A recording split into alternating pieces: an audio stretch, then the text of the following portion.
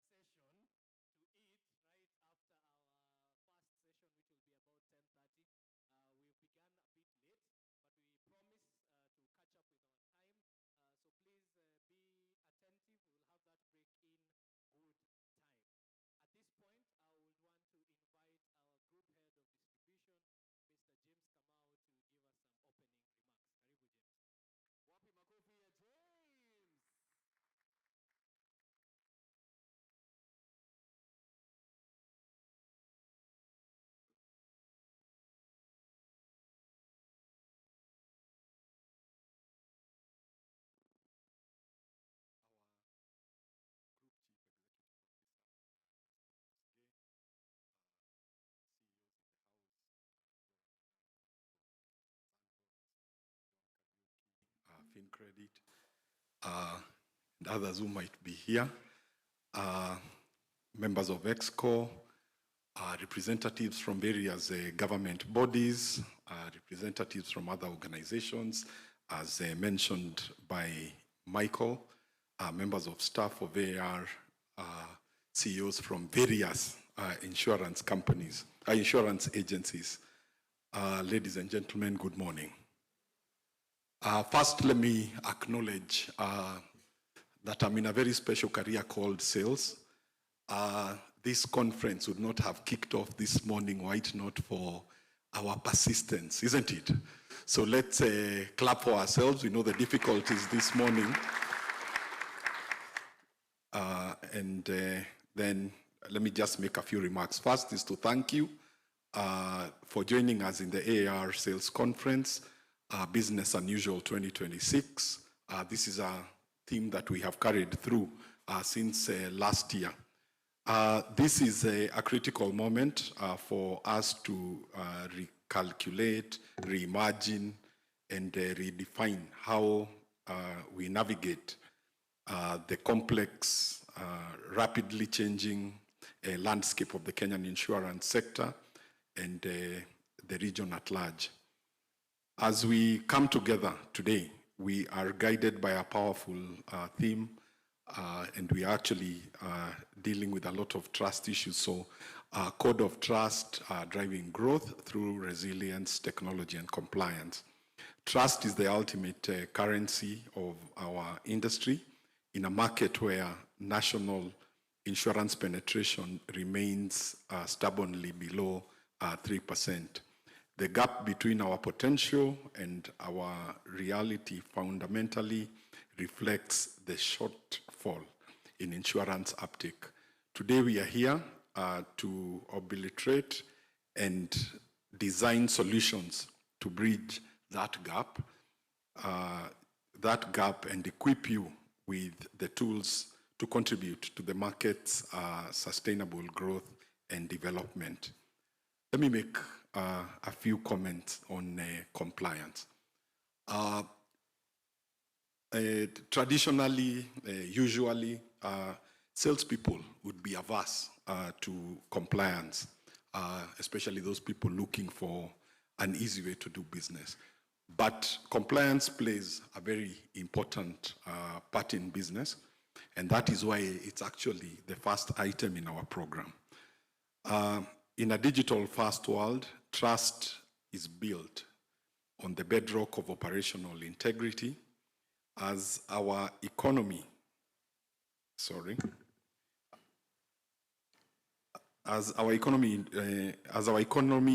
evolves, our national regulatory frameworks naturally adapt to protect consumers. We welcome some of the pivotal guidelines shared by the Insurance Regulatory Authority, by SHA, which is the Social Health Authority, CMA, the Capital Markets Authority, Retirement Benefits Authority, and the ODPC. I urge every intermediary in the room to view compliance not as an administrative constraint, but as a strategic commercial advantage. When you sit across from a cautious family, when you're selling insurance and people are very cautious who they are dealing with, or a corporate board, your ability to assure them that the cover you are offering adheres to the highest national standards of data and financial integrity is what will distinguish you in the market. People get to acquaint with you better. Our uncompromising commitment as AR to compliance is your strongest closing argument. It is the very foundation of our code of trust. We have also witnessed a transformative period for Kenya's healthcare industry, notably with the rollout of the Social Health Authority. The universal health coverage is a vital progressive step for the well-being of our nation. For us as a private underwriter, For us as a private underwriter, this represents a unique opportunity to collaborate and provide the critical supplementary layers of protection the families need. Through innovations like Shwari, we are seamlessly bridging the gap between foundational national health services and the advanced specialized medical care our clients expect. Furthermore, we must fundamentally shift our approach from being reactive care to proactive wellness, with non-communicable diseases, NCDs, now responsible for almost 40% of all deaths in Kenya. We can no longer be an industry that only pays claims when someone falls ill. Through our partnerships and integrated wellness programs, we work with our clients. Sorry, I keep getting distracted by messages coming in. We work with our clients to proactively manage their physical and mental vitality from day one. Let me mention something about technology and agility. To achieve sustainable growth, we must also champion the SME sector, the undisputed backbone of our economy.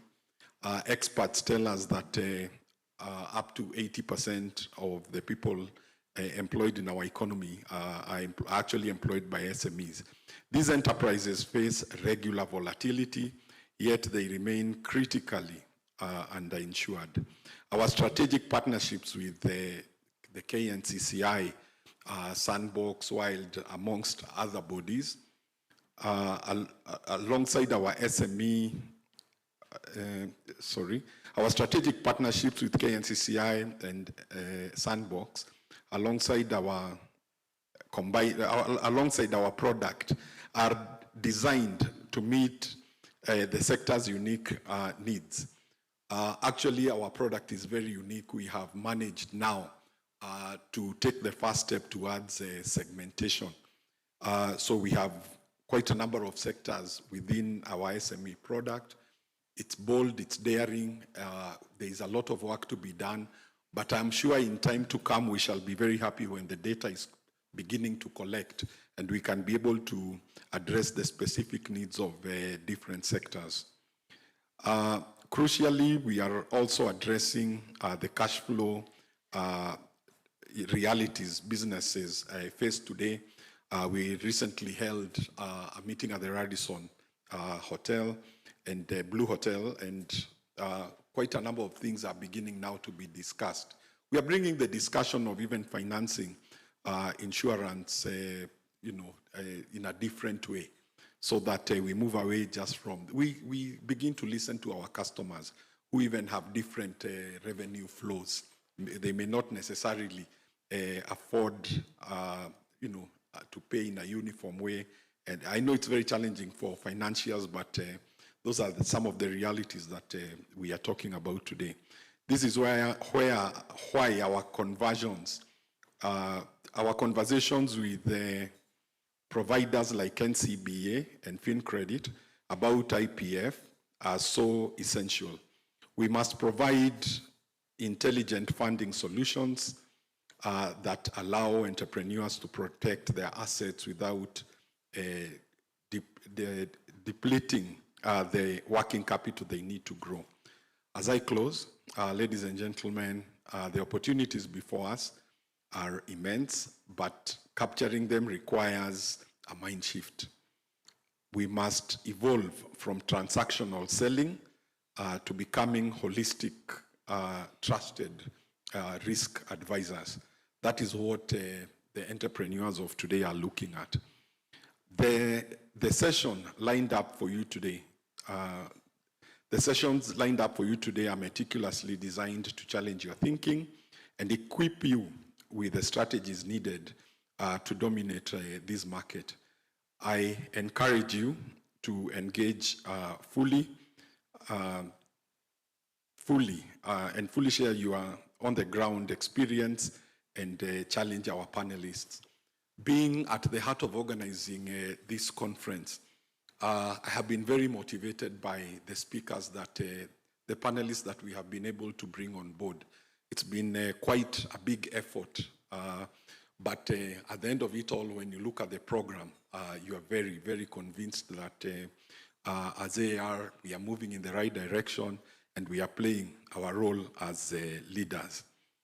Let us use the Code of Trust to secure our clients' future, protect the incredible businesses, building our nation, and drive unprecedented sustainable growth for the insurance sector. So thank you all for your unyielding dedication and partnership. Let us make 2026 our most impactful year yet. We've been on a journey and we continue getting better in terms of our products, our processes, and even just the way we are relating with the market. I was introduced as the group head of distribution. I obviously do not work alone, and I have a team of sales managers that I work with. This conference is different from what we have had in the past, where we have invited teams from the regions. We have 12 branches outside Nairobi. But this year we have taken a different method. We actually mean business. So we want to go with our partners to the ground, and we thought it would be a good idea for them not to travel all the way, because we shall be going to the regions with our partners just to meet them and the SMEs on the ground. So I take this opportunity to ask my sales managers to come so that we can introduce them, and they'll be led by Isaac Kirwa. Whether you are leading products or channels, please come over to the stage so that our participants can get to know you.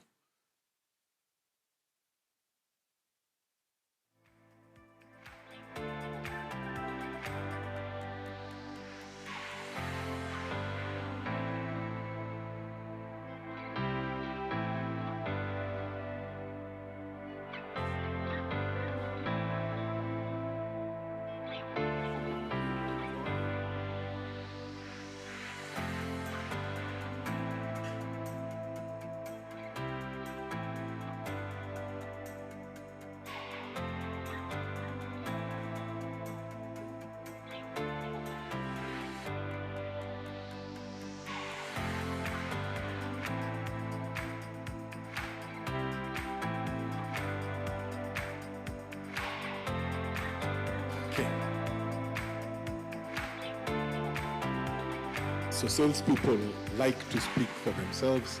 So I'll give them an opportunity to introduce themselves and briefly tell you what role they play in AAR. Good morning, everyone. I'm Jacqueline Jogu, in charge of banker and alternative channels. It's good to have you all today. Thank you for gracing our occasion. We are happy to have you all. Feel at home, karibuni sana.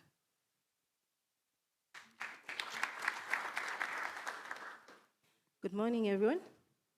Good morning. Good. My name is Angela Wanga. I'm in charge of IPMI and partnerships. Good to see all the lovely faces, and I hope we'll be interacting more. Thank you. Have a lovely day. Good morning. All protocols observed. My name is Daniel. I'm in charge of retail. It's a good day, and thank you all for gracing this occasion. Looking forward to interesting conversations, and as you've heard, this is business unusual. Thank you. Good morning, everyone. Good morning. My name is Ann Nganga, in charge of retention, ensuring that every business that you bring to AR remains in AR. Thank you. Good morning, everyone. Good morning. My name is David Juma. I champion Brokers Channel. Kwa ile lugha ya Kijerumani tunasema waruaki hero kama. All right, good morning. Just realized that we did start off with a word of prayer. So, Bwana Yesu asifiwe. Bwana Yesu asifiwe tena. All right. So And on that note, maybe Collins, you can.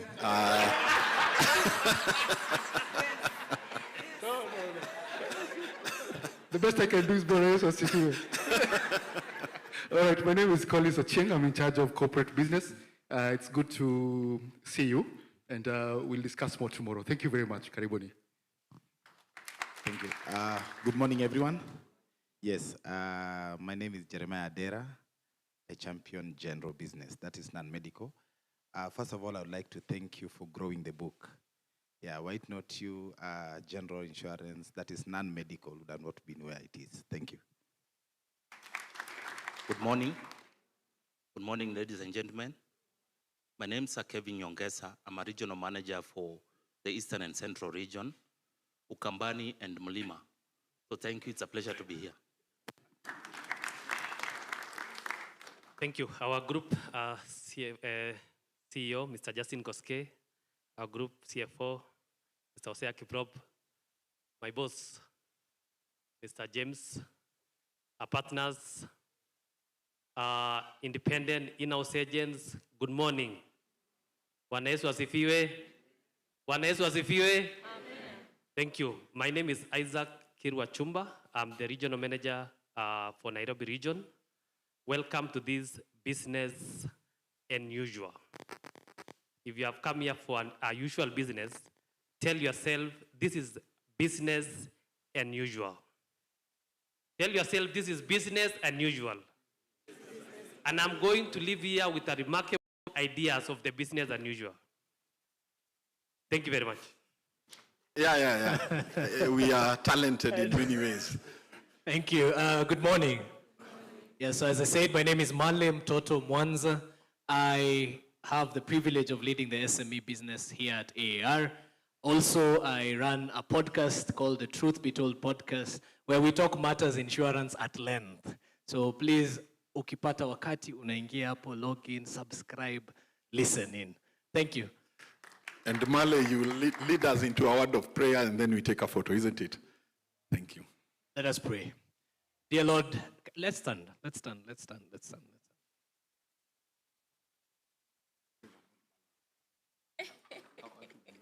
All right, let us pray.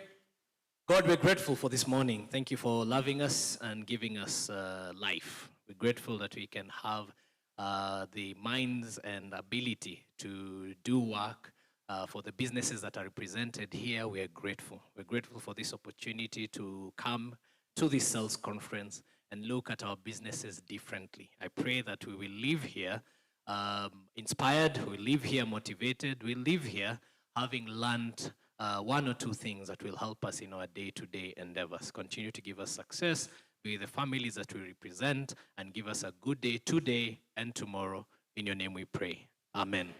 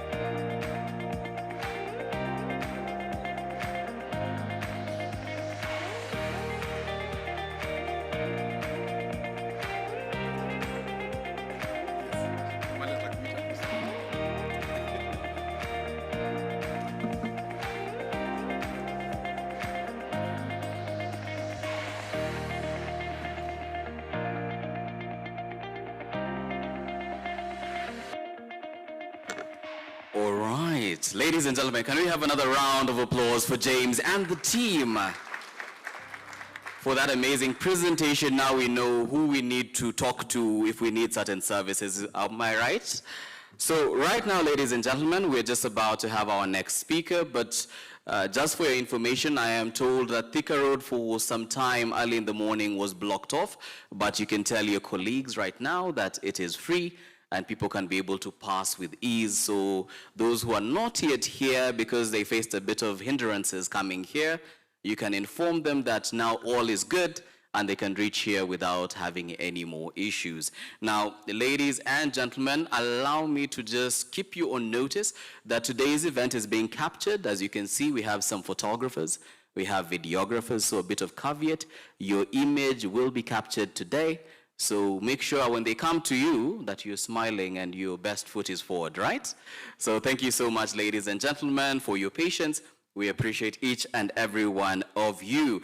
Just a reminder that today we are celebrating AAR Insurance Sales Conference 2026, coming to you live from the beautiful Safari Park Hotel in Nairobi, Kenya. Now, this year's theme, we normally have the business unusual, but this year also we are having Code of Trust, driving growth through resilience, technology, and compliance. This will be a 2-day summit where we shall reflect the central role of governance, data protection, and ethical business practices in Kenya so that we can have enabling sustainable growth within the insurance sector. So thank you so much, ladies and gentlemen, for making time to grace this beautiful occasion. Today is day 1, and we shall be having also day 2. So be prepared. We are just starting. So, ladies and gentlemen, today what we're going to be having, we're going to have a series of presentations as well as panel discussions, and then we're going to give everyone an opportunity to interact and hear from each other, because matters insurance in Kenya is not a matter of the managers or those who we feel are in authority, but it is a matter of each and every one of us here. And we would want everyone here to be able to have that voice to be heard so that we can make this sector better, profitable for the betterment of society. So, ladies and gentlemen, it is my pleasure to introduce our next speaker with his keynote presentation. And this one is a good one. So, ladies and gentlemen, I hope you're ready for our next speaker. Are you ready? Awesome, awesome. Thank you so much. So, without further ado, put your hands together for none other than a man who is passionate about insurance more than the person seated next to you. A man who knows how to demystify complex data into palatable information for everyone. Ladies and gentlemen, I am talking about none other than the one, the only Group CEO and Principal Officer, AAR Insurance, the one, the only Justine Kosgei. Wapi makofi ya Justine.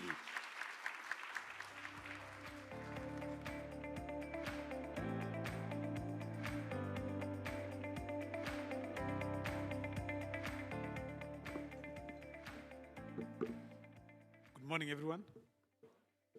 I will ride on the protocols already set and go through my notes. So good morning once again.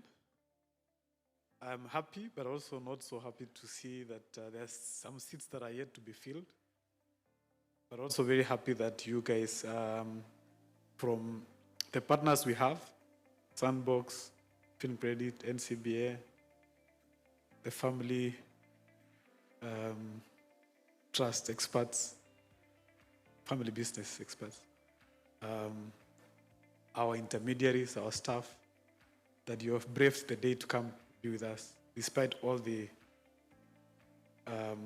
potential that was there. I think there was a potential that there could be some demonstrations, and we have all seen what happens on the roads when this happens, when we have demonstrations. So we really appreciate that we managed to come. So I'm sure by later in the day, you will have more partners to interact and network with. But feel welcome. So I'll just mention a few things from the notes I've prepared. Today's conference, as you've seen, the theme, not sure whether it's somewhere, but it's been said, it keeps appearing, business as unusual. It's a critical moment for us to recalibrate, reimagine, and redefine how we navigate the complex, rapidly shifting landscape in Kenya, both in the insurance sector and also the business sector. I think we have all come across the term FUGA. That means, you understand, we have all seen I'm sure we've come across that, volatile, uncertain, complex, ambiguous world that we operate in. That's how it is currently. And therefore, as businesses, we continue to, in fact, the word FUGA has also evolved. I'm told there's a newer word, so try and read about it as well. And it means we have to keep improving and advancing in how we deal with the risks. So as we come here today, we are guided by the powerful theme that we want to emphasize today. James has already talked about it, the code of trust, which is very critical when it comes to insurance. It helps us to be resilient in our growth, and also even as we adopt technology, we remain compliant. Trust is one of the important aspects in our industry. In our market, especially if look at our insurance market, the insurance penetration is almost, everybody knows about it. It's the only ratio in the industry that no one doubts, nobody even argues about it. It stubbornly remained at 3% and below. And therefore, the gap between our potential, what the potential is out there, and our reality reflects that there's a fundamental shortfall in insurance uptake. In various sessions that I've seen or I've been in the last few,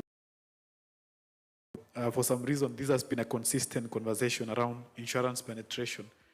And there's been a lot of debate on what actually is the problem, why the penetration is low.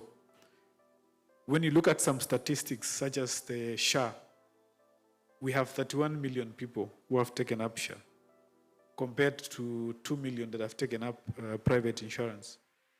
But then again, when you look deeper, of the 31 million that are under SHA, for example, about 6 million are consistently paying or are observing the payment plans, or are paying either annual or paying on a monthly continuous basis. And therefore, there's also a gap there, either in the funding, which I believe our partners like FinCredit and NCBA and others can see an opportunity on how to enhance that. And if insurance for health can even move from the 2 million to that 6 million, you can imagine the impact that will have. But we're not just talking about health insurance. We're also talking about the other forms of insurance that we can have. There's a lot of businesses, properties that are uninsured. And Africa Re have also done a report and a white paper during the last session that the president held in Kenya, the recent forum, where there are some countries in East Africa that have less than 0.3% insurance penetration. So you can imagine you're talking about 3% in Kenya, there are other countries that are talking about 0.3%. Meaning that what the report showed is that 90% of assets are not insured, leaving us to natural catastrophes and the hope that we do not get into disasters. So that highlights the opportunity that is there, but also that there has to be a fundamental shift, or there has to be something that really will help us to get to the rest of the uninsured people and assets and all the risks out there. And we have partners like you, we have people like ourselves, where we can continue to work together to achieve that. Now, compliance is also a strategic angle. It's a very important issue. In a digital-first world, where we have seen how fast the digital world is moving, in under 2 years or under a year, a lot of AI has been adopted. Everybody uses AI. Maybe I even did my speech using AI. So you can imagine how that has transformed the way we operate. But in this world of AI and digital transformation, compliance still remains important. So as our economy evolves, also our regulatory environment is moving very fast to adapt and protect our consumers. So it's our job to ensure that we comply. And we appreciate the many roles played by people like the IRA, SHA, CMA, RBA, because I know many of you also, as intermediaries, you have pension businesses. And you have to ensure that you have your client interest at heart, not just the returns. And also Office of the Data Protection Commissioner, ODPC, who are also glad that they shall be here today. And we are moving into a tax, the budget cycle again, and I'm sure a lot of conversation around compliance with the carrier is going to come up, and we are glad that we've also managed to have them with us during this forum. So mine is to urge every partner in the room, intermediaries in the room, to view compliance not as an administrative constraint, but as a strategic commercial advantage. Because when you sit across from a family that is very cautious, or a corporate board, like your boards, our boards, your ability to assure them that the cover you are offering adheres to the highest national standards when it comes to data, financial integrity, and all that is what will distinguish you in the market as well. So we have to have an uncompromising commitment to compliance.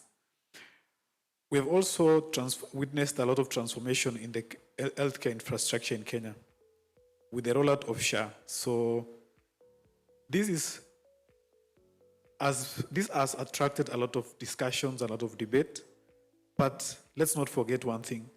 This is a journey towards universal health coverage, which we all pray and we hope it works, because universal health coverage is supposed to cover all of us in a basic way. And therefore it's vital and progressive for the well-being of our nation. And for us as the private sector players, ours is to use this opportunity to collaborate and provide critical complementary. In a way, we play a complementary role. But now, when the UHC works well, then our complementary role or our supplementary, what we're able to provide helps to protect families and businesses even better. Through innovations like Shwari, we are seamlessly bridging the gap between that foundational health service and specialized care that we can provide and all the options that come with that. And we continue to revise and update our basic, these kind of products like Shwari to bring it to the level that we get our customers, to meet the customers' needs based on the feedback that we receive. So furthermore, we also understand that we must shift our approach from reactive care to proactive wellness. And we shall be, and we have already been showcasing to our clients some of the things we are doing there, but we shall be launching them even more comprehensively, so that as an industry, we no longer be an industry that only pays claims, but also focuses on protection, especially when you think about non-communicable diseases. And this can only be achieved again with partnerships like this, because we bring in partners that help us achieve integrated wellness programs. So overall, ours is to empower businesses through the work we do, including technology and creating platforms and ecosystems like this, so that we can achieve some sort of agility and speed for you, for businesses and for partners. So we must champion, therefore, the SME sector. It is undisputed that the SMEs is the backbone of our economy. The enterprises, they face a lot of challenges. They face regular volatility when it comes to revenues, and also they remain critically uninsured. Our strategic partnerships like with the KNCCI, Sandbox, who are here, alongside now the solutions we have, like combined SME, are designed to meet the sector's unique needs. So ours is to make sure that we are less complex in terms of our products and underwriting so that we offer flexible, modular solutions that business owners can seamlessly adapt or adopt. Further to this, we also view some of our partners, such as our intermediaries, as SMEs. And to drive digital transformation for you, we have our platform such as MyWakala, where we automate administrative functions and ensure paperless, frictionless operations. And we have seen the industry adopt this approach. We launched MyWakala maybe 3 years back, and it's been a very good platform to our intermediaries, generating leads, helping out on the administrative work, and we have seen growth come from there for partners. Further to that, we are embedding other solutions, such as with our conversations with partners like NCBA, FinCredit, so that then clients can get better financing, and we do not lose business based on that. And it's also affordable financing. We must therefore provide intelligent funding solutions to allow entrepreneurs to protect their assets without depleting their working capital. So ladies and gentlemen, in closing, the opportunities before us, as I mentioned, are immense. But then capturing them requires a lot of mindset shift. And we must therefore evolve continuously from being transactional to selling, to becoming more holistic and being trusted, being the go-to advisors. And for that reason, then we have lined up a lot of sessions today and tomorrow that are designed to challenge your thinking, our thinking, and we equip us with strategies needed to dominate the market or unlock these opportunities that we have discussed. So I encourage, as much as you can, please engage, share your experiences, challenge our panelists, and we shall be able to take home a lot from here. These are forums that are worthwhile, and we have started, as James mentioned, from the sessions we had at Radisson to create forums where all this happens. We had forums for SMEs specifically. Now we have forums with our partners that support SMEs, and we shall continue to create forums where opportunities can be unlocked. And let us not forget the importance of what has been mentioned already around trust, so that we can be the go-to, where incredible businesses can be built based on that, and we drive the growth of the sector. So thank you very much for your unyielding dedication and partnership. And it's not too late. Let's make 2026 a very memorable and impactful year. I know we are almost approaching June. The year has moved so fast. Maybe somebody should explain to us where it has gone to. But I hope that we still have time to achieve even more. Thank you very much, and have a very impactful day. Thank you, thank you, thank you. Thank you, Justin. Let's appreciate him better. Asante sana. We know the speech was not AI because it probably would have ended. Do you want us to summarize it? Thank you so much. He's touched on many, many areas, and those areas we're going to speak about here. We've talked about financing. We've talked about the insurance industry as a whole. We are currently, I think the number has been reducing, Justin. From 3, we keep going to 2.7, oscillating there, and we want to increase this. And so part of the discussion we're going to have here is how we will have an impact, each and every one of us here. He's talked about compliance, he's talked about technology, and also SME, a topic that is very close to my heart. And all of us, do you know you all represent an SME? All of us know that, eh? Okay, some big corporates. Yeah, so we all represent an SME in one way or another. We are all entrepreneurs, and so the topics we're going to discuss here are going to touch on you and how we're going to unlock that business here and to our clients ahead. So thank you so much, Justin, for those welcoming remarks. Now, to give us the next conversation, we mentioned, and Michael, we did mention that part of the crowd we have here are authors and publishers.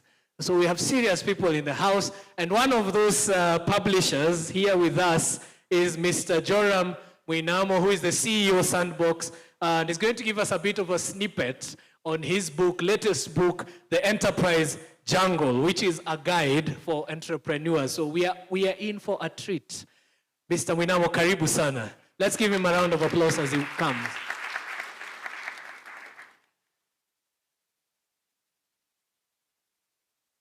Hey, good morning, everyone.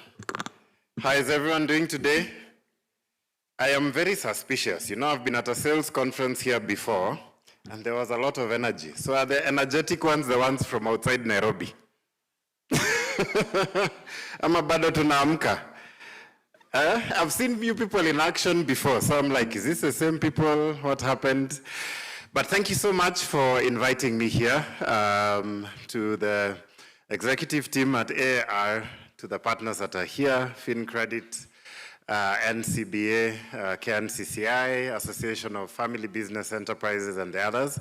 We're beginning to feel like cousins, Sindio? Because we're in events every other week together. And that's good because it means the partnerships are working and there's a lot we are learning from each other.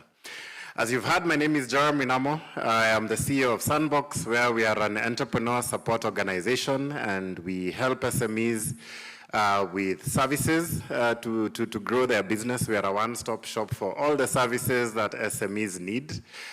We are a global innovation. Nothing like us exists anywhere else in the world unless under the Sandbox brand. And yeah, we're very passionate about helping. If we look at today's macroeconomic environment, if you look at news, if you look at just different things that happen in the news, you can feel very hopeless because every morning you wake up to some kind of news about whether it's a new tax or a proposal that's being discussed, whether it's maandamano, and now you have to adjust your entire day. And there's many things that are happening in our environment in Kenya today where you can feel helpless, hopeless, and like there's nothing you can do. But I want to talk about three types of people. There's one type of person who just sees things happening to them, okay? There's another type of person that sees things happening to other people. And then there's a third type of person that makes things happen. Because everything that happens has been made to happen by somebody. Ask your neighbor, which of those three are you?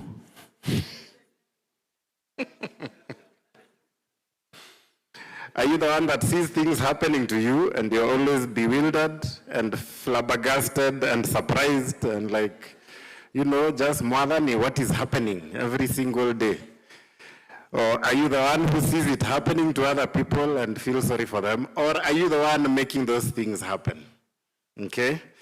Because if you're not the third type of individual, you're going to live a very miserable life. You will always be somebody else's agenda. And that's why I'm asking you to ask the next person to you, which type of person are you? Yeah, and then if they are the type of person who only sees things happening to them, maybe you should move away because there's some trouble coming. Okay?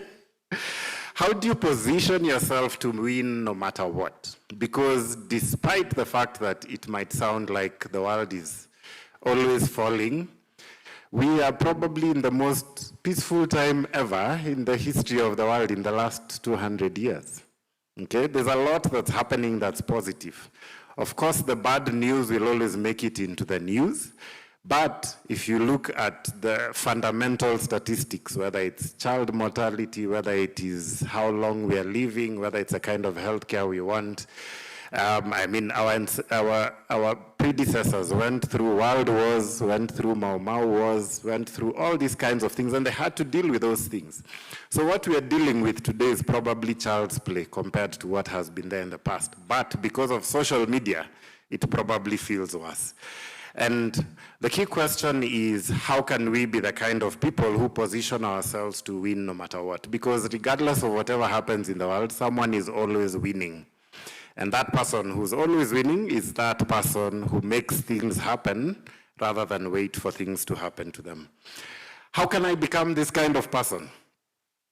A person who always wins starts with the end in mind, okay? They determine that they are going to win no matter what. They set the goal, they set the standard, they set the vision of where it is that they want to go, and they start to pursue it no matter what. So no matter what happens around them, they have that goal, they have that vision, and they pursue it, and everything that comes their way in the pursuit of their goal, either they treat it as a distraction, an excuse, or just an obstacle to be overcome, okay?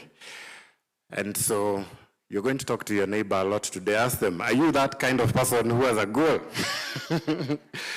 and a vision? Okay? I think by the end of this talk, you'll be able to tell which of these three people we are dealing with at the end of the day, yeah? And when they set that goal, they are relentless in executing with excellence to be able to reach that goal that they've set. So if I've decided that by the end of this year, I have a goal, I'm going to do premiums worth 10 million, or worth 20, or worth 100. How are you relentlessly working towards achieving that particular goal? And are you doing everything possible to ensure that nothing stops you from going towards your goal? The second thing about the kind of people that make things happen is crafting opportunities. And here's the thing. The world's best opportunities are not obvious, okay? Because the obvious opportunity is already being pursued by everyone, because everyone can see it. The world's best opportunities tend to be the ones that not everyone can see. And that's why I'm very glad we're in this partnership with AAR and the other partners that have come on board, where we are targeting SMEs, okay?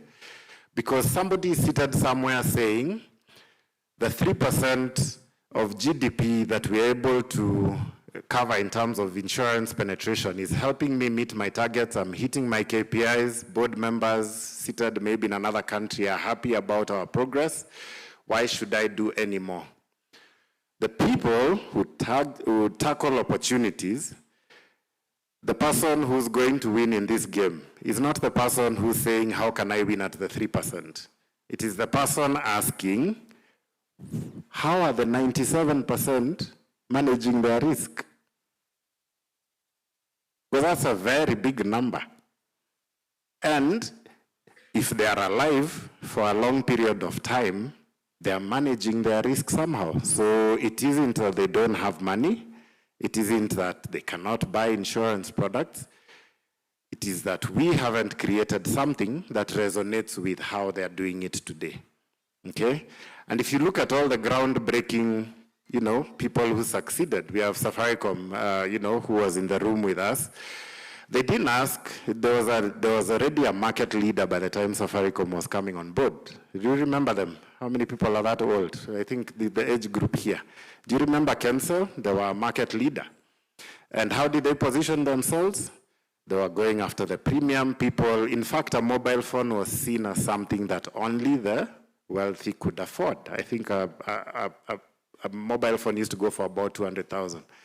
But Safaricom came and did not ask about how can we win at taking away the customers that Kensel has. They asked, how can we ensure everybody else is able to get a mobile phone? And how much do they make a year nowadays in profits? I think they just clocked almost 100 billion, okay? Are you seeing a trend? There's another bank that has gone across Africa. I'll not mention them because we have another bank in the room. But they also asked themselves, instead of going after the bank, they asked themselves, how is everyone else banking? Are you seeing the trend? The biggest opportunities do not lie with those who already understand, have accepted, have taken up your product. It lies with those who are somehow doing what it is that you're doing in a different way.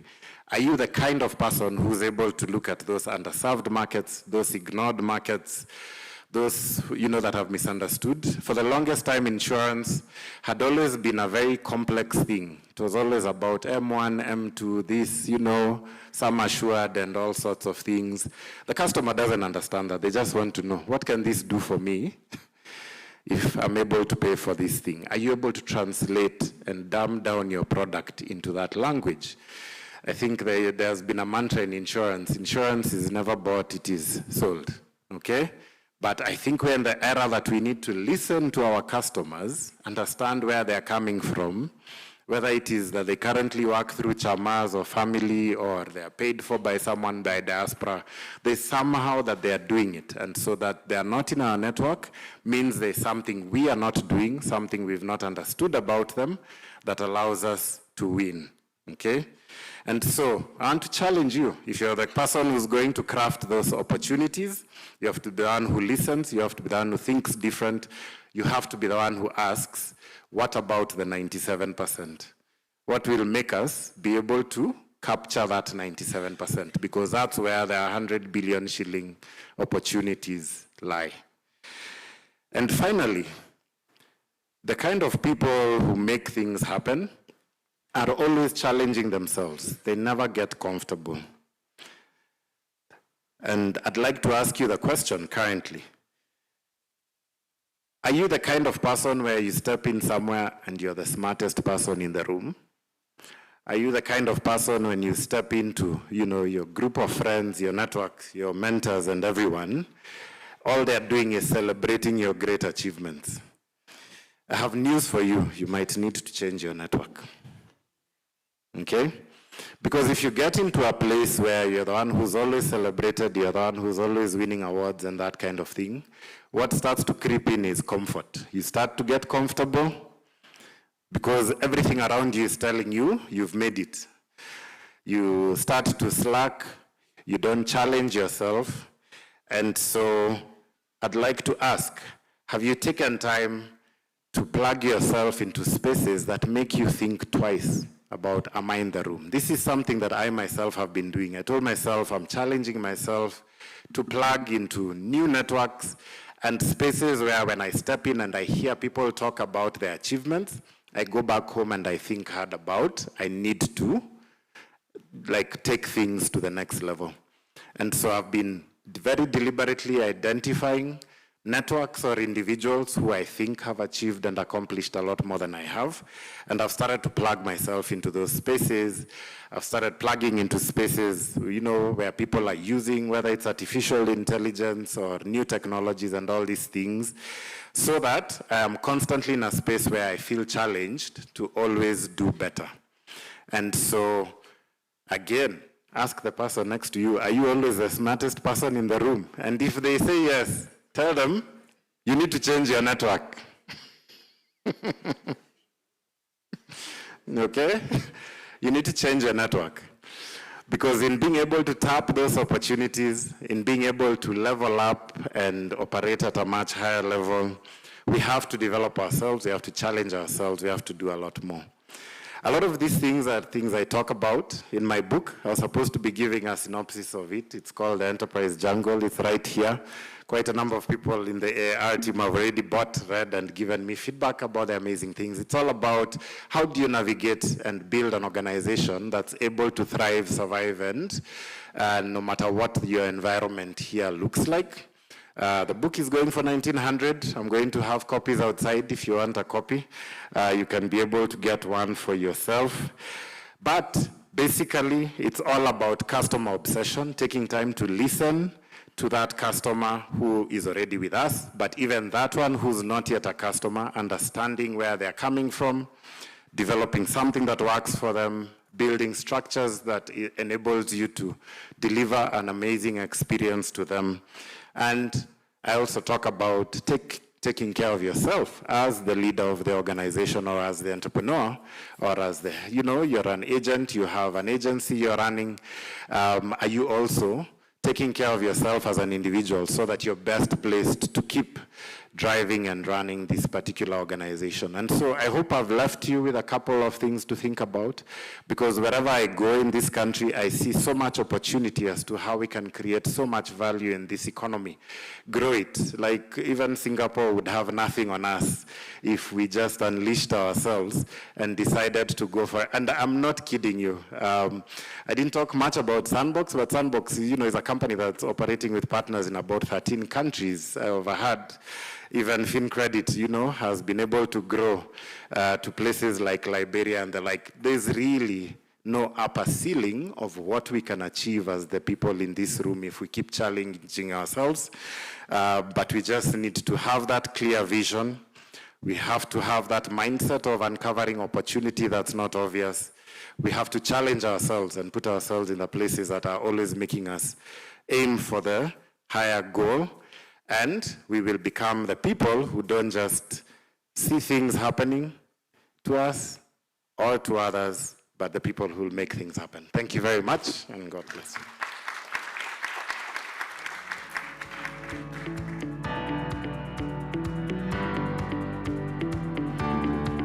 Great. Another round of applause, ladies and gentlemen, for Joram Winamo for that heartfelt speech. We really appreciate. Are you blessed by that? Completely, the fact that you were saying, turn to your neighbor, you took us to church.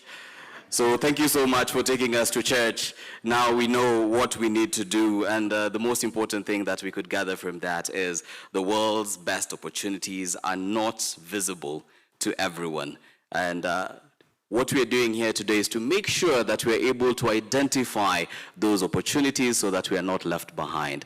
And to just piggyback on the example you said about Safaricom, I remember when they started introducing the Bamba 1000, and then the Bamba 500, and then the 250, and then the 100, and everybody now was able to use the network. So thank you so much for that. Another round of applause, ladies and gentlemen, for Joram, who has led us into this beautiful session right now. So, ladies and gentlemen, we are just about to enter into our first panel discussion for the day, where we're going to get more insight and to be sure that we are not the most intelligent people in the room, because we have panelists and experts who will be feeding us from their wealth and knowledge that they have accrued over the years. Now, I don't know if the panelists consider themselves the most intelligent in the room. They will answer that for us. Now, ladies and gentlemen, I want to have a very small exercise with everyone, right? So we're here and we're excited. And we were talking about AI and the digital space. And we know in the digital space, if there is no photo, it did not happen, right? So right now, if you can be so kind to engage me in this, I would want us to just take a very simple photo, a selfie of yourself and the person next to you, so that we can be able to share online for people. So as we begin, let's start. Watu wangu wa iPhone, say hey. Watu wa iPhone, say hey. Watu wa Android, say hey. Watu wa iPhone, say hey. Hi, iPhone users alone. iPhone users only. iPhone users. iPhone users. iPhone users, we're seeing you. Ebu, take that selfie. iPhone users, let's see that selfie. Let's see that selfie. iPhone users, let's see. Invite the Android user next to you and tell them, come on, let's take a selfie. Welcome to the tech space. Watu wa iPhone pekee. Watu wa Android na waona. iPhone users, take that selfie. Ah, nice. Tell them to smile. Awesome. Now that iPhone users are done, watu wangu wa Android. We know we are the majority, right? Now watu wa Android pia, let's take those selfies and show iPhone people that you can take selfies in minimal light.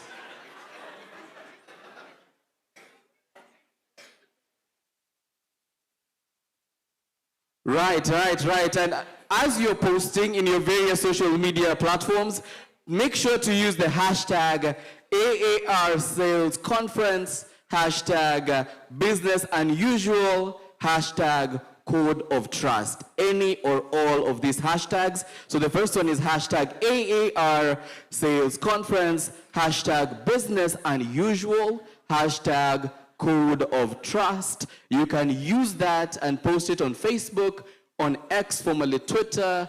If you're young at heart and you want to accompany it with a dance, you can use TikTok, and then you can be able to share the good news that AAR Insurance is here and we're having a good time. Is that good? Now, ladies and gentlemen, round of applause for everyone. Thank you so much for engaging in that simple exercise. I appreciate each and every one of you. Now, before we move on to the next one, I would just like to request our previous speaker, Joram. I am requested that you need to show us the book again.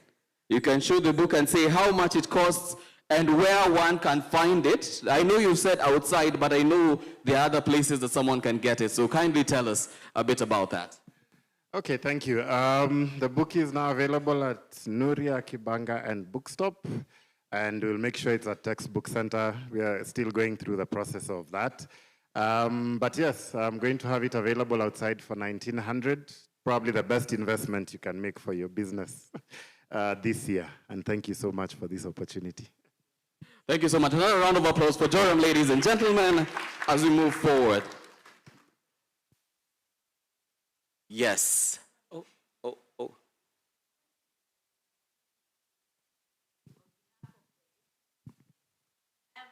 Humbly requesting you to have an offer for today because we are so many potential buyers. So.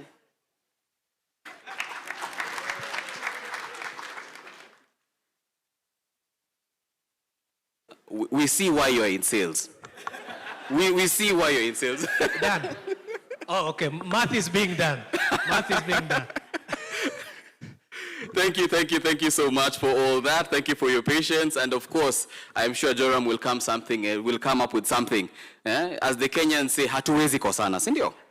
Hatuwezi kosana bana. Sindio? Tuko sawa. So thank you so much for all that.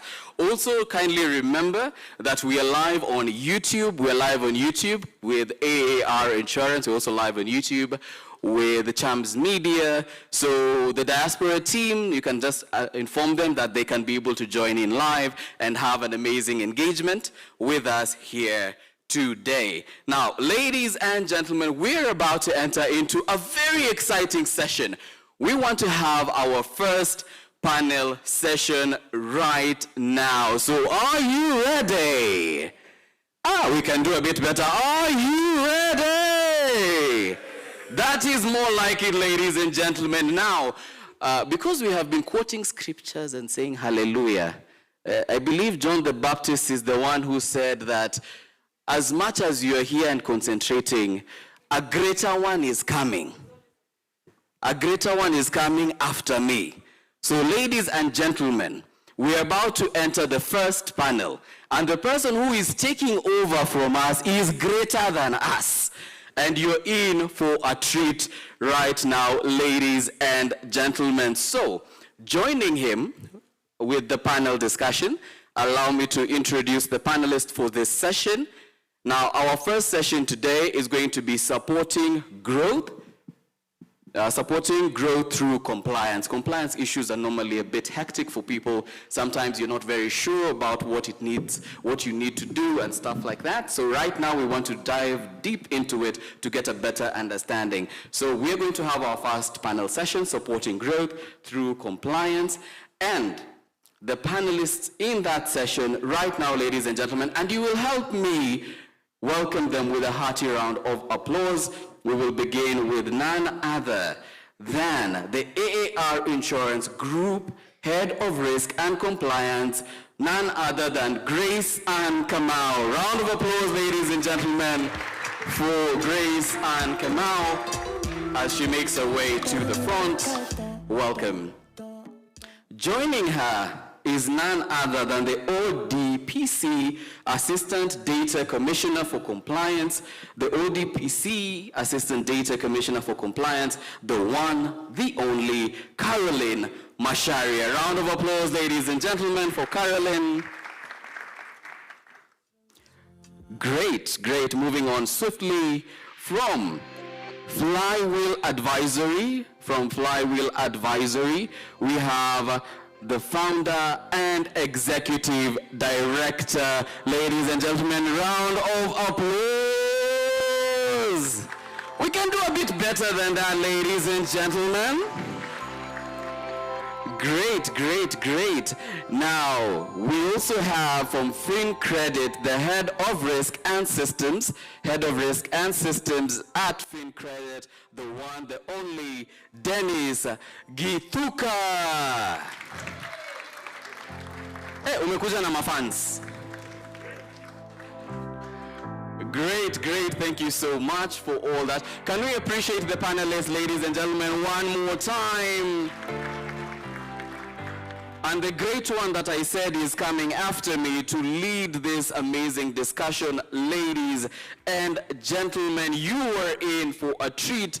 This is perhaps the most traveled Kenyan in history of Kenya. I think the only person who might be challenging him is our dear president. But the most traveled individual who is coming to lead this panel discussion, ladies and gentlemen, you love him, you know him, all the way from a screen near you, the one, the only, Mr. Alex Chamwada, OGW, MBS.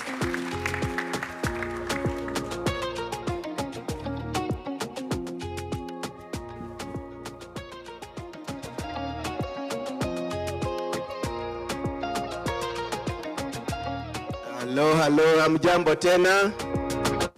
You know, I'm also in it, so I'm just feeling. You know, last year when we were here, it was vibrant. Vibrant. Ni mafuta ama ni nini? Me realize, ni mafuta.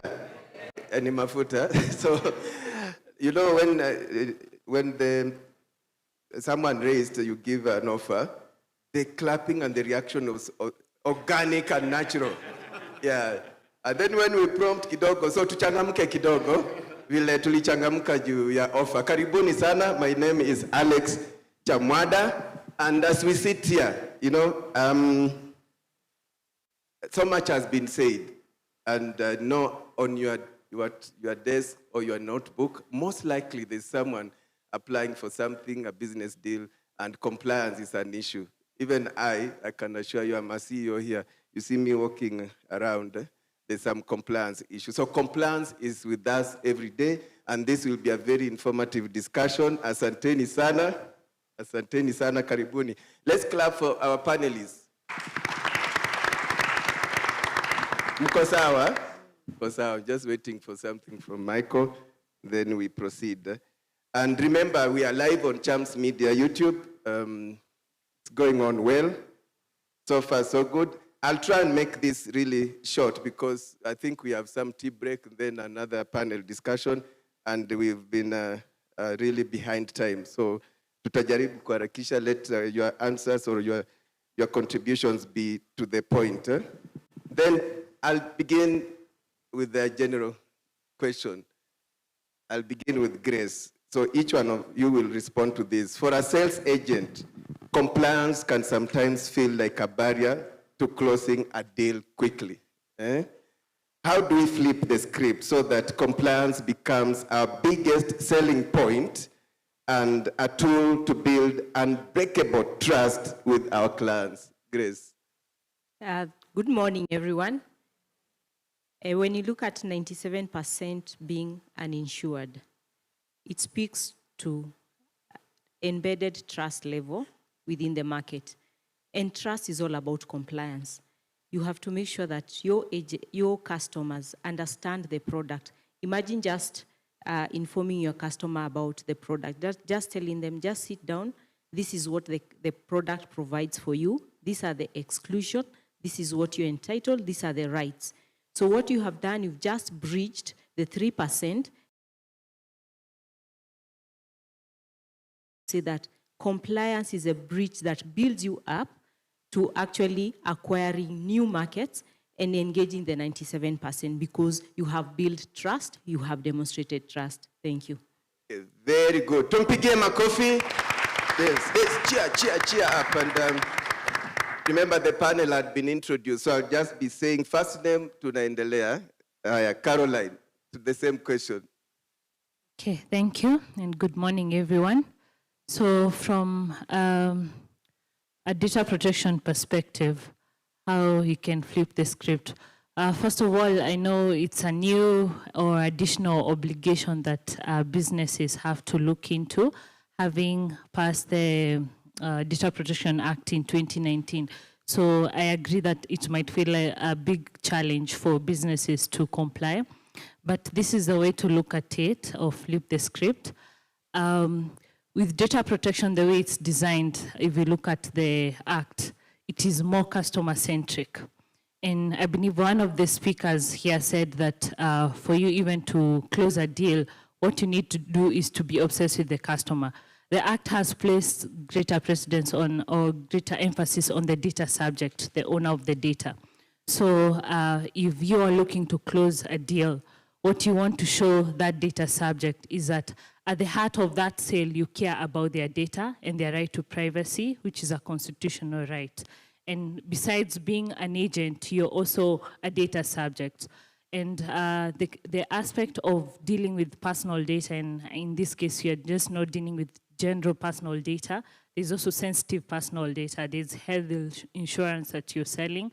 So convincing a customer that beside closing this sale, I care about your data, I intend to handle it well, and during the life cycle for which AAR insurance will have your data, will ensure that your right to privacy is respected, will ensure that only share your data with authorized individuals, then it will make you build trust with that customer. And at the heart of it is people will only buy from people they trust.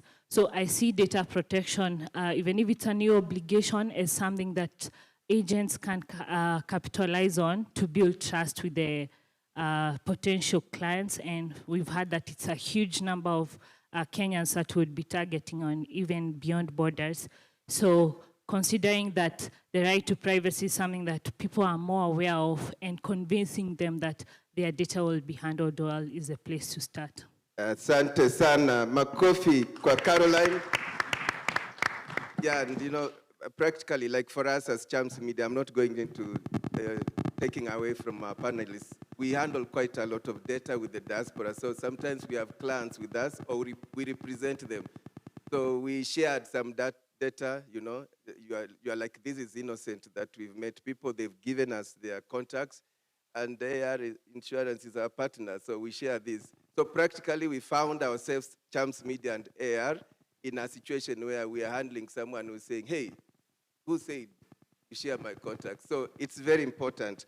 This is to Flywheel, the founder. Again, the same question, you know, if you want to close a deal, then there is that issue of compliance. So how do we make compliance an enabler and not really something that pains us?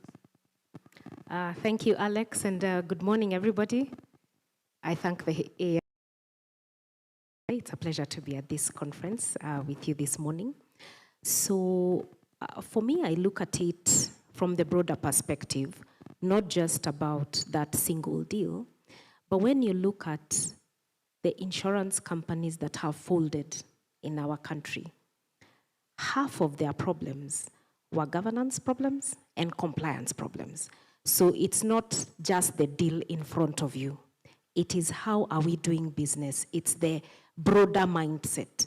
Is it sustainable? The kind of client you're bringing today, the kind of products that you're selling, is it sustainable? And if it is sustainable, it wins the trust of your customer. So it's not just about that deal that is in front of us. It is about how do we do business correctly, sustainably, that 10 years to come, 20 years to come, our companies will still be standing because we are doing the right thing. Compliance Unpacked is simply doing the right thing. That would be my response. Compliance Unpacked is simply doing the right thing. Makofi. Good points there. Dennis, naona pace inaenda haraka sana. Dennis. Good morning to you all.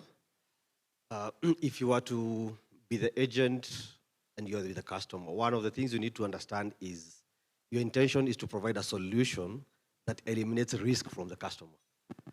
That risk can only be given through compliance. Imagine you need to have a business 10 years from today. How do you give me the trust that whatever solution you're offering takes me through a journey of the first year, a second year, third year? If you're with a lady who's just about to get a child, they need to be certain that every information I give you is correct and will be held correctly, and that my future generations can depend on the same insurance. So we are providing products and solutions to our customers that intend to de-risk. The 97%, as aptly put, how are they surviving? Is it that they don't trust us well enough to understand that they can walk the journey with us? If we comply, not only with the regulations, but also comply with what is the need of the customer. Am I selling the right information? Am I compliant with the requirements of the business? At that point, it becomes easy for the customer to walk with you in the journey of offering and accepting solutions that you provide. Wow, wow. Another round of applause to our panelists. Makofi tena. Thank you. Grace, this is now more specific to you. How are you working with agents to ensure that compliance frameworks enable sustainable growth? How is AAR working with agents to ensure that compliance frameworks enable sustainable growth? I would like to start by saying that many times when you interact with customers, you find that quite a number of them have been disappointed by insurance. And they talk about a term that was not explained to them, so a claim was rejected.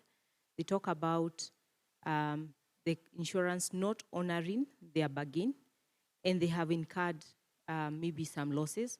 And others have heard of horrible stories.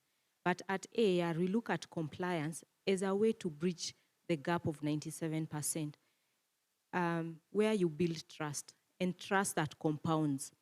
In AAR, one of the things we do is we co-implement insurance together with the agents. What does that mean? It means that within our processes, we ensure that compliance is embedded. We have provided one of the tools that's called My Wakala. My Wakala, the way it is designed is to facilitate sales for our sales agents. They are able to go into that sales platform. They are able to recognize and also detail the clients they have interacted with. It's also a tool that also is able to share contacts of clients who desire to have insurance or they have interest in insurance. Within that tool, what we have done is that by design, the way it has been done, you are able to key in key compliances and what you can demonstrate as compliances. The client's KYC, it flows within that tool so that it's by design you're able to have that compliance achieved. The other thing is that our processes and our trainings are designed to give real-life experiences. We've had cases where we have been exposed to data protection. I'm looking at the ODPC, not opening up everything, but we have had cases where we have had questions, queries from customers, and we have used this as a learning tool where we have shared with the agent, this is what is happening, this is what we have seen. The best approach is this and this manner. I'm sure most of you have maybe taken training with us around data protection and other compliances. The other thing you look at, we are looking at sustainable business this year. It is one of our core strategy within AAR. As you look at sustainable businesses, we are also looking at the quality of sales you're also bringing as agents. We want to also ensure that you have sustainable sale. What is sustainable quality sale? Is one that you're able to retain beyond 1 year. A sale that continues because the client understood the product, they trusted the process, they have been able to actually receive cover or protection whenever there was need to have a claim. So that is a kind of trust you want to build, and that's the kind of product you want to sell to you. The other thing is that when you look at compliance again, we look at it at our ecosystem as one that goes beyond AR and our customer. We live in a community and a society. We have charmers, we have networks. If you as an agent, you utilize the community around us, we also have, like for example, the charms. Within the charms, you also have aggregators who come together with various products, but in needs of insurance. If you're able to use that network to sell to one person and you sell in a trustworthy manner, you can open up many other sales. That is one of the things we look at and we see that it's another good thing. The last one is also you're looking at your sustainable income as an agent and sustainable growth. You're looking at also your sustainability within the insurance industry. You do not want to lose your insurance license. And one of the things that we are required to do under IRA guideline is to have, treat your customer fairly. And what is your best indicator of treating your customer fairly? Your best indicator is being able to retain a relationship beyond 1 year. Your best indicator is being able to open other networks. Your best indicator, again, is being able to offer quality sale and also at a profitable sale to the insurance company.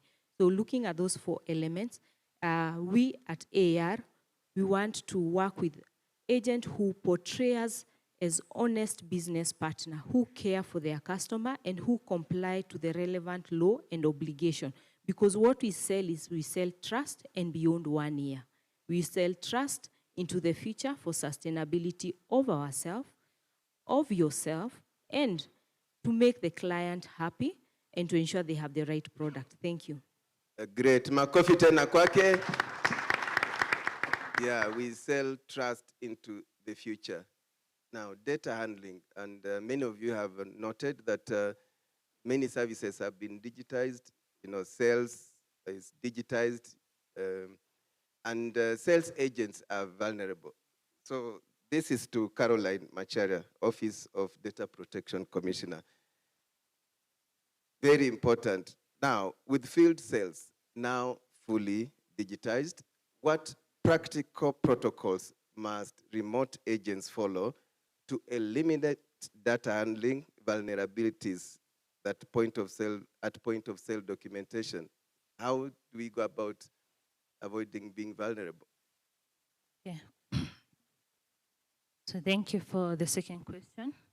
And for that, I'd start by saying the key thing in respect to the Act is to understand who this sales or field agent is in respect to the Data Protection Act. So how the Act is designed, there is a data controller who is defining the means and purpose for which you're collecting the personal data of your potential clients.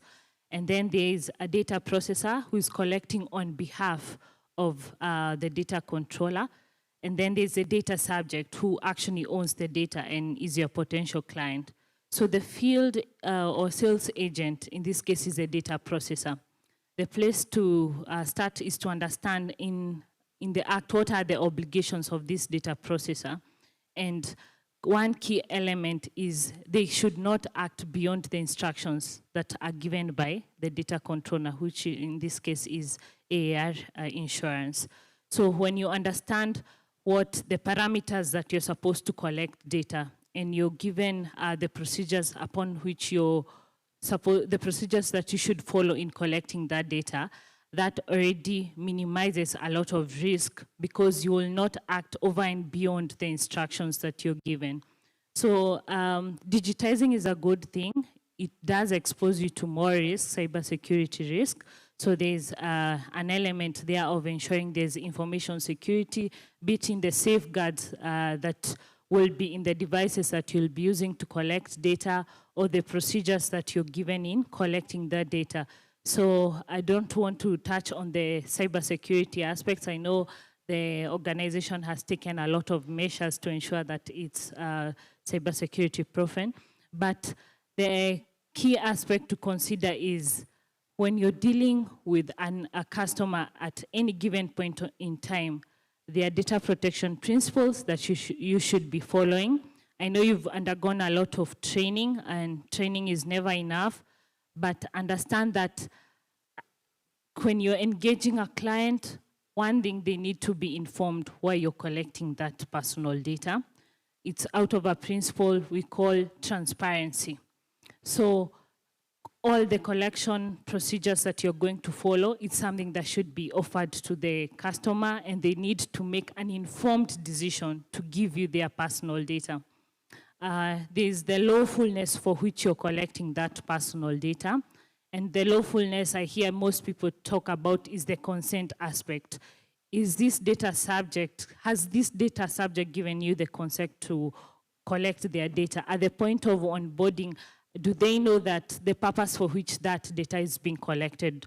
So the data protection principles are the key thing that any agent that is collecting data should be aware of, because if you understand that the data you're collecting for is for a specific purpose and it should not be used for any other purpose apart from which you've spoken to the client, then it means that you are transparent, you're ensuring that the data that you're collecting is minimal, not above what you need. And the security safeguards, we said, if it's your gadget, ensure that you have the authentication in place. You're not sharing that data to people who are unauthorized. And then the accuracy bit, very key. You ensure that the data that you're collecting is accurate and there are procedures in place. If the data is inaccurate, then you'd be able to correct that data. So the key thing over and above the cybersecurity aspects is ensuring that you are aware of the principles of the data protection and the customer is fully informed. You're collecting consent if it's the basis you're using upon. Do not act over and above the instructions you're given by the data controller, in this case, which is AAR Insurance, because in that case, you'll be acting as a data controller and you're more liable in the act. So if at all there's a data breach and something has happened, because we are living in the digital age and data for sure gets compromised, there is a need to report that breach to the AAR Insurance, who should also report to the Office of Data Protection Commissioner. Yeah, so those are the basic tips I'd give over and above the cyber hygiene that you should ensure you have to protect the data that you're collecting. Thank you, Caroline. Makofi kwake. Yeah, and actually here in Kenya, we are so liberal. You find mtu anakuuliza, James, nisaidie na namba ya Chamwada. You know, nisaidie, we keep spreading numbers. WhatsApp groups are the worst. Yeah, so in the UK, in the US, nobody will just share a number with you. Atakwambia, let me ask him or her. And even on record, let me email that person, nimuulize fulani once I link you up with him. Are you okay with it? So it's on record. But here I think it's beginning to catch, but bado tuko free kidogo, but it can really land us in trouble. You don't just share. Mtu anasema, Chamwada tunajuana, hata muulize. Ni vile tu alikuwa amenipatia, but nimepoteza. Aya, makofi kwa Caroline tena. Aya, Grace, you know, how, what are some, maybe for you, this is just out of the ordinary, from your perspective, what are some of the key compliance aspects? For example, we know, certificate of compliance by Kenya Revenue Authority, that is key when you are doing business. But from where you sit, can you just highlight a few of the aspects or things that we need to comply with if it's not KRA to do business and as we do insurance business? Thank you for that question. So there is a framework within which we operate in terms of doing business. But what is key is understanding who are you doing business with. That should be the underlying element. You need to be able to understand your customer. Who are they? If your customer is a company, who are the directors behind that company? Who are the ultimate beneficial owners? At the end of the day, you need to satisfy yourself that I know who I am doing business with. And hardly will companies have problems with clients at onboarding. We have no problem bagging clients, do we? We go, we sell, we bring the clients. The rubber meets the road along the line of that, the relationship with those clients. So at onboarding, we're able to bring in the business. Then along the way, when things happen, that is when you realize, oh, we didn't understand our customer is also doing business in DRC. We didn't understand that our customer is a sanctioned party because of transporting arms. We didn't understand that our customer is a supporter of a terrorist group. So at onboarding, we are very eager to bring in the numbers, to drive business. We are in the business of doing insurance and driving bottom line, top line, yeah? So at onboarding, bring in the business, but make sure you understand who you're doing business with. But more than that, the driving force for us should be, what is the quality of my earnings? Grisan spoke about sustainability, but I would just like to add, when you have carried home that big bonus and you're very pleased with the work that you have done and the insurance business that you have been able to do, what is the quality of those earnings? Who are the people that are supporting the business that you're doing? Who are the people that are driving, are powering your business? If the quality of your earnings is questionable, then you need to go back and ask yourself, who do I want to do business with? Otherwise, you should not be the people or the parties that know, if I want to make shortcuts, these are the people to work with. If I don't want to meet full compliance, these are the people to work with. Let's think about, what are the quality of our earnings? What are the, is the business we are doing right? Is it the right thing to do, again, as we said?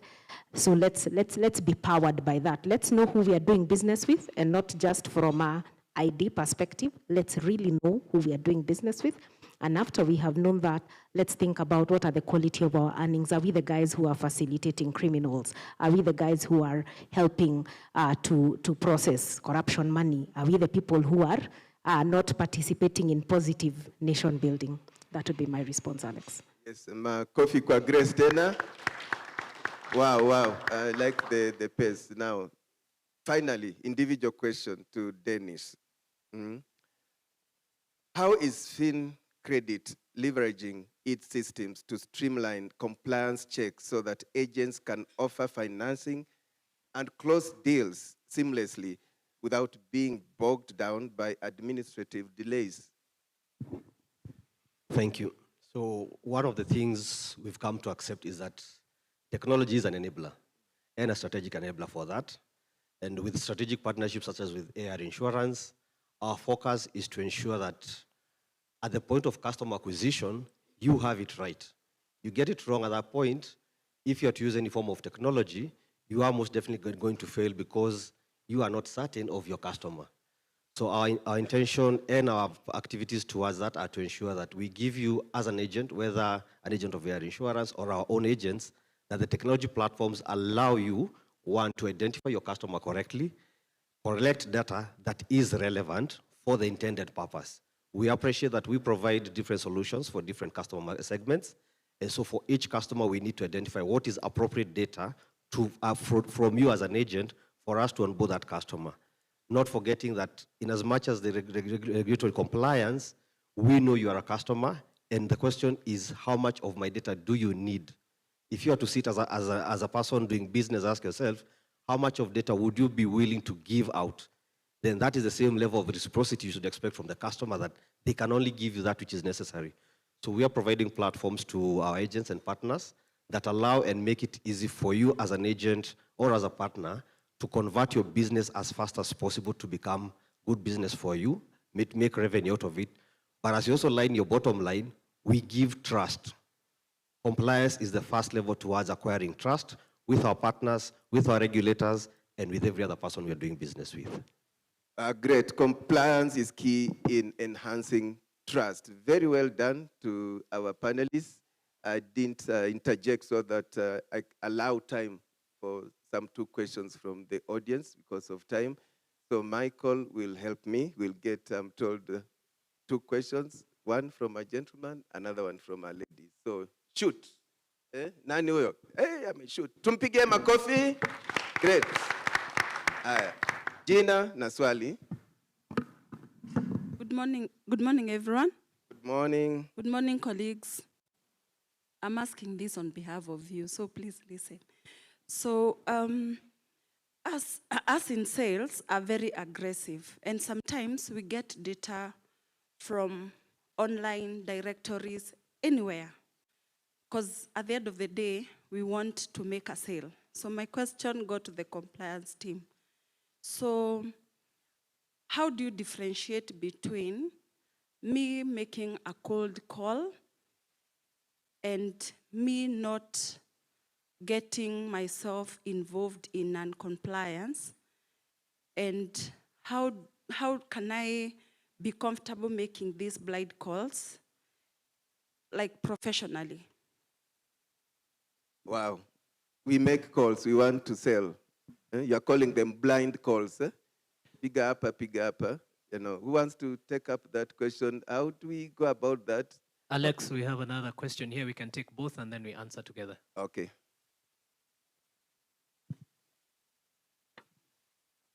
Good morning, everyone. Good morning. My name is Richard. I have a question to the ODPC, that is data handling. Is insurance, as I'm an insurance agent, are we in order to have a license that is under compliance to be a data processor? Just repeat quickly. Are insurance agents allowed to be data processors? Is the question. Licensed data processors. Yeah. Take it up. Let me take the first question, and my colleague here, the ODPC, will answer the second question. I believe your question is around being compliant and around, data. Because you'll call a client and they'll ask you, where did you get my data from? Some sources of data are public. You'd go to LinkedIn and somebody has opened up their contact. You can go to the newspaper and or the company list and you find the contacts of directors. The right thing to do is to first introduce yourself. I am Grisan. I am from AAR. I have a bounty of products and insurance solution I would want to talk to you about. Would you be interested? So introduce yourself. And what I'm doing, I'm asking for consent. Would you be interested? Some will ask you, where did you get my contact? You just go and tell them, I got your contact from this and this company, which is online and available. So you see already, you have explained how you got the contact and you have sought consent. The other way, look, on your LinkedIn profile or on your social media profile, keep talking about your product, keep talking about your company, keep talking about your solution. There are people who will approach you. So instead of you seeking a consent, someone is coming to you. Create situations where a customer come to you. They have already allowed you. Continue telling me more about it. What do you use? Use the power of AI. Use to build good profiles, good brands online, and talk about the product. That way you are able to navigate compliance issues and you will not have problems. Sometimes it's still okay to say, I got your contact from your friend, and this is what I do. Would you be interested? So it's not intrusive. You're actually establishing trust. So look at it this way. If someone stops you on the road, assuming all of us are agents, if someone stops you at the road, first you'll be wondering, who is this? Why are they talking to me? But if someone came and introduced yourself, I am Grisan, and I like what you're wearing. I do this and this. Would you like to hear more about it now or later in the future? Could you give me an appointment? It's the approach. How do you do your cold calling? So let's go back to the basics. But as we are becoming more digital, maybe we don't have connections, physical connections that are as many. Create opportunity for people to approach you through social media. Thank you. Next, the other question. Okay, I want to add something on the first question. So what would be key in that regard is to understand that a data subject may actually object to you reaching out to them in that regard.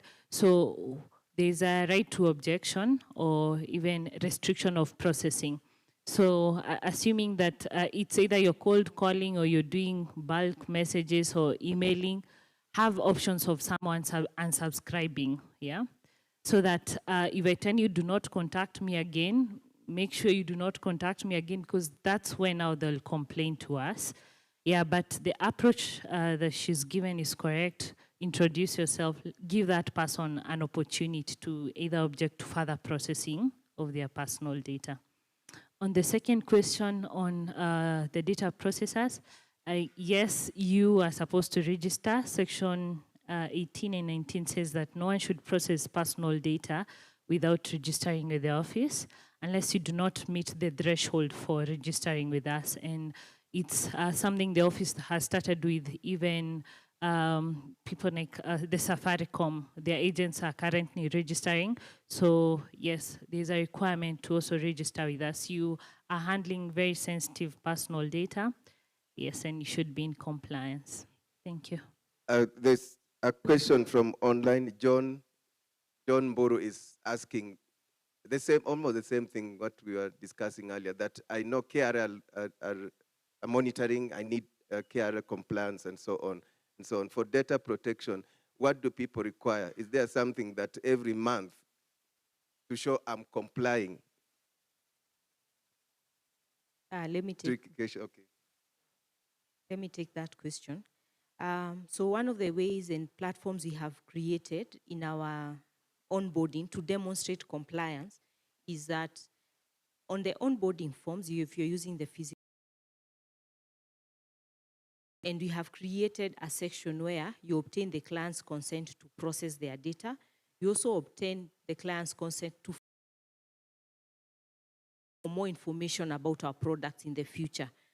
Online, in our online platform and digital platforms, we also have consents, yeah? And the other thing we have improved also is consent where we want to engage the client, like know when they are, maybe admitted and all that. So within the form, make sure your clients, you can demonstrate that we obtain consent. That is how you demonstrate that you complied. Great. Kilicho na mwanzo hakikosi kuwa na mwisho. You know, we started late, so we are trying to catch up with time. And I think our first panel has done very well. Makofi kwao. Yeah. But not to say that ninawatoa kwa stage. I would like a parting shot from each of the panelists as we wind up before we take a break.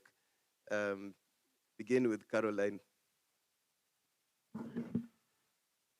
All right, I want to say thank you for inviting the office to be part of this panel. And as an office, I know we are relatively new, but we are really trying to demystify these data protection matters. It's not as complex. We will try to come to the ground more often and speak matters data protection. The Act is a very good thing for us as data subjects, and for businesses, if you want to build trust with your customers, data protection is a place to start. Thank you. Grace, and the subsequent parting shot aligned to just looking ahead, how will the definition of trust shift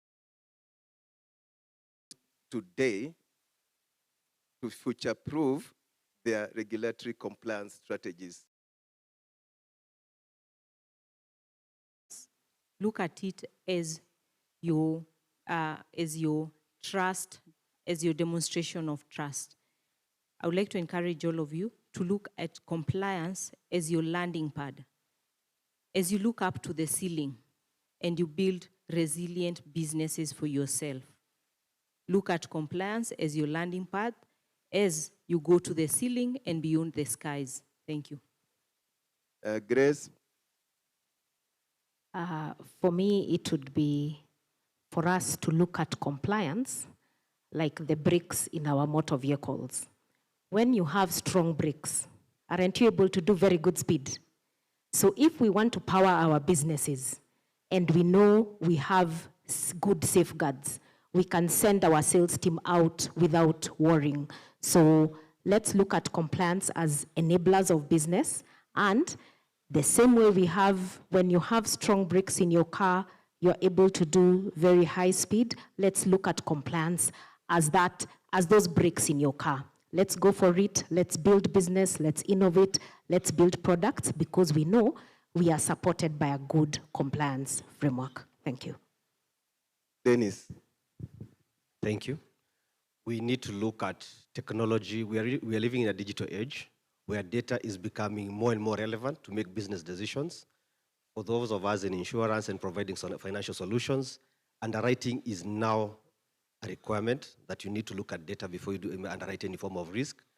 So to us in the business of acquiring data, collect correct data, ensure that it's data that can represent a person and the business that you want to fund. That is the sustainability you'll be looking at. And compliance is what will give you the gateway between technology and your customers. Well, thank you so much, Dennis Giduka, representing FinCredit, and to all our other panelists. Thank you so much, Grace Mburu, founder Flywheel. Thank you so much. Assistant Data Commissioner for Compliance at ODPC, Caroline Macharia, and Grace Kamau, Head of Group of Risk and Compliance at AAR Insurance. Makofi kwao.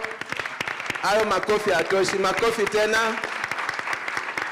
Yeah, great. So we've done well, and I'm told there's something to appreciate our panelists with. I think tusimame, tukichukua picha, photo, tusimame as the team.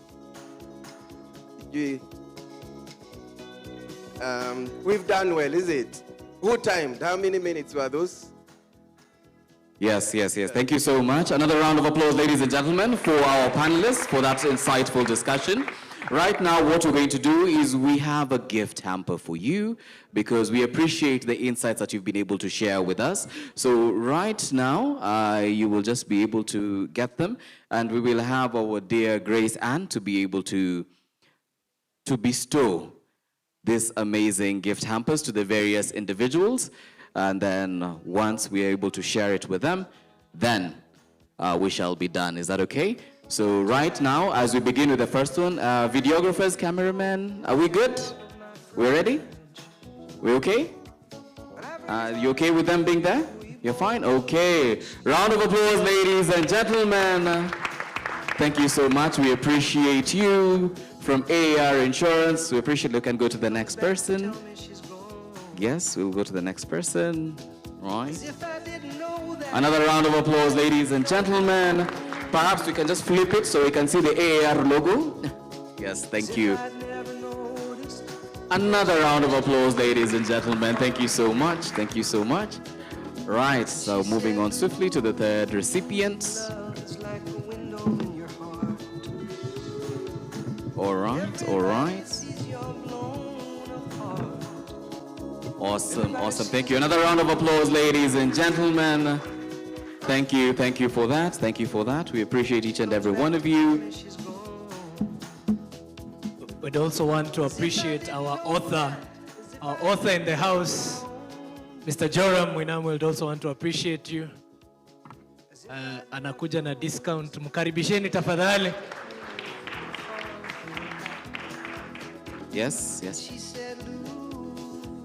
Can we have our group CEO, Justine?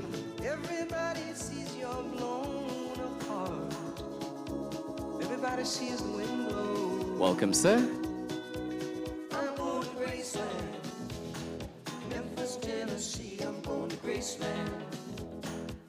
Awesome. Round of applause, ladies and gentlemen. Thank you so much. Amazing. I love those smiles to the camera. Thank you.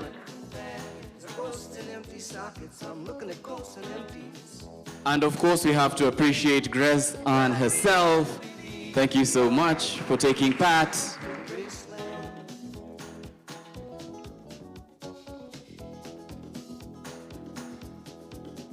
There's a girl in New York City who calls herself a human. Beautiful. Another hearty round of applause for everyone who has been involved in that panel discussion.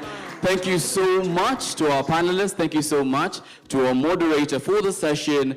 And of course, thank you to each and every one of you for paying attention.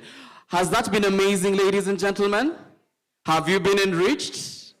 Awesome, awesome, awesome, awesome. So thank you so much. We're just about to go on a short break for a bit of tea and refreshments so that we can come back for the next panel session. Is that okay?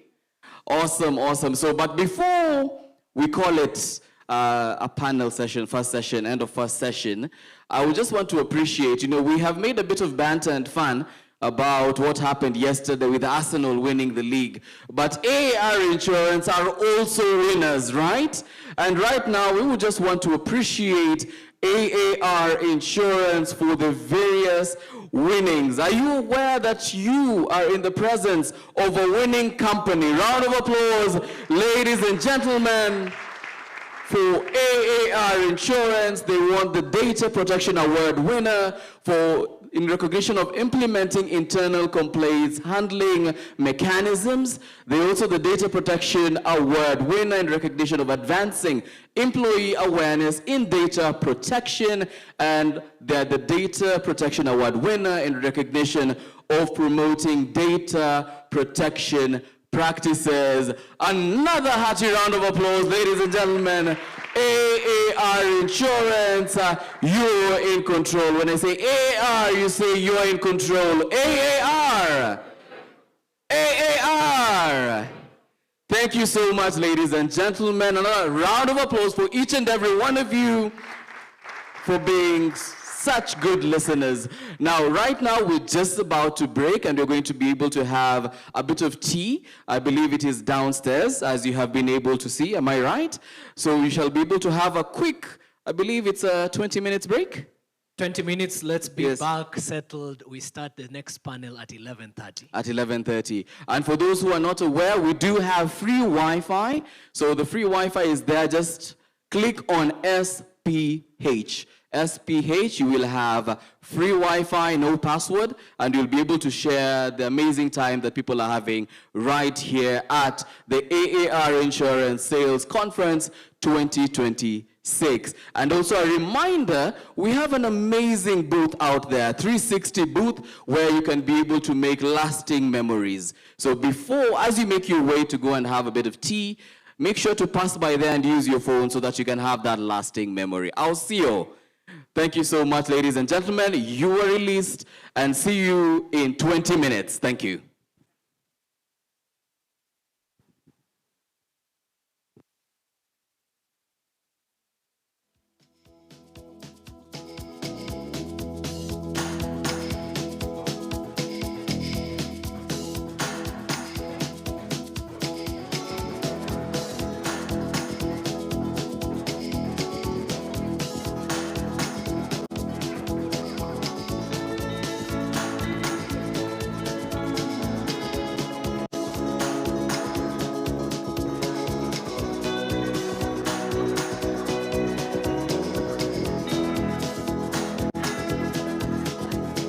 The Mississippi Delta was shining like a national guitar. I am following the river down the highway through the cradle of the Civil War.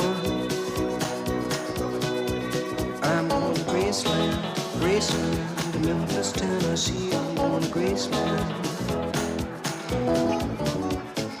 Poor boys and pilgrims with families, and we are going to Graceland. My traveling companion is 9 years old. He's the child of my first marriage. But I've reason to believe we both will be received in Graceland.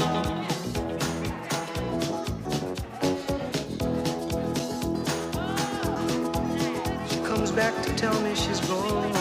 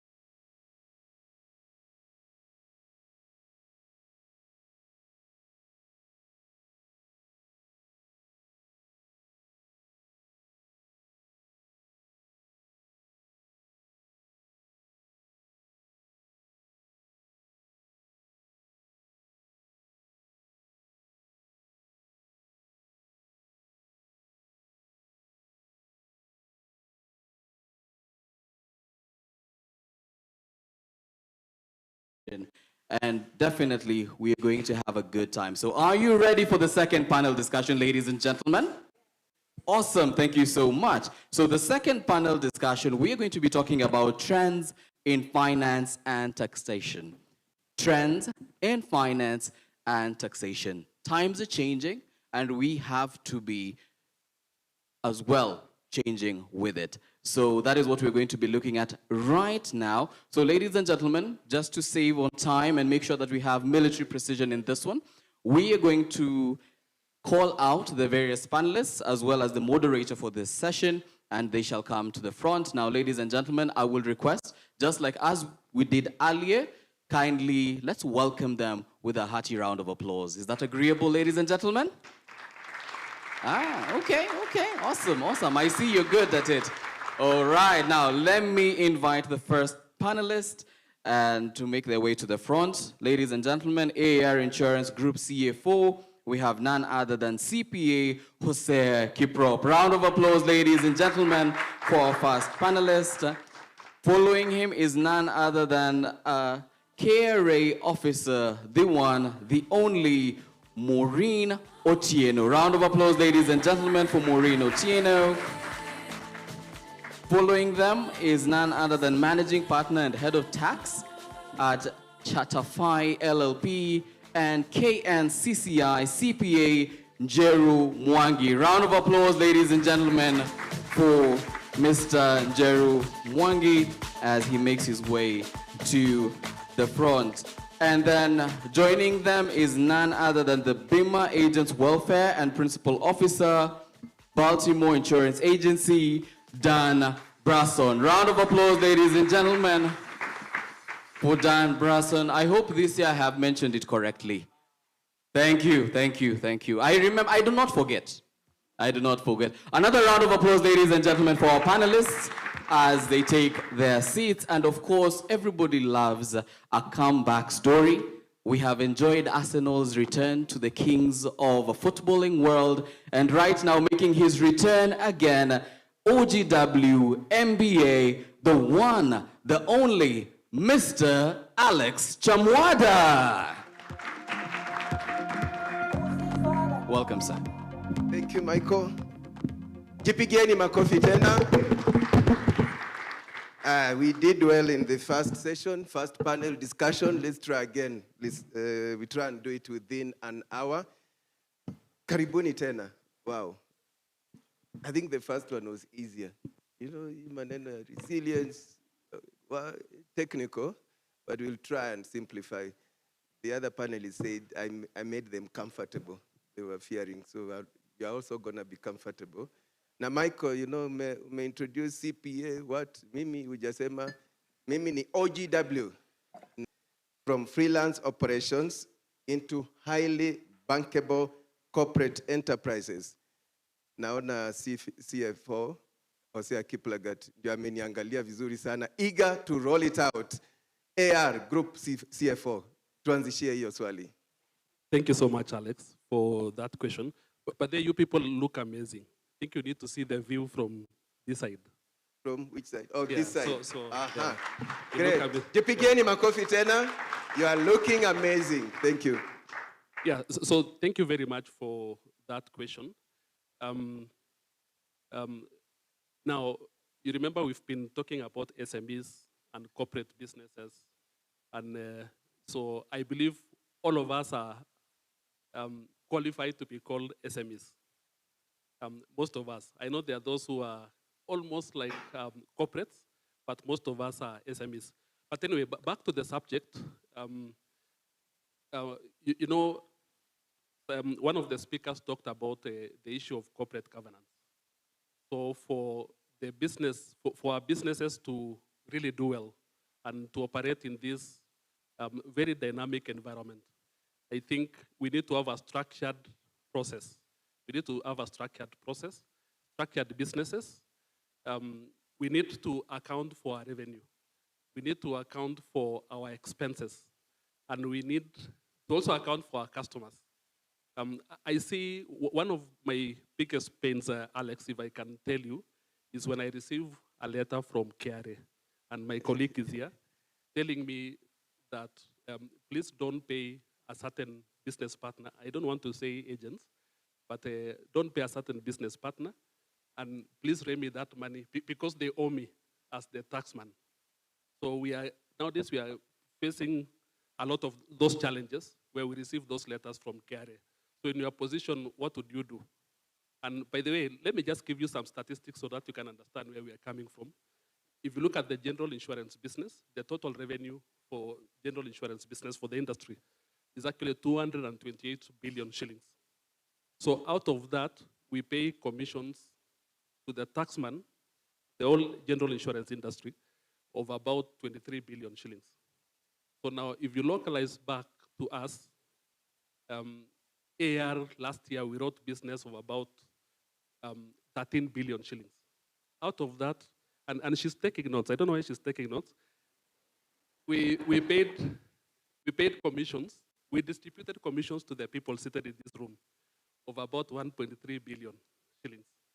So out of that, the withholding taxes, or the taxes we pay to the taxman, was 120 million. That's AR alone. In total, we paid withholding taxes of about 200 million. You can see the interest the taxman will have on you.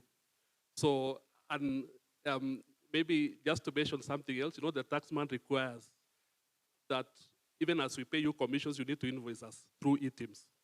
So the taxman is able to track all your records from all your other sources of income. So then, even when we are receiving those letters, some of them are not really income related to the insurance business. They are your other sources of income.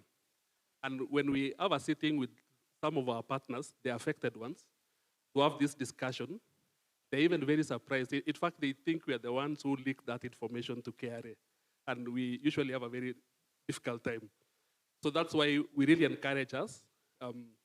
We need to go beyond doing our businesses as sole proprietors. We need to embrace advice from various consultants to ensure that we first account for all our revenue.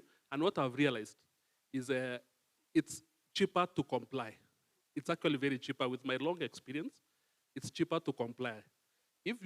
There are two very interesting terms. There's what we call tax evasion and tax avoidance. So you can evade tax by avoiding. Do you know? I don't know whether I'm making sense. You can actually minimize your tax liability by ensuring that you account for it in a proper manner. And we'll be maybe talking later about the way we file our returns and all that. Then, Alex, I want to end by, there's a time Jesus was faced with that question. And you remember when we were facing, were they called the Pharisees? Yes, and Jesus was asked, now what do we do with Caesar? Do we pay the tax or we should not pay? Then Jesus said, pay unto Caesar what is due. As much as you don't like Caesar, you have to pay unto Caesar what is due to Caesar, and to God what is due to God. Thank you. Wow, thank you, Makofi Kwake. I wanted to come to Maureen for gender balance, but you may something else. I want to set the pace first because I think you are the anchor here. I'll go to Dan Branson. And Branson is a BIMA agent from BIMA Agent Welfare. I remember in the session we had last week, this was quite key, compliance. So again, the same question to you briefly. Thank you for having me. Thank you for the panelists, even for having the opportunity. Mine, I'll say first, is to understand your business. Are you running your business as a sole proprietor or a registered business? If it's a registered business, you need to have, first you register your business, register your KRA PIN, have structures in place, and in matters regards to KRA and taxation, make sure you outsource an accountant. Also have a system that tracks your operation cost and all other costs that are related to your business.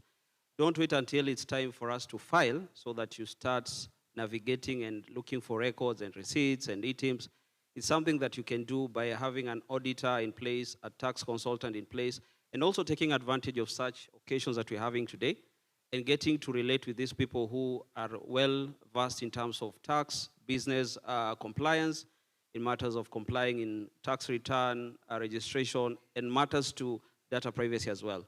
So that's my take. Thank you. The point. Tumpigie makofi. And Keynes is, you have quite a number of SMEs you are partnering with or you are dealing with. I see every now you have meetings with your members. And Jeru Mwangi. So again, from that perspective, the issue is structured financial governance so that to enable these SMEs to transition into bankable corporate organizations. What's your take? Wonderful. Thank you very much, my panelists, and also AR for this opportunity to also continue to talk to you agents, and also get to share. Especially, I'm happy that I'm also with a KRA person here, and we get to appreciate. One of the things that I want to highlight, I know you have not started this business as an agent to just remain a small business.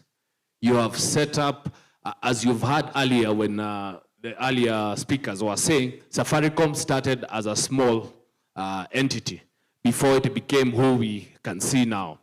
That when they structured, right, they were able to scale to who they are today. So what I'm saying is that structure and solid systems is what is going to take you to the next level.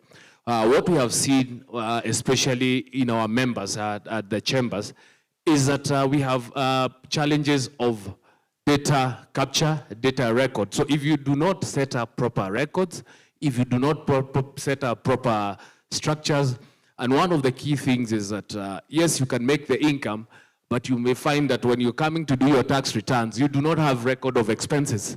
Aren't we facing the same challenges? Because most of the time, as maybe we even go meet our clients, we meet them in restaurants, you travel, you don't keep record of those expenses. So expenses we have seen, expense structure we have seen is the Achilles heel that continue to affect professional businesses that are running in the same setup, like you're running of commissions or even professional services. So I'll insist that keep on looking at how you structure your records. And one of the key things we encourage our members, have a system. Do not make tax to become an end-of-year thing. Make sure that tax, either monthly or quarterly, depending on how busy you are, you're keeping those records. As you've heard, there's need for an accountant, there's need to have a system, but right now there are very simple systems that are out there that you can quickly connect from your phone and connect to an app that is able to keep record of your information. So I'll insist structure is a way forward to make sure that you have a solid future for your business as you transition from a small business, an individual, to a SME and to a corporate. Thank you. Makofi Kwanjeru. Yeah, and I think we've been seeing some people see KR as, you're enemy, demand letter. Every time you see demand letter. But they are good people. Let me speak for Maureen. They can help you. And I'm in it also as an SME that there are times you really need to communicate. They look for you, look for them, communicate. And you are doing a good job because I think they are now visiting us. So one of your officers visiting Champs Media tomorrow. As we speak, I have an appointment. And I don't think I'm fearing to say, hey, why are they visiting? The issue, I think, is communication, and Kwamba KRA can be a partner. But I'm not speaking for you, so it's your turn now to respond to that question. Governance structures and how you're assisting small and medium enterprises to comply so that they can even grow and become big entities. Maureen. Thank you, Alex, and thank you for having me here. What I normally say whenever I get to talk in front of audience is that it is very cheap. It is way cheaper to be compliant than to be non-compliant. And you will have to, for you to have a very easy journey of your compliance, it all begins from the basic of the basic, right from registration all the way now to where you'll be deemed as a compliance taxpayer. So just to answer Alex's question, for you to be able to leverage yourself, especially when it comes to you being a compliant taxpayer, first of all, record keeping, it's very important. Please, if you're a freelancer, kindly learn how to separate your personal records from your business in terms of record keeping. But now, this is what Kerry is saying. We've come up with a better and easier way for you to be able to keep your records and also to track your records right from the beginning of the financial year up to the time now you're ready to file your return. And if at all you have lately logged on to the iTax portal, we recently introduced the integrated iTax system, whereby you are now able to be seeing each and every transaction that you do in the integrated iTax portal that is inclusive of your sales and also your expenses in terms of your purchases that you're doing. You've been transacting or you've been transacting in the course of your business. So that has been made way easier with the introduction of the integrated iTax system. So there's no need for you to worry, but now the major message here that you're going to take away home today is kindly know how to separate your personal from your business in terms of you being in compliance, and also while now you're preparing yourself to file your tax returns, because now we appreciate that the fact that compliance begins right from registration, when you file your returns, and also when you don't have any tax liability pending is now when you'll be able to be termed or deemed as a compliant taxpayer. I think that answers the question. Thank you. Wow, makofi kwa Maureen. And this is a follow-up question, and very important that I read in full so that I don't miss out anything, Maureen.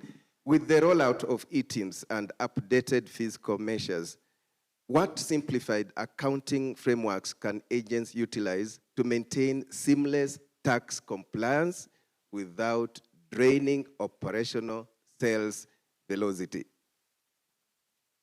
Again, it all goes down to how your record keepings are, how your transactions are being transmitted through e-teams. Right now, we've been able to, with the rollout of e-teams, most organizations and also individuals have been onboarded on e-teams just to make their transaction easier, and also for the sake of also us collecting taxes, we are able to see a visibility in terms of the transactions that our taxpayers are doing, and it's a win-win for all of us, because now, in the spirit of also tax-based expansion, this is now the way to go going forward. Thank you. Great. I know e-teams is doing quite a lot, but there's someone earlier was just, I heard someone expressing, are you more keen? Someone said, pesa ikianza kuingia mengia, that we are seeing more easily than yule ambaye anaanza ndio ameanza, hana cash flow mingi sana. Is that the case? Ama sote tuko the same level, tunaonekana?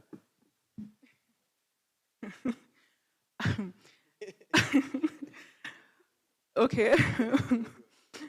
Now, I think e-teams was a tool to enhance visibility from KRA. So whenever you're doing your transactions and you're issuing that e-teams receipt, that invoice, it's being transmitted live through the iTax portal. And that's how we are able now to see. Remember, prior to e-teams, we used to have the manual, just our normal manual receipts.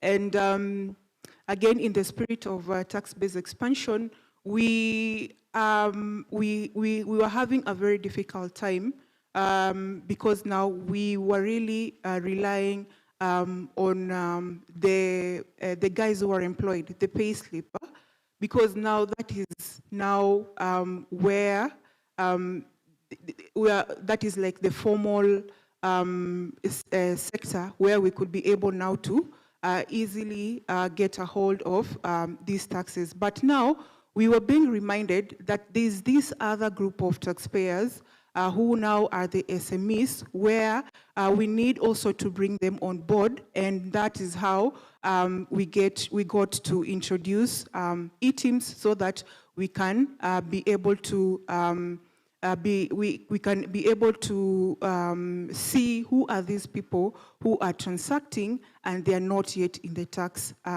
base, and that is how we also came up with the entire e-teams operations, just for us to be able to capture these other guys who are not in the formal sector. Great. So e-teams makes us all equal. Makofi kwa Maureen. Wow, that is a good response there. Now, Keynes is here again. And beyond basic compliance, Mr. Njeru, what strategic tax planning and financial structuring steps should an independent agency take to make themselves attractive for credit? Thank you. That's a very good question, because one of the issues that we also need to look at, even as we look at the future, is that currently, if you listen to the finance bill that is out there, KRA and also the proposal that have gone to Parliament, is that they want to reduce the fact that you can file your nil return to 1 month. And also, I know currently we are filing our return by 30th June, but there's also a proposal to have those returns done by end of April. So you find that KRA is reducing the time needed to be able to file your taxes. So what is in for you as a consultant, as an independent agent, is to make sure that you also start your planning early. So plan, structure around your business alongside tax. So tax is not an item that just comes to destabilize your business, but structure or plan your business with tax in mind, so that every month, every quarter, you're already clear on what is coming out in taxes. The other thing is that identify that what kind of registration do you want for your business? Do you want to remain as an individual, that is a sole proprietor? Do you want to set up a company? For each kind of class of registration, there are different types of taxes. You find that, especially with a company setup, you're able to manage your expenses better. As you've heard, one of the advisories coming out is separate personal and business expenses. When you have a company, you should be able to separate that. So long term, you should be able to look at it from that one, so that you can also be able to ring fence all the funds, so that you're not found by a tax issue later in the year, but month by month, you should be able to have some amount that you have ring-fenced or have put together a reserve, so that when the taxman comes, you're not found, you don't know what to do, your accounts are being frozen, your agency notices are being also affected. So those are some of the things you need to do to make sure that even as you spend your money, put some money aside. Do you want to put your money aside? I know even in the insurance world, you already have other investment vehicles where you can put, KRA money aside, so that nobody stops you from planning your taxes, nobody stops you from arranging your funds, so that you're in a better position. Thank you. Wow, makofi kwake. Well done, well done. And Dan, I think we've been discussing and we really understand the risks any of us can go through, political, economic, environmental, so that any business says there are lean and good days. There are days things are okay. There's cash flow, and you're like, wow, business imetoka up, and then there are days, wow. So there's this very important question: how can agents practically build financial safety nets to survive lean months? Thank you for that. Mine, I'll insist on having a robust business plan as a business person. Number one, have a business strategy on how you want to grow as a business. Secondly, recording. Have a good record in terms of your operation costs, separately, completely from your business. The other thing I always say, for agents, we believe commission is our profit. And we usually take the withholding tax as the final tax. So if you understand tax, the withholding tax is we call it the initial tax. So there's additional tax that you need to pay in terms of your expenses. So for me, I'll encourage all of us to have a strategy in place, make savings, make room for the tax that you'll pay in future when you're filing your returns. The other thing I'll say, understand the tax process and obligation as a business person. Because without that in place, basically, you'll end up getting those KRA letters we are hearing here. And also, being unable to, how do you put it, to be accountable on the expenses that you get. So for us, we usually get commission maybe on weekly, monthly basis, but we don't have records on our expenses. And like you said, you go for a meeting in a hotel, you don't ask for items, invoice. Then 3 months down the line, you don't have anything to substantiate that. Then you're filing your return, you get a letter saying, how do you account for this amount? Yet you don't have. So for us, I'll say, once you get your commission, please have a room for saving, have that safety net. In the event that you get that letter, you can be able to offset that tax obligation that you're supposed to. Again, also have a robust business structure for the whole year. Then accommodate for additional costs that you may incur in your operations during the year. Thank you. Makofi kwake. Well done. Now, Hosea, very briefly. So, mmeachia tu KRA to educate your partners, or what's the way forward? How are you working with your partners to ensure they comply? Yeah, thank you very much, Alex. I just want to revisit what she talked about e-teams. And this time around, I'm talking as the advocate of our business partners. It's really a very big pain area. Last week, we made representations to KRA on behalf of yourselves. You remember there was the issue of reverse invoicing. So, if you ask a business partner or an agent to raise an invoice, then send to us, you can imagine the amount of time it takes, even before that commission is paid. So then also the issue of we made a representation also on the issue of the 1 month for the nil returns. They were supposed to be in the new proposed finance bill. Please pay attention to the finance bill. It says if you are filing nil returns, and especially for our new partners who are starting business, you need to file it within the first month of the following year, which is actually very painful, again, to the agents. And as AR, what we've done is that we assist the agents with the e-teams in the meantime, even as we petition KRA to consider reverse invoicing, that we can invoice from our side. We assist with that compliance. What we also do is at the end of the year, there's something called W44. It's equivalent to the P9 form, I think, for employees. I don't know how many of us have seen theirs for 2025. It's a very important document. It will assist you to file your returns. And we will not overemphasize keeping records and also putting in place structures. For instance, let me just ask you a simple question. When you are here, who is selling for you? If you find yourself, you are the salesman, you are the person who is doing the marketing, the sales, you will be the one going to the bank after this to check whether your commission has come in. You'll be the one doing risk management and all that. Let's try as much as possible to build structures. Nowadays, you can outsource some of these things. You can get a small accountancy firm to do those things for you. Employ someone to work for you. I know times are quite difficult, but those are some of the things we can do to ensure that we survive for the future.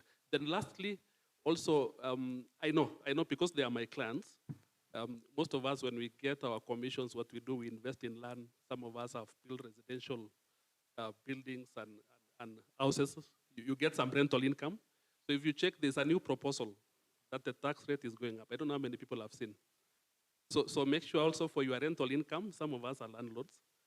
So ensure that you keep your records well, that you don't find yourself in the wrong side of the taxman. Thank you. Wow, I've learned a lot also. Thank you. Thank you for educating us. Makofi kwa Hosea. So, well done. We've really been fast enough. So, maswali mawili. Michael, again, ladies and gentlemen.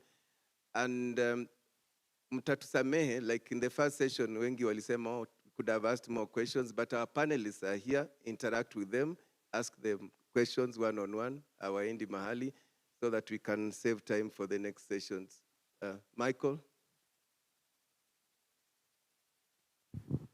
Good afternoon. My name is Musembi Paul.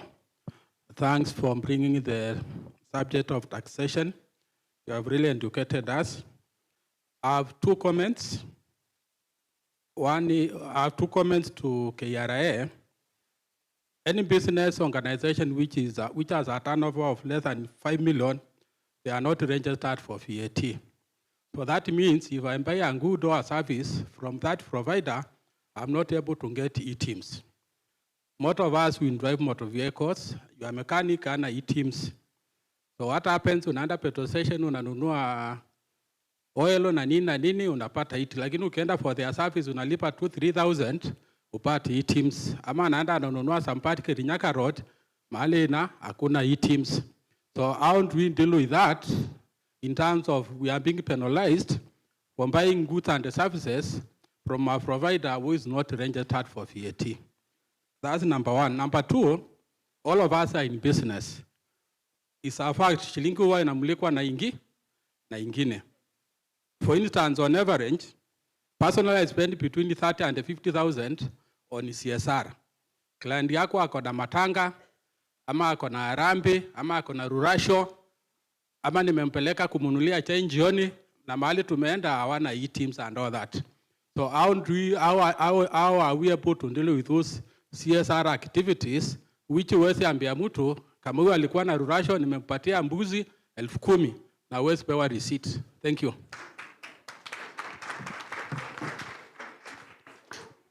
I didn't need to prompt for clapping. Another question?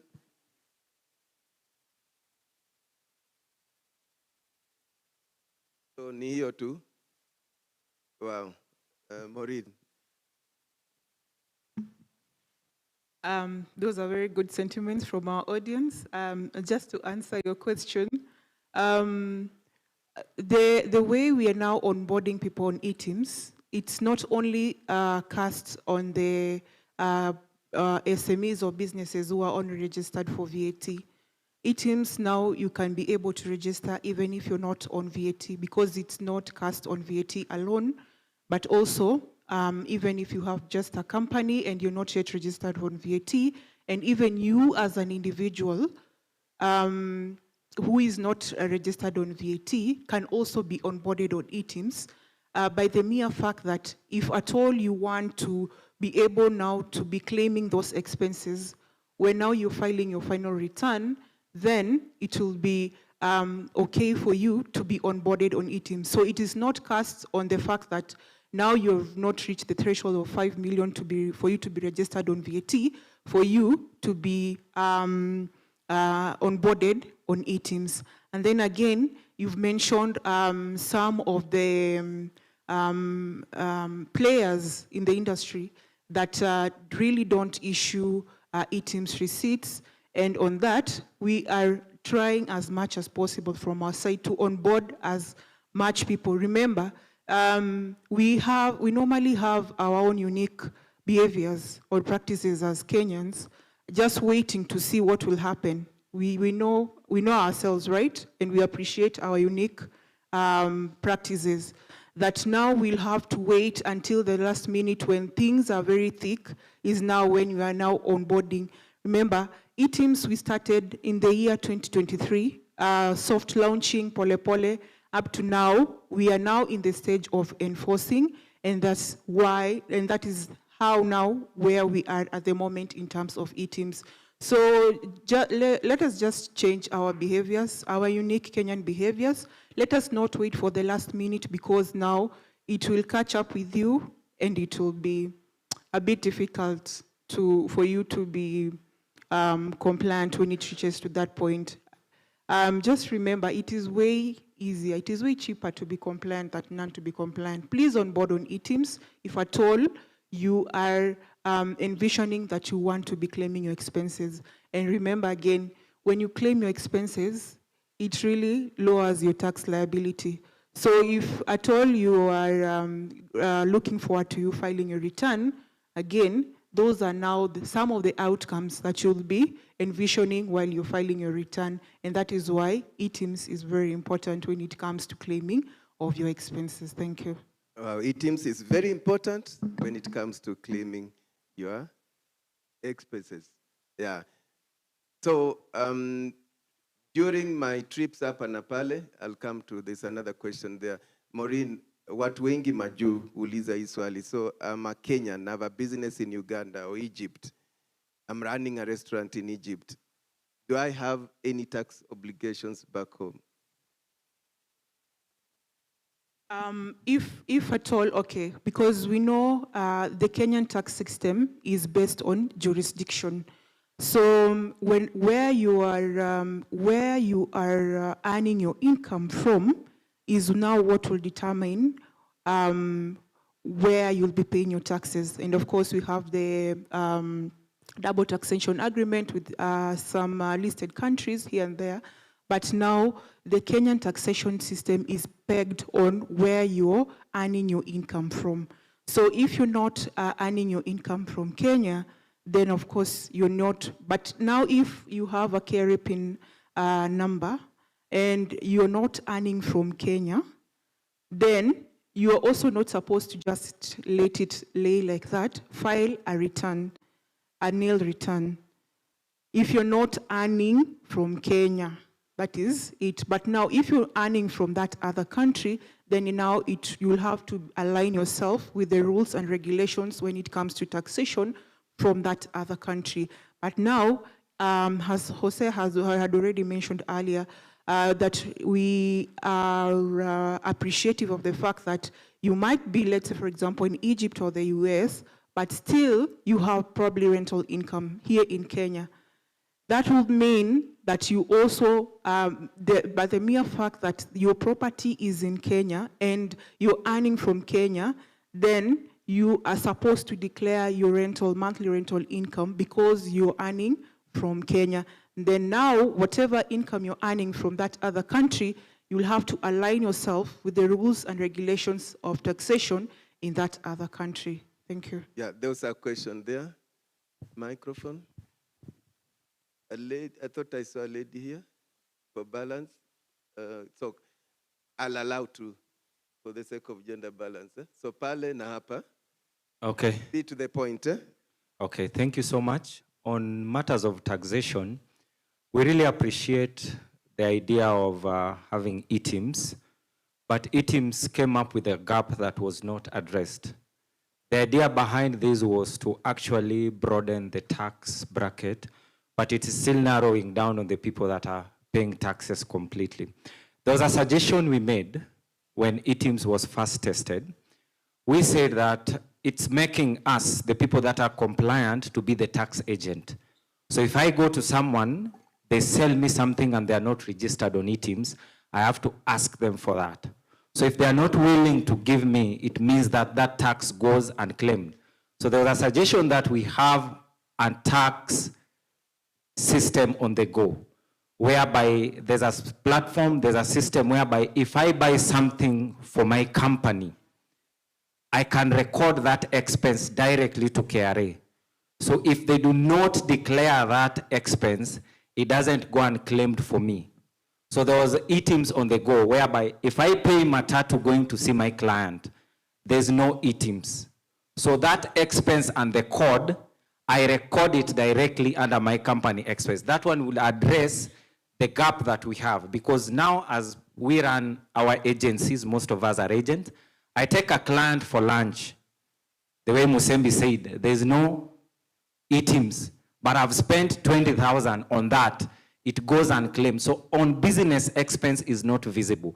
Kindly, Maureen, when you go back, tell them they give us a system whereby we can be able to pay and report to KRA directly that this is a business expense. Keeping a record for 1 year is hard. But if we can report the expense now, then our business can be able to leverage and be able to sort out the issue of taxation. Thank you. Wow. Tell us your name and your organization. My name is Polycarp Fletcher. I run Fletcher Insurance Agency. Polycarp, thank you for that question. I think, Maureen, that's a bit hotter. Handle it while it's still hot. Kabla ikwe baridi. Okay, I've taken note, and the reason as to why I'm always having this notebook is for me to be able also to collect your feedback and go back to management and also air out your feedback. Indeed, that's a very good initiative, and we thank you for that feedback. Well, and that's the purpose of this forum, to get feedback, to get solutions to our challenges, and I love this, I love this. Makofi kwa kila mtu. I love this. One more question, just one more, and be brief. Hello. Good afternoon. Good Is it- afternoon. So there will be two. Okay, how did that happen, Mike? Okay, so there'll be two. Yes. So, Okay, where do we begin there?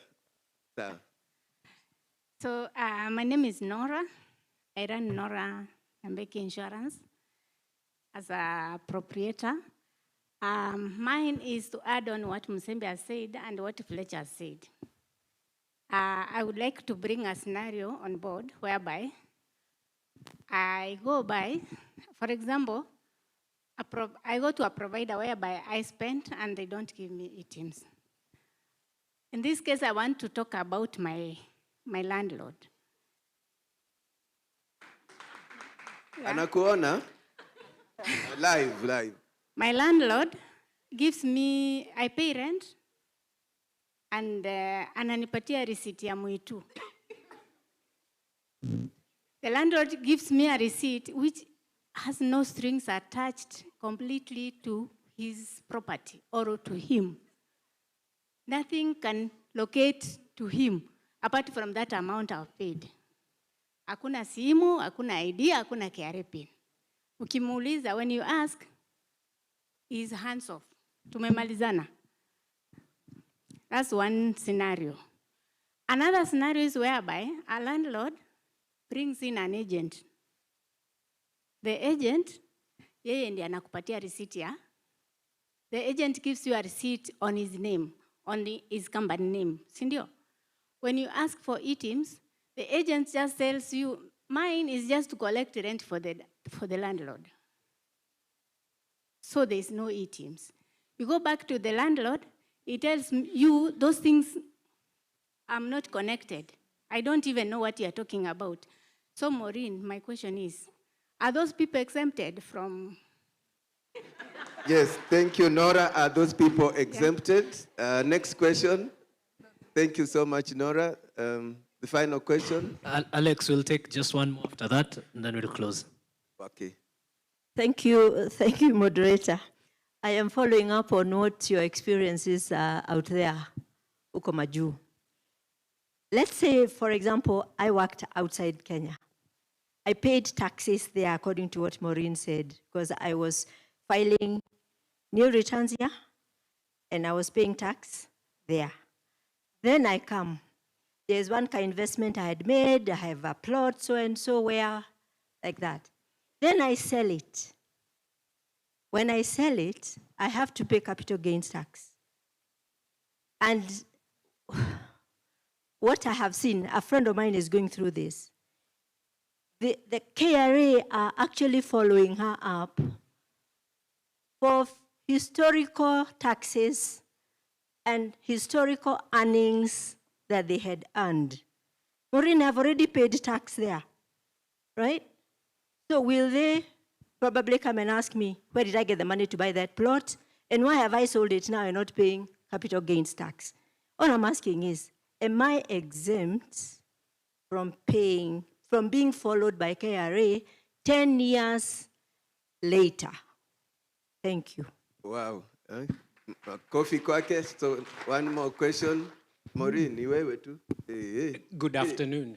My name is David Kiathe from Core Trust Insurance Agency, and thank you, panelists. Mine is for Wana CFO of AAR. We have a circular issued by AKI that says premiums are not ETIMS compliant. And on the other hand, we have KRA that said If you have no ETIMS receipt for anything, it's considered profit. Now, me as an agent, I'm stuck in the middle. A client has paid premium 20 million. ARA is saying that is profit. AR is saying we can't issue an ETIMS receipt. Some insurance companies are issuing ETIMS receipts, some are not. We are being forwarded the 2024 circular from AKI. What is the position? That's my first question. Second question, you cannot get an ETIMS receipt for airline tickets. KQ doesn't issue an ETIMS receipt. I have a client in Mombasa. I have a client in Kisumu. Maureen, what do I do with those receipts? I think what Mr. Fletcher said here was the perfect thing. I can put it in my expenses. You can follow KQ for that ETIMS receipt. Because I've gone to Mombasa to see my client, but I cannot expense an 18,000 shilling ticket. I may have to go abroad to see a client. I still can't expense it. What do we do here? Oh, okay, thank you for the 3 questions. I don't know if, okay, these are for AR and KRA, so we begin with AR. Just one more before our CFO goes. This goes to Maureen, and I'm asking on behalf of most agents. Maureen, what is the future risk of agents like myself and the rest, where we use our personal KRA PIN, and in the future we want to transition from a sole proprietor now to a corporate? We'll have the same issue she's talking about, where KRA is looking for your historical tax obligation that you did not submit because you're using the same KRA PIN. So should we separate from your personal KRA PIN, and should we have a different KRA PIN for those who have SMEs? Or how will it affect us in future? Thank you. You noted that. Let's begin with the Yeah, thank you. We agreed we will share some of the other questions. So I wanted to make a clarification on the tax residency. So in tax, there's something called a tax resident. A tax resident is someone who has been in Kenya for a period of 122 days or an average of 183 days in the year. So if that condition applies to you, then you need to declare tax in Kenya, even if you live elsewhere. So I'm sure, I guess, part of the reason why KRA is following that person, you know, KRA also has information on how you travel to Kenya. How many days you are there, because you remember when you go to the airport, your passport is stamped and all that. So chances are, KRA will still follow you, or will still follow that income. And let me tell you why. If you look at the finance bill for 2026, the government targets 2.9 billion revenue. Trillion, sorry, not billion, trillion. It has gone up from what it was in 2025. So where will the government get that revenue from? It's not for you to answer that question, but just think about it. Then secondly, with regards to the issue of ETIMS, I totally agree with our business partners here. It's a very pain area. We've made representations to KRA on a number of times. I've personally been there representing the insurance industry. We've made a case on behalf of AKI. I think we have a CFO forum under AKI, which we did make those questions you're asking. But I've seen that Taxman has responded by some changes in the proposed tax bill, the one which is now undergoing public participation 2026. So they are saying, you know, remember ETIMS was only applicable if you are registered for value-added tax, if you are registered for VAT. But now they are saying any person must issue an ETIMS invoice. So even those people you are mentioning, maybe if this thing passes, everybody will be required to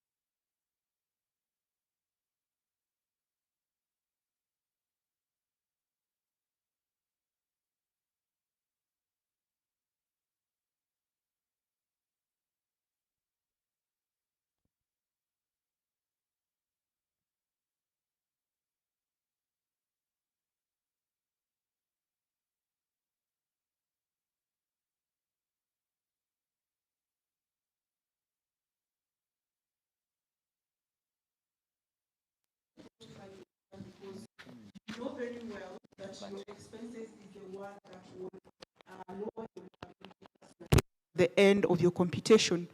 So we sometimes laugh at how people file their claim their expenses. Unapata mtu makeup or diapers, and you wonder, okay, how is the relation with a computer and computer accessory in relation to diapers and probably your household liability?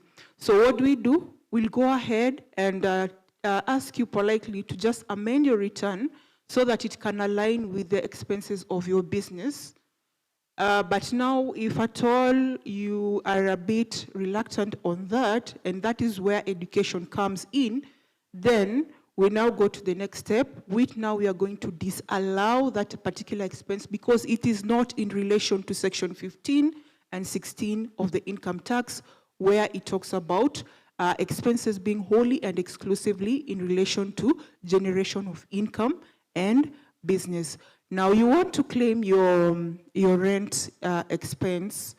That is not allowable because now that is your personal expense. It is not in relation unless you want to claim rent where you're paying for your office. That is now in relation to generation of your income and expenses. And lastly, for KRA going back to your records up to 10 years, that is not acceptable because we only are allowed by the law to go up to 5 years and not 10 years. Thank you. Wow, makofi kwao. Well done, well done. I think we had, you want more? Huh? Ah, yeah. So, one more. Thank you very much, and good afternoon, everyone. Tax lady. I have a question for the general of the agents because we trade, many questions have been flowing into AR. What is the industry practice that ARA can come up with for policies which have been cancelled, reversed, and create some clawbacks in the commissions? If a commission was taxed 6 months ago and the policy has been reversed at this time, what is KRA doing that instead of double taxing the agents?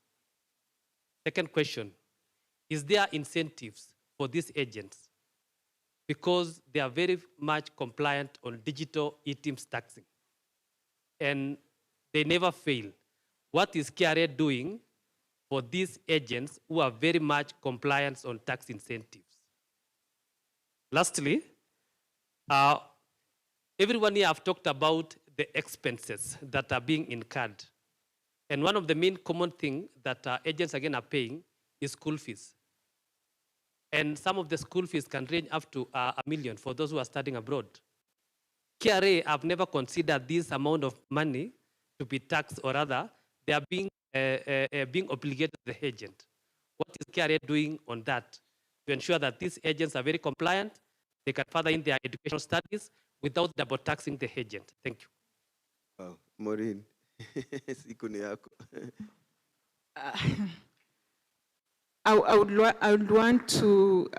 want him to clarify on what you mean by school fees. Is it school fees for your dependents or is it school fees for you as an agent? Most of the agents are studying international studies. Okay. So you find part of the commission have been paid abroad. When they want to explain that, you feel like the KRA have not come up with a very good measure for this amount of money that has been paid by this agent abroad. Okay. So they still tax that amount. Okay. I would still want clarity on the school fees, but now, do you mean that the school fees that you're paying is being taxed, or what? I'm not really getting it clearly, because now we know when it comes, if you are talking about claiming that as an expense, we know even the scientific researchers, they normally claim expenses for research or training that they normally incur. That one is allowable. But now I'm still not getting your point when it comes to school fees, because now school fees, let's say, for example, you're paying school fees for your dependents, and even you, it's not an allowable expense in that category, because if we open that if we open that door, you can imagine how many of us, hata mimi mwenyewe, I would also want to claim it as an expense to lower my tax liability. But now that is now for the enhancement of, for probably your own personal enhancement and not for the purposes of taxation. Yeah. Thank you. I know the tax lady is finding it difficult, but the truth of the matter is that expense, KRA needs to really consider, because you find paying school fees, maybe you are studying a degree, for instance, in Australia, and you are paid like 2 million shillings. When you want to explain to the tax KRA, they will still say it's not an expense. Instead, they still want to tax you on that money. And when you come and explain more, now they put you on financial tax obligations. So it's still something that maybe you still need to do sensitization to the industry, bring a very clear strategy on how you can be able to explain that to everyone who wants to spend that income on school fees. We really don't tax expenses. I don't know if you are, okay, we don't tax expense because, again, expense comes as a benefit to you when you're coming to claim your expenses. But now, again, I can tell you for sure, if we open up that door, you can imagine how many people will be really paying their taxes now when we allow you to claim your expense as school fees expense. Because even me, I would want to go abroad, study, and then come with that receipt and say, I want to claim this expense because it's a school fees expense, and I went to school. Then it will even mean that I don't think anybody will be paying taxes. But again, we don't tax on expense. We only tax on profit. Thank you. Wow, it just shows that this is really it's called the heart of this conference and this matter, compliance and KRA and tax. And it seems we can't exhaust. It opens up avenue for more deliberations, maybe webinars, amamale. Yeah, and it's been quite engaging, and I think we've stretched the time there. But allow me, Male, because there are some observations from our online viewers. And there's one, Maureen, who is asking, watu wakipost gari, niko kwa gari, naendesha gari, naelekea nyumbani kuona mama na Mercedes Benz, ama niko first class, business class to London, then wanaona tweet, KRA nasema tumeona. Is that still happening? That's a very interesting observation that we've been getting lately, especially, can I mention the Forex traders, right? And I think we also saw that tweet warning or just making sure that a certain online trader to know that we are indeed watching. But yeah, it's very interesting because now we'd want to know now when you're filing your return, the guys who are filing nil returns. They're very busy filing nil returns, very busy filing nil return. And you remember around March, from 1st to the 31st of March, there's a time we temporarily suspended the filing of nil returns because of these kinds of people. So remember, when you're busy flaunting your monies, and also I think we got some good backup from CBK on the issue of money bouquets and whatnot, because now if you're now flaunting to us this money that you're allegedly having, and you're busy filing nil return, then we will wonder what kind of business are you really into, yeah? So also be very careful what you're exposing yourself there on the social media, because we have eyes on you. And in the spirit of tax-based expansion, these are the guys now we are talking about. because you cannot be flaunting to us your GLE, Mercedes GLE, which is around 14 or 15 million, and you're really filing a nil return. It doesn't make sense. And these are the guys we want to on board to the tax-based expansion program so that they can also pay their fair share of taxes. Thank you. Thank you, Maureen. And you can imagine for some of us who our life is out, it's always on public. We live publicly. And like many of you, that I'm driving to Rwanda, Maureen ameona, I'm here, Maureen ameona. But on a light note, that was a very good answer. And finally, from online, and I think this applies here, people are fearing publicity, and we've been saying one of the benchmarks to grow your business is visibility. So you come to Chams Media for visibility, to make people know about you. But Maureen, out there in Uganda, wherever I've been traveling, so some have very good businesses, but they tell me, mi sitaki nionekane, KRA wataniona. So it's even killing my business. And maybe, Dan, is that the case? Are people fearing to market, to showcase themselves because wataonekana? Then we wind up Totally, because most of us, I mean, why would I post I have a jelly and I know Maureen is somewhere checking and I don't have the records of where I got my money from. And I think that is an area where we need to embrace. First, understand that tax compliance is an obligation that we all need also to understand why are we paying tax. Because from that aspect now, we'll not be able to hide behind not posting. I always say if you have a clean record, why should you be afraid of posting? Because you know you've already filed your tax and you have your tax compliance certificate. So for me, having that engagement between KRA and the taxpayer is very key. Rather than us seeing them as an enemy, they should come out and make us know more about tax compliance and tax obligation, because every day we get a new law of what is happening, but they don't take time to come and educate us. What do we need to do? What are the steps do we need to undertake? That's why you find most of us will file nil just to avoid such. Yes. Well put. So comply. So if you comply, and remember we've been discussing, it will enable you to do business better, get more business. So if you've complied, why are you fearing to come to Chance Media to give you visibility? Karibuni sana. Now, we are now going to wind up, and I think I'll still begin with Dan. I'll leave it open. I'll not give you a question with which to give your parting shot, but just in about 45 seconds, what's your parting shot as we wind up? So to my fellow agents and business owners, man, I'll say your commission is not your profit. Discipline is.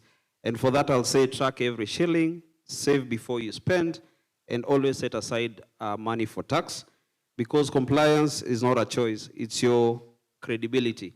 If people know you're compliant in terms of paying tax, they'll really want to work with you. The other thing I'll say, master your money and your money will fund your growth. Thank you for having me. Master your money and your money will fund your growth. Makofi kwa Dan. Panchi, Njeru. Thank you. I think one quick thing that I have seen most of the agents here, the challenges they have is mainly how to reorganize their income, their businesses.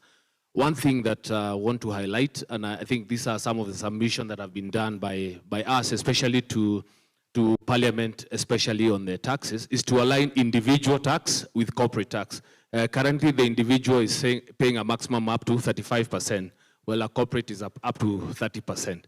So, and then the other thing you have heard Maureen say is that there are a couple of emoluments, a couple of accrue adjustment expenses that you can adjust as a company. So which one works well for you? Is it? It is you transitioning your business from a proprietor as an individual to a corporate. So the other point, just as I conclude, is that the winning agent is not going to win through maybe tax avoidance, running around with taxes, but maybe setting up your expense structure, your records right, so that you can manage your cash flows. At the end of the day, there is no hiding from KRA. They can see you on social media, they can see you as you travel, and everywhere else. So, organizing your records. At the end of the day, there's no hiding from KRA. Makofi Kwanjeru. Yeah, let's not hide. Hosea. Yeah, for me, just 3 parting shots, take home. Number 1, it's cheaper to comply. So let's comply. Then number two, let's also be aware what's happening. There's also a new requirement that for us, for agents, we need to file our returns within 4 months. Remember, after the year end, we usually file at the end of June. So there's a new proposal we need to file in 4 months. That would maybe hurt some of us. So what does that tell us? We need to keep our records very well. Please embrace advice. Embrace advice, consultants. Make sure you keep your records very clean. Then number three, we are here to support. As AR Insurance, we also do offer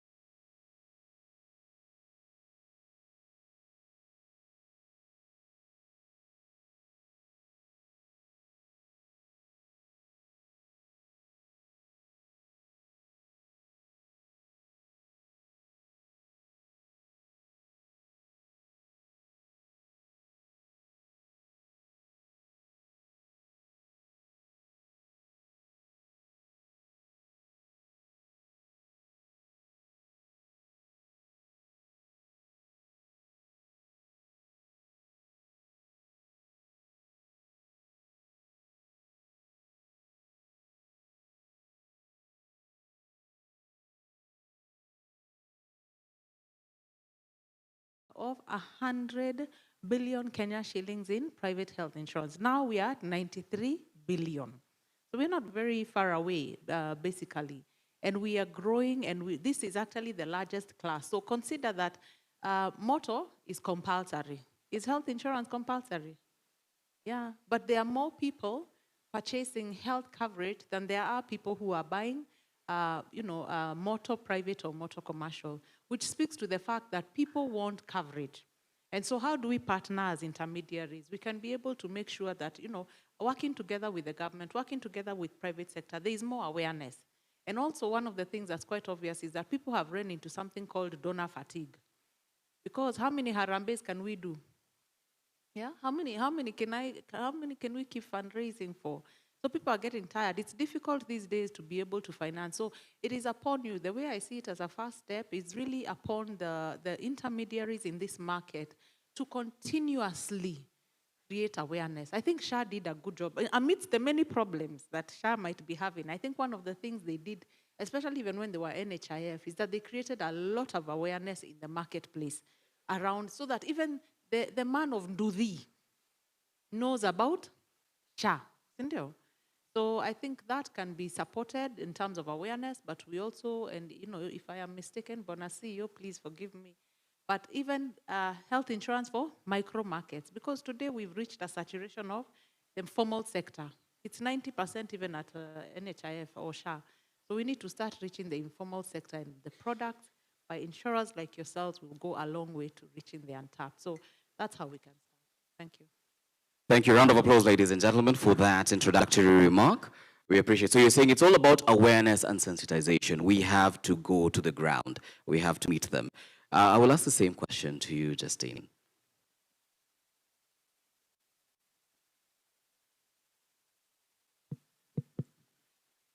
Good afternoon. Yeah, thank you for being here from the morning up to now.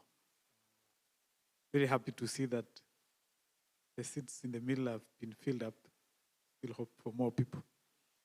So I share in the same sentiments around the importance of UHC. But I think there is a lot that still needs to be done. There's always room for improvement. And we've always shared our views of how that improvement can be done. And if we cared to cover as many people as possible within the UHC, which is within the SHA, because UHC, even private health insurance is part of that, but there's a basic package that everybody must have. And I think that is what SHA is trying to achieve. SHA has been very good for us in a way. I don't know if you can agree with me. I agree with you. When SHA was public, first of all, it's less than 2 years. The SHA organization is less than 2 years for those who are and I think they have only officially maybe one employee. The rest are still being transitioned from NHIF. So within those 2 years, one of the things I was asked by our key stakeholders when SHA was coming in was, what is going to happen? People were scared that SHA might take away our clients. And my response was, one, I think I appreciate if it works. But more importantly, what I expected and it has come to happen is creating awareness. SHA has created a space where everybody is talking about SHA. Everybody. People in the village, people at work, people at the markets, they're all talking about SHA. In essence, when they talk about SHA, they talk about health insurance. And therefore, we start being featured in that conversation. And if you look at our individual retail and SME product, as AR, we are now the leading, I think for now 2 years in a row. We're still a market leader in retail and SME. Because we prepared our products to respond to what is going to happen. Because when the conversation is happening, you need to be in the conversation. Because they say it's either, if the food is being served, you are either eating or you're in the menu, or in the meal. So we did not want to miss out. So that conversation, for me, is number one success story of SHA. Even SHA now, I'm sure, is aware of where to tweak and improve because the conversation has been very, very fruitful. Everybody in Kenya is now an expert about SHA and about health insurance, which is unlike other products. So, but we have lessons. Our job now is to fill the gaps. We have designed Shwari. We are now still designing another solution as an industry even, where we are leading the conversations to complement SHA, because we think SHA will always cater for a level, and then somebody has to bridge that gap in a way that is affordable. But SHA will also evolve in our view. This is like phase 1, maybe they'll phase 2 like that until we have a more comprehensive solution. So our job will, I think the fear has been what is going to happen. Our work is there.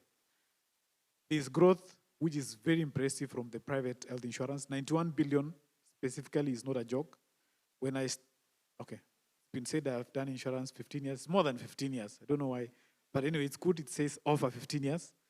I think everyone here who started insurance, at some point, medical insurance was a class within personal accident insurance. 10 years, actually in 2010, 2009 actually, precisely. Then from there, it started slowly being established as a class on its own in 2010. And it started now growing from there. And where I used to work, I remember in 2011, we celebrated hitting 1 billion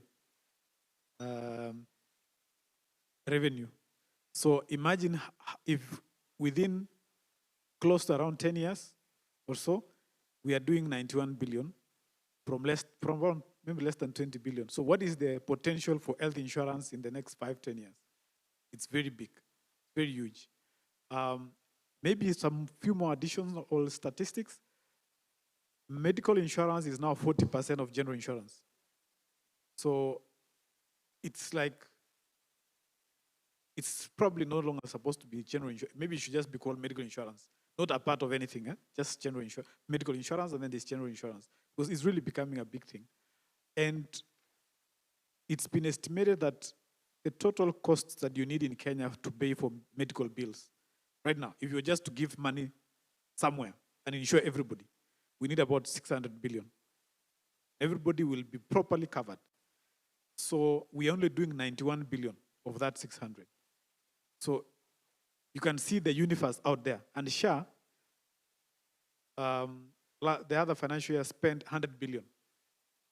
And the loss ratio was 156%. So already you can see that SHA is paying 156 billion.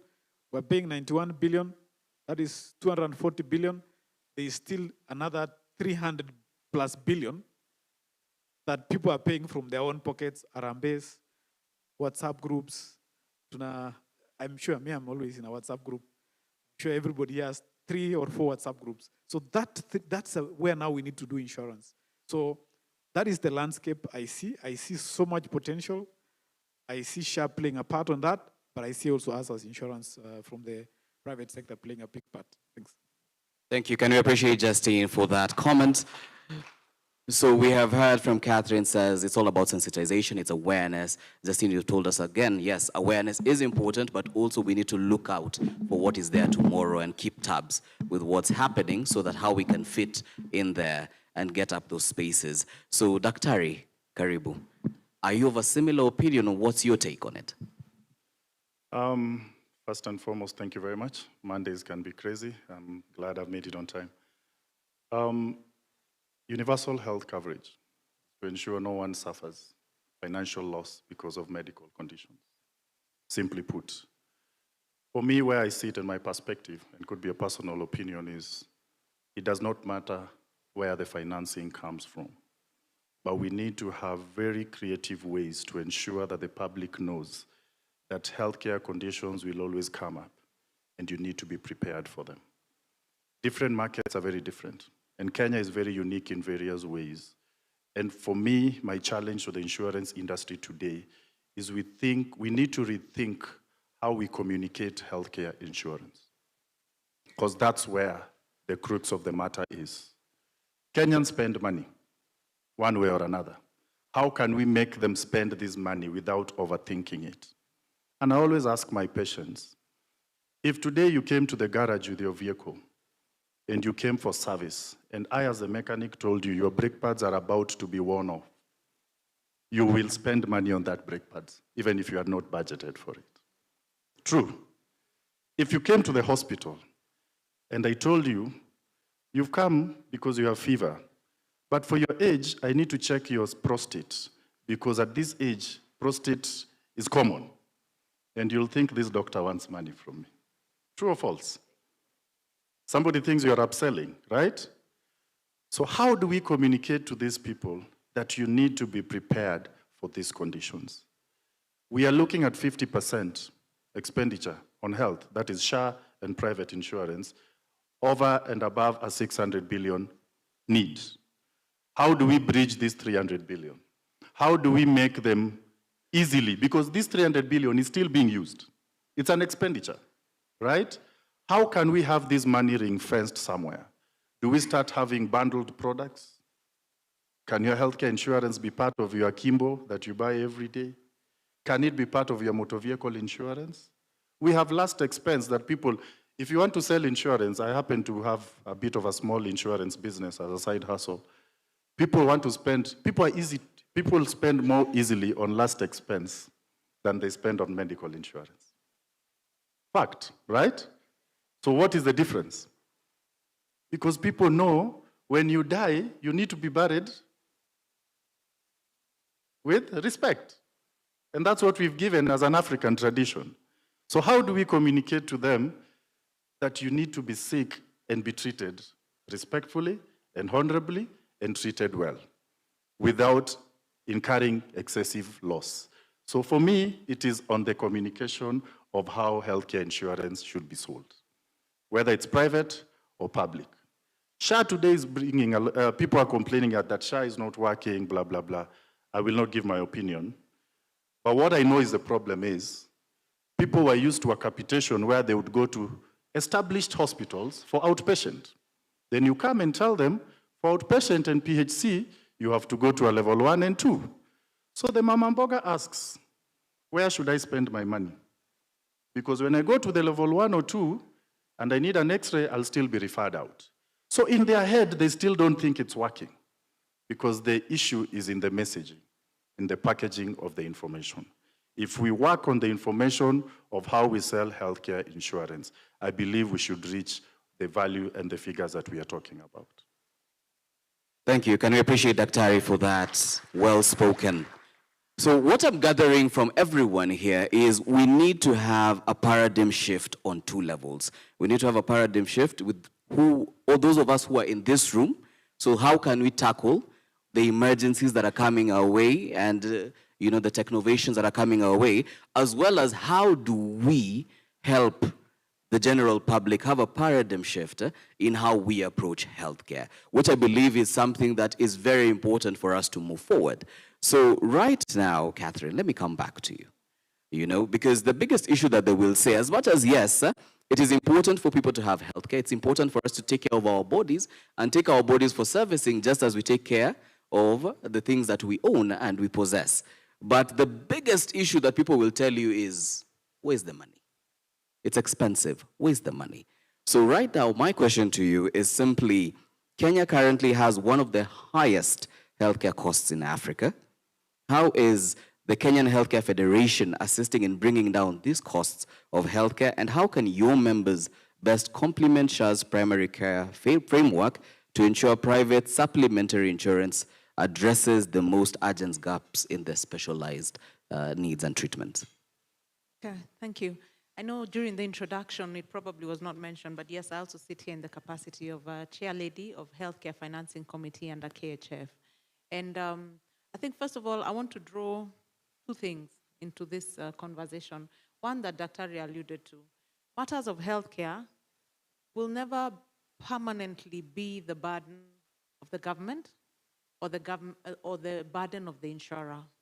I think, again, there is a misconception that somebody else is supposed to be taking care of my health. So when I go back to what Dr. said, I think one of the things that is coming out through members under the KHF and also through at national level, even when the government introduced preventative healthcare approaches, it's with the awareness that preventing a condition is always going to be cheaper than treating it, isn't it? Because the reality, unfortunately, let me go back to some statistics. I think it was 2019 or 2020. There was a Kenya National Statistics report released on non-communicable diseases. Non-communicable diseases is what all of you sell as pre-existing and chronic. And in that report, it says that 39% of Kenyans die from chronic conditions, NCDs, as I would call them. 39% of them, so 39%, first of all, somebody is dying because of a chronic condition. And I think all of us in this room can relate to the fact that somehow, I don't know whether it's just me, but it just sounds like there's more cancers. True? There's just more cancers. There's more cardiovascular diseases.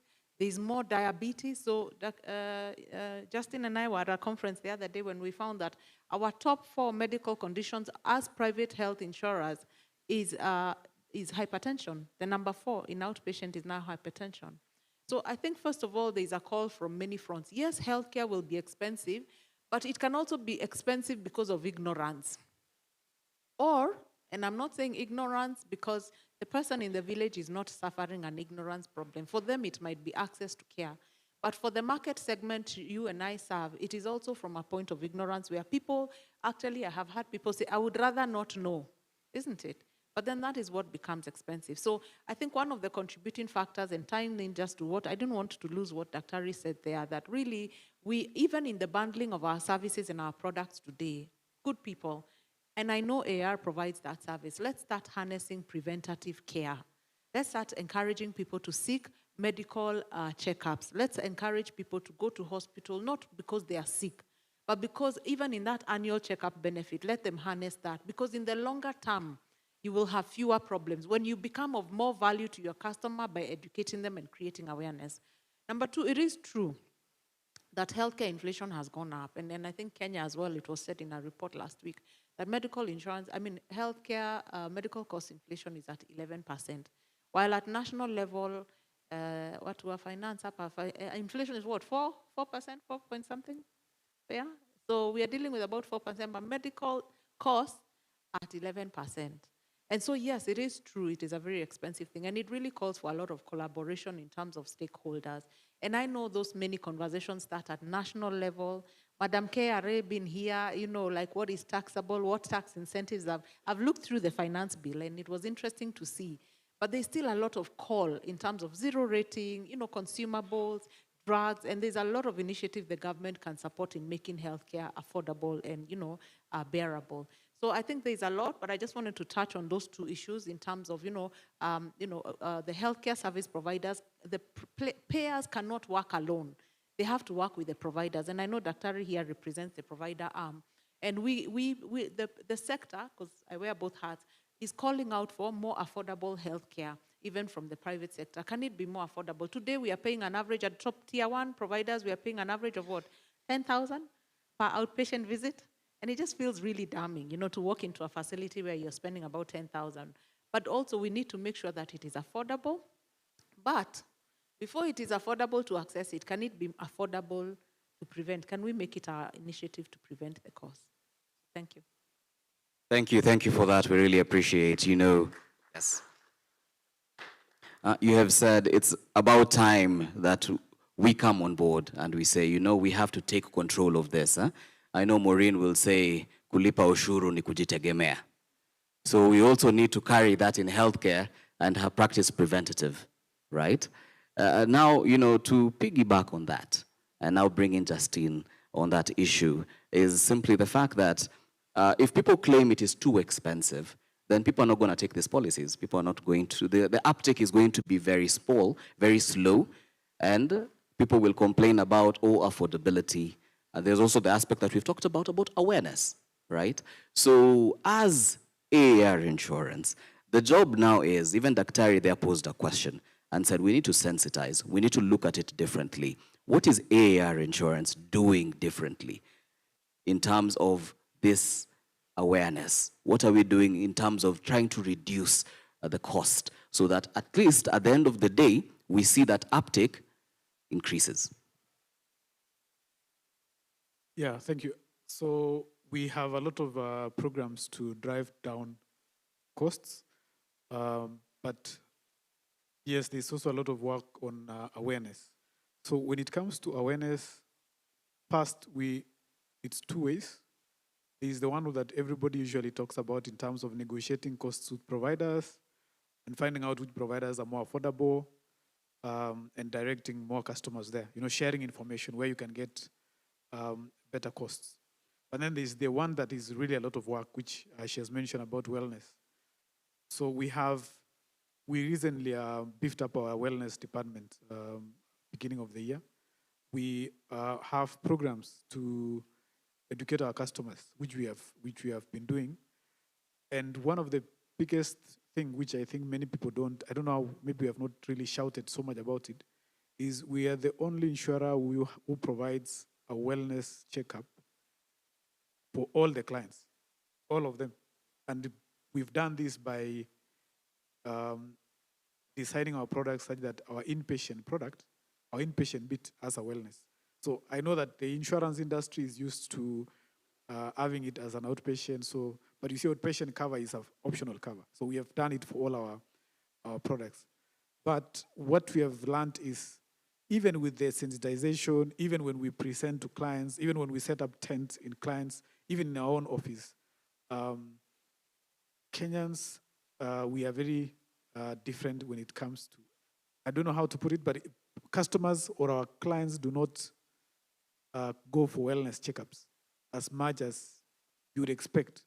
as much as the benefit is there. And possibly, we probably need to dig deeper. I know we have done research before with Sandbox on why SMEs are not taking insurance. Maybe we need to do some research on why people don't want to do wellness. There is the fear of the unknown, which we have been told many times. People saying, I don't want to know. So maybe that's an area that we're exploring more, having more discussions with our marketing and research to see how we can drive uptake. Because we have provided, unlike anybody else, we have provided these packages. We have communicated to clients. We have set up a lot of tents. But uptake of knowing your health, because we like to say, know your health, then take charge, and then you can be assisted. So those are the two areas. But what we have seen a lot of success for us is expanding our panels in terms of our treatment and directing or giving incentives for clients to utilize affordable providers. You will find that probably we are the largest insurer who has clients in the Mashinani. If you go to deep places, Turkana, Eastern, Kwale, places like Taita, Tana River, where I come from, Elgeyo Marakwet, Baringo, we have onboarded providers that we find we're the only insurer in those places, where you find a mission hospital that is able to provide services and therefore encourage people from those local areas to actually buy insurance and to take care of their health. So we have expanded that reach, and we feel that's the right way. It's a difficult job than looking for just one big corporate, but looking for those groups and smaller groups, farmers in Western Kenya, working with One Acre Fund, other places like that, those ones, we see impact. They could be smaller, but you see a lot of growth. And probably about more than 21% or so of our revenue is now from clients who are utilizing those far and those lower cost providers that we have partnered with, who still provide the same level of care. So it's a multi-pronged approach, but we have seen success in the partnership with healthcare providers, but we are not seeing a lot of movement, even though we have put a lot of effort in the wellness side. The positive side on the wellness is now people who are enrolling to manage their already known conditions. People with hypertension or diabetes, we've seen those ones growing up very fast.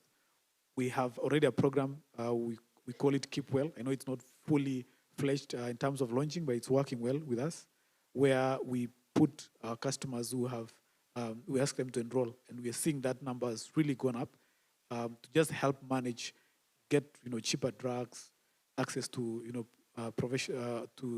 specialists or doctors, physicians on the panel who can be able to ensure that you keep fit. Including, we have ensured one of the largest groups of retired people, and they're really sticking with us because of that kind of a program, which we are very proud to see that it's actually having an impact on the ground. Thanks. Thank you. Can we appreciate Justine there for that comment? And we do appreciate. Now, I will say two factors out of it. The first thing is, as a recipient of AAR insurance care, I can attest to, yes, the wellness is working, and we are using it, and we do benefit from it. So I have not been paid to say that, but I have witnessed it, and it is working. So yes, that is true, and we really appreciate AAR Insurance for that. Now, the other aspect that you've really talked about is how do we help other people take up this wellness incentive? I think one of the biggest issues we see as a country, as Kenyans, sorry to say, ni kama tuko na kichwa ngumu kidogo. They say we are more reactionary than preventative.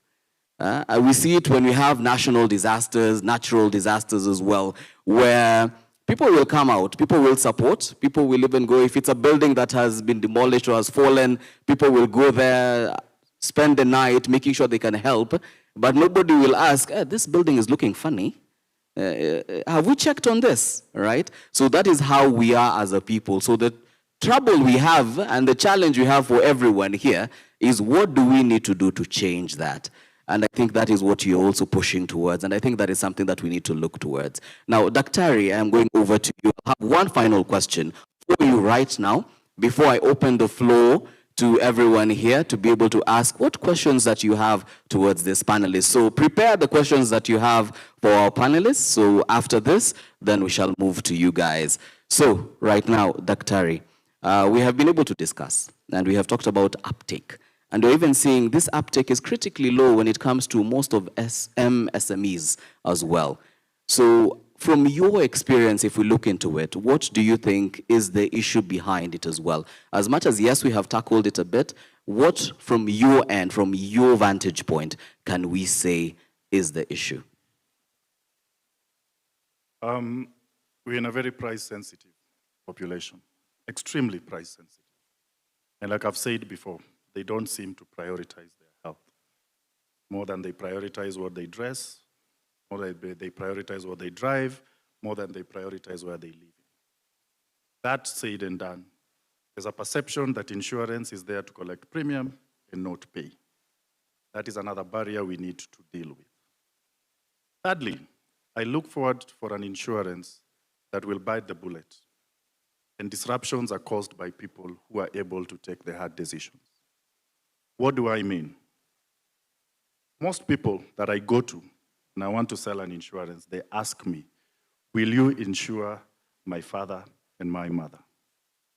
Right? Because nobody wants to take an adverse selection of the elderly. But who said all elderly are sick? Right? All the Harambes, we are in those groups. And I will challenge you, 80–90% of them are advanced age, right? Or chronic diseases. Fact is, there's a cost you must incur for you to generate a certain revenue. It might look expensive. I might look naive when I say this, but I believe somebody who does this will eventually pull the masses. And I want to piggyback on the case of Equity Bank. Equity went for those who nobody wanted to take. True. Barclays, and whatever said your minimum balance should be this. They said, you come and open your bank account. I remember walking from University of Nairobi to Four Ways on that street, Market Street, and opening my first account. 0 shillings, 0 deposit, you walk and you have an account. Then from there you can look for money to deposit. And the deposits came in. Somebody must make the hard decision. And that is where the narrative starts changing from. People must see it working. Why do people say NHIF used to work? And everybody used to tell people in the village, have you enrolled? Everybody became a marketer for NHIF by default because they felt it was doing something for them. That insurance that will bite the bullet and make that hard decision. It is good AR said, they're doing that. Now maybe you need to do it more and shout more about it. And that is where the narrative will change. Because if you look at the insurance distribution, most of them are in Nairobi, Kisumu, Mombasa, and Eldoret. True, fact.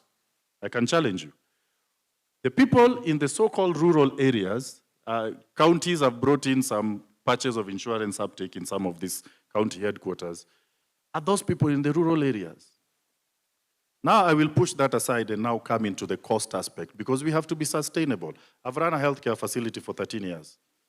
And I've seen insurances pushing my prices every year down, while prices are going up every year, right? Your average cost of service should be here. But they're big boys they don't touch. And these boys must be compensated for inflation, right? But the market is the same. The doctor is from University of Nairobi, the nurse is from KMTC, you buy your equipment from I don't know which company, and you buy your pharmaceuticals. It is the same. We must now be active, as he says. We can't onboard everyone. We must build. The same way Equity Half-Year has been able to make insurances have coverage across the whole country because they have a working formula, is the same way we must build facilities that will be covered across the country and deal with few people, agree as partners, so that the payer and the provider are on the same side.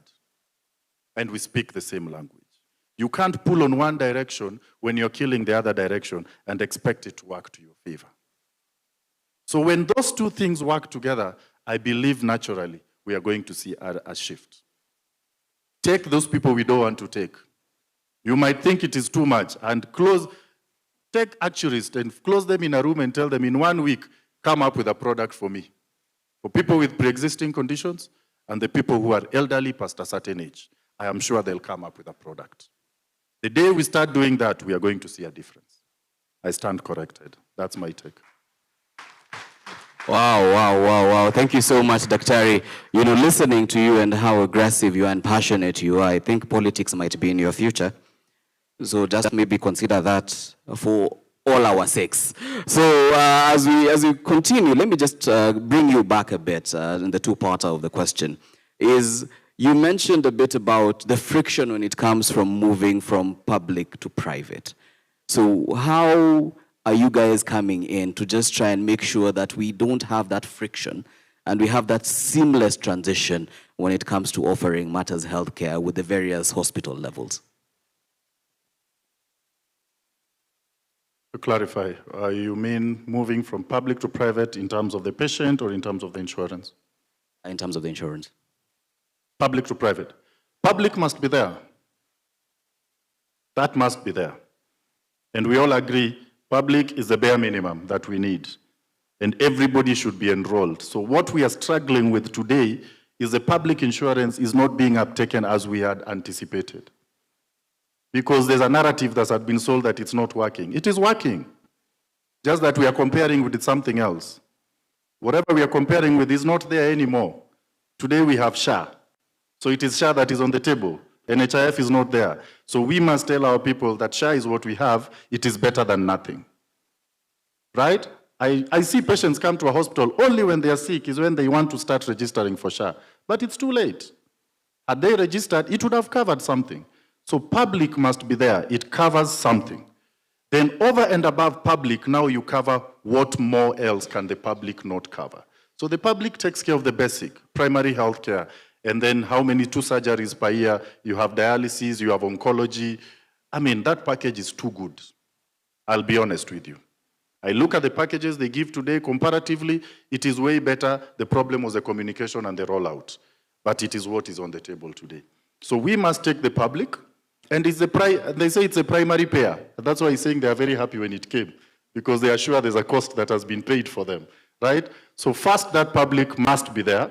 Then now we sell the private. So the private comes in to cover over and above what the public cannot be able to cover. We must ensure everyone enrolls to the public first, and then now they go to the secondary. So the secondary will be the private, and now AR comes in with the bundled micro-insurance. And that brings me to the point. We are not going to go anywhere with the current pricing of insurance products. Thank you. The secret is in micro. And that is where the ball lies. Somebody says 6,000 per annum for NHIF, right? How many Kenyans are there by principal members? Anyone? And do the figure. We might just hit the figures that we are looking at. So if you do the public, which is SHA today, and then you come up with bundled private micro insurance and roll it out, I believe we should have a very healthy population. And I keep saying, and I repeat, healthcare should be talked about as an economic product, not as a social product. For the longest time, we have sold healthcare as a social product. People say, oh, yeah, someone is sick. No, people need to be healthy for the economy to perform. If we are not healthy, there's no economy that is performing. I keep saying, I run a cancer center, and we see about 200 patients a day. These 200 patients are accompanied by 2 people. So that means how many people are not going to work in one day? You understand? How much have you pulled out of the economy in one single day? It is a loss. So if the government will look at that loss and push it to the health side so that people are healthy and perform, then we'd have a very robust economy. Thank you. With all similar opinions, say aye. Amazing, amazing. Thank you so much, Daktari, for that insightful discussion. Now, I want to throw it to you guys, because you are the foot soldiers, you're the people on the ground. We want to hear from your perspective. So, is there anyone who has a question for the panelists up here? Anyone, anyone? Okay, we're seeing some hands. We're seeing 2 hands that side. We're also seeing another one there. Allow me, because I have seen you have also spoken. I'm not limiting you. Let's begin far behind. There's a gentleman there who has not spoken yet. So let's begin with him who is right behind there. Do you have a microphone with you? Okay, yes, you can begin, sir. Just tell us your name and your question and who it's directed to. Good afternoon. Afternoon. I'm David, and my question is directed to Justin. We speak about 3%, and with the regulation, specifically the data protection, especially where you need the consent probably to share information. How are you doing probably on the side of pushing for deregulation from the government to increase uptake, probably from marketers, so that you see before the data protection, you could reach more people probably by blind communication or email or even calls. But now it's like a barrier.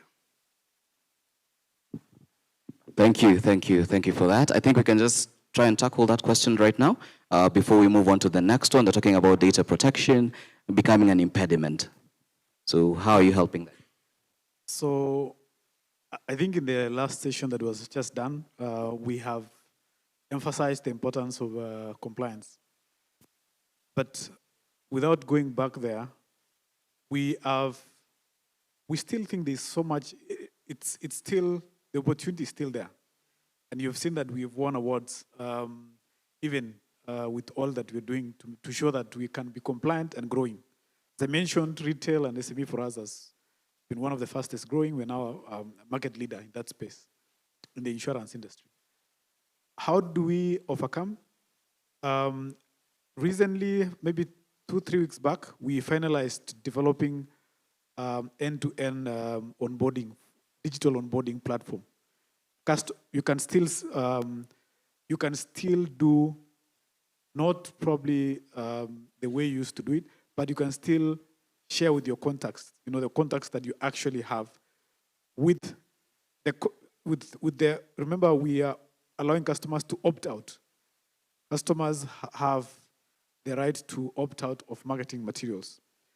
But more importantly, you can still market yourself on digital social media, digital platforms, Google, Facebook, LinkedIn, Twitter, everywhere with that link. And we have made it easy for customers, once they find your link, which is tagged to you, they can finish the whole process online without filling any forms. In fact, when the customer, even we have adopted, maybe to add, wish Eugene was here, the digital head. When you upload your ID and some of the details for your customer, customers no longer need for us to capture anything. It's able to read all that and be able to use AI to populate and do everything else. So the process, I think, is even much better. You don't have to do, what did you call it? Blind spam emailing, or what is it, junk? Yeah? What is it called?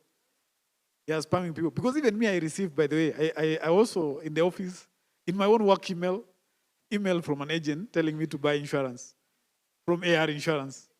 And I'm there reading, and I forward to James to ask him, this agent does not know I'm here. So I think there's so much out there. As we mentioned, 3% is a very small, it's a very small penetration. The other 97%, okay, don't even look at it at 97%. Let's use SHA. There are 31 million people registered under SHA. There are 2 million registered under private insurance. Of the 2 million, of the SHA, 6 million pay religiously, and they're observing their payment plans. So out of that 6 million, if you say 2 to 6 million, we have 4 million people there that are willing to buy. I think those people, you don't have the contacts to do blind sending. There's probably other channels in which we can reach them out. And we have provided all the tools that is required to make sure that it's possible to onboard those customers on the click of a button. And as I mentioned, we always try to make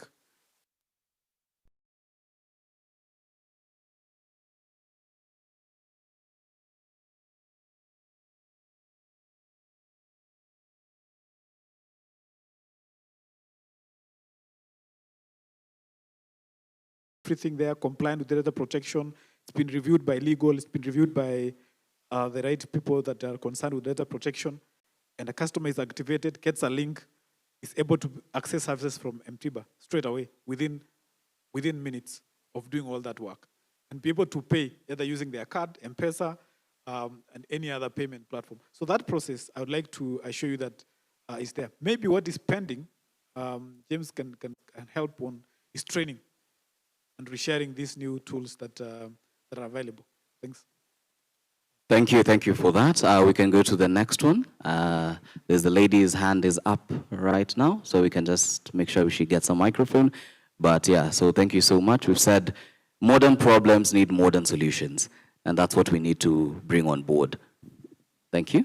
Thank you. I hope I've not taken anybody else's hand. My friend behind here is No, it's telling fine. me. It's fine. Fine. Thank you.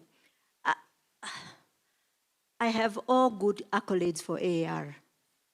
I have a lot of testimony, and I cannot even belabor what the doctor has said. The way forward is microinsurance. But I have a question for Justin. Is AAR ready for, can they say that their business is paying claims and not collecting premiums?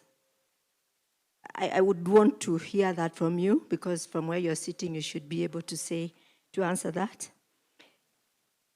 If you look at a country like Philippines, how many typhoons are in Philippines? Can we even guess? Many, over maybe 100, 200, and they know they will happen. Philippines have products that cater for those people who are caught up by those typhoons. But they are not indemnity-based products. They are, what do I do when that typhoon hits? And it can only go through what the doctor said if we went micro, and really micro. First of all, to become customer-centric. And by the way, AR, Mr. CEO, you're doing well. I feel I belong to AR, and it is very good. If I compare what we did in 1993 and now, if I look at myself as an agent of 20 years plus, and the current agent, I feel very proud of AR. So if the senior products for AR right now are very expensive, even the mshwari, excuse me? Chouari. Excuse my senior moment. Justin, let's have a senior moment for sure. Yes, yes. The pricing for Shwari is still expensive. It is still.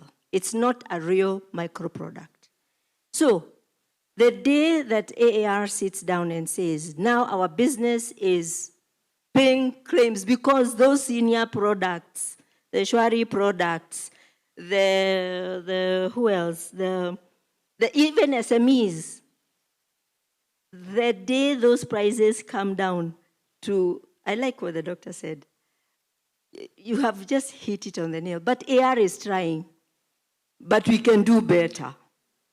So, Mr. CEO, is our job to pay claims? Is AAR's job right now, can it be defined as we are in the business of paying claims, or we are in the business of collecting premiums? My 5 cents, I submit, Mr. CEO. All right, thank you, thank you. Yes, Bwana CEO, you're in the hot seat today.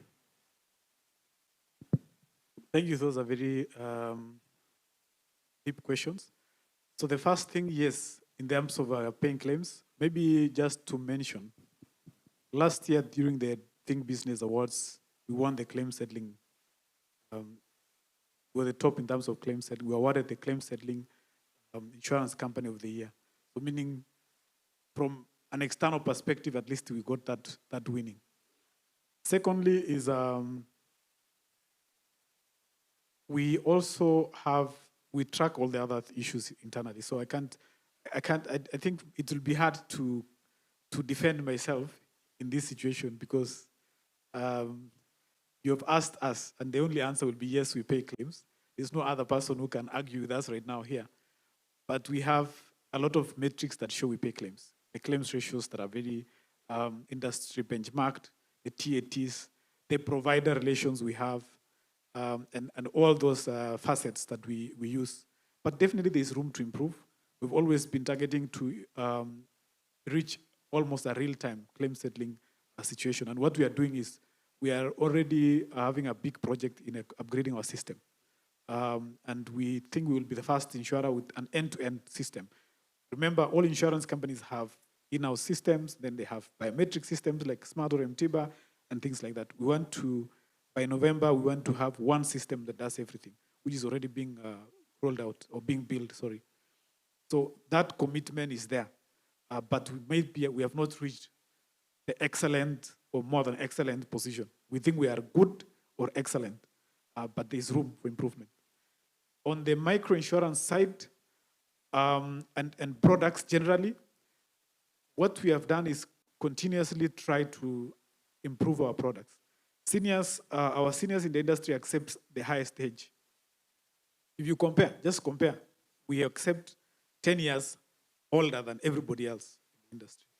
And the product, yes, it's expensive, but slightly cheaper than the industry, and it's still the fastest growing. But that does not mean for us that now we should sit and say we have reached. So we take the feedback and we want to keep improving that product. The product is there. How do we now get it to the next level? As I mentioned, we have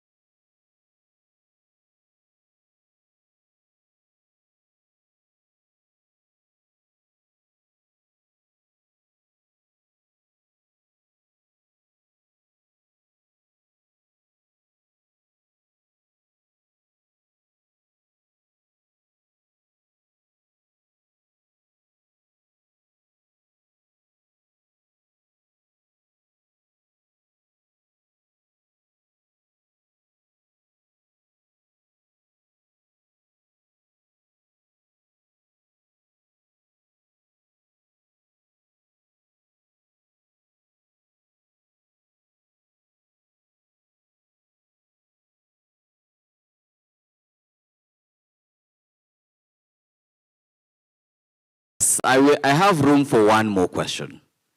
Now, the thing is this. I have seen you speak before.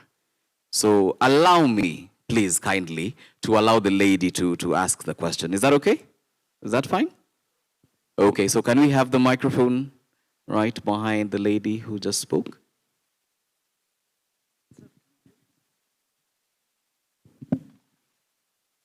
Good afternoon. Good Mine afternoon. is not a question, but rather a comment, Bonasio. Maybe the engagement we need and the training we need is an open discussion where we should address, is healthcare profitable? To what extent? Every year I renew medical insurance, especially with SMEs, and even corporate. The biggest challenge is utilization. I'm not able to tame, or we're not able to tame the utilization. So we need to come up with an open discussion, be educated, and find out what is the way forward before we even think of stepping where Daktari wants us to go. Thank you. Thank you. Now, because that was not a question, now I will allow you to ask your question. Is that okay? Okay, that's fine. So you can pass on the microphone to him. Nice. Good afternoon once more. My name is Polika Fletcher. I run Fletcher Insurance Agency. And the question I have today is for Mr. Justin Kosgei. It's a golden opportunity to finally get to ask this. We I totally agree with what Dr. said, that the current pricing model we have do not actually allow for insurance to grow. That is why the growth of insurance is stagnated between 2.8%, 3%. This means we are changing possession. Company A, I move, come to company B. So it means we will never realize growth. The challenge, number one challenge that we have with this possession change is what she has talked about, utilization. There's a proposal I made. I don't know whether it reached you or it's still in dark waters. Our clients get to know they are loaded at time of claims. And a client once asked me a question on email. I have been loaded because of claims, but I've claimed on grounds of necessity. If there's a cheaper option, the way we say that we have wellness, you talked about wellness, and I can clearly tell you without fear or favor, the wellness that you're talking about is me walking into a health facility, getting checked. That is not the wellness that we should look at. Insurance is termed as a pool of risk, where fortunate many pay claims for unfortunate few. But we are looking for an insurance pool of risk whereby fortunate few are so few that the fortunate many translate into profit. That can never happen. So I made a suggestion that data is king and feedback is breakfast for what? For champion. Now I'm giving you feedback. We are not utilizing feedback properly because I asked, what does it cost me as a portfolio holder to be sent my whole portfolio utilization? Just being told that Justin Kosgei, who is your client, claimed 130%. So I need to have a conversation with him. Until that is done, okay, nice. Until that is done, we will never realize growth because I will change position from company A to company B. There's stagnation. We are not having the candid conversation that we are supposed to have because the idea of emerging markets came to help us save claims. But right now, an average treatment of a flu for a child in emerging markets, the likes of Penda, it is 6,000. Treatment of flu in Taiwan, like Aga Khan, is still 6,000. So we brought a solution, but we did not realize where the problem is. So the problem sits back with us as the owners or the underwriters of this product because we are not walking the journey with a client. If ideally I can receive loss ratio for my clients, I can have a conversation with them because in the books they belong to AAR. But in terms of claims, they belong to me. Because if they are loaded 30%, I'm the one who gets to have that conversation with them. Number two, we lose a lot of clients at point of renewal. Because a client went to the facility, they busted their capitation. At times, at point of issuing LOU, I was excluded. At times, claim is declined, I am included in the conversation that communicate with the client. We need to include us as business partners in this journey of realizing growth in the insurance market. But if the person who brought the business is only being talked to at the end of claim being rejected, we are not going to grow. Insurance is a journey. That is why as an underwriter, you cannot do it alone. You need to have business partners. Initially, we had captive agents that were restricted to just selling for one company. But IRA made the changes, now we sell. So when I give you feedback, I am giving you premium feedback because I am able to have conversation with company A and company B. So this is my question to you. How then are we going to utilize the partners to make sure that growth does not only happen at point of service, but we have clients that we can retain for 10 years? Are we going to have a conversation or we are going to have declines? Next, please, we'll never get this opportunity. Allow us. Daktari said one thing. I totally agree with him because he said that he has some clients somewhere. You cannot only underwrite profitable business. It is a partnership whereby I have a portfolio. I know how my portfolio performs. My loss ratio sits at 43%, if I'm not wrong. Out of 24 million, I'm at 43%. So whenever I'm bringing business, I already know the type of risk I have underwritten. But when we talk about loadings and everything and the way it is being done, we hinder growth. So to you, Justin, kindly let us have a conversation and let us also share the loss ratio, the utilization after each and every 3 months. Prevention is better than cure. We can talk with these clients and they will look at AR as a different brand that calls and tells me that here and here I'm claiming more. I can give you a better alternative. What is our better alternative? Thank you. Thank you so much. You said it is Polycarp, right? Wow, I gave you a chance and you're opening Pandora's box. But it is okay. Want to see you. Thank you so much. I think I'll answer, I don't know whether it's a question or comment. It comes in many formats. And then I was asking Catherine to say something. So the feedback is well taken. One is pricing. The comment from those 2 comments, and the issue was from the 2 partners. I know them very well. They're my very well. So first, I have to dispel. I'm accessible, and Fletcher usually talks to me. So I have to give a disclaimer. But he's decided that it's important for everybody. I think he was asking for everyone, not for himself alone. So in terms of how we price, definitely feedback is taken. Pricing changes every time. How it was being done 2015, how it was done during COVID, and how it's done during this time is different. We have very many models, even staff changes and skills changes, and also actuarial learnings and lessons that come. So definitely, the pricing, as you've mentioned, requires incorporation of feedback from you as the intermediaries, and I think we'll take that feedback. The only disclaimer I'll give is we have to keep remembering what we were told in the morning, data protection. Whatever we do, we'll just have to make sure that we have consent with the clients to what level of information we can share. As much as you are the intermediary, sometimes we find that you have not gotten the consent from the client to share information. So if we can do that, we should be able to share. I think we used to do that before data protection, but when we never used to, then we will need to take that feedback and improve on it, but with compliance to data protection. I am sure when you've said, what touched me there is you're saying, when all is going well, we don't keep you in touch.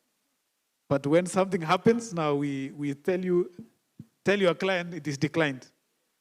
We'll definitely, even me, I take that as a learning, as a lesson. And I'm sure the people involved, Anne is here, Isaac is here, James is here, everybody. So let's follow that up. There's another thing you mentioned about wellness. Yeah, also feedback taken, not just to encourage customers to go and get checked at healthcare or a clinic, but the programs, more programs. What I have learned is co-developing these solutions. Maybe what we think is working is not what you see as working. So we probably need to come back and share and take ideas from you. Finally, you've mentioned about growth. I believe there is room for growth.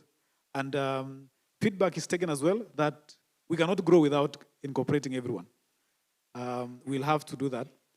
But I think the whole indications are there. That is why we have this session, because we want to grow with you.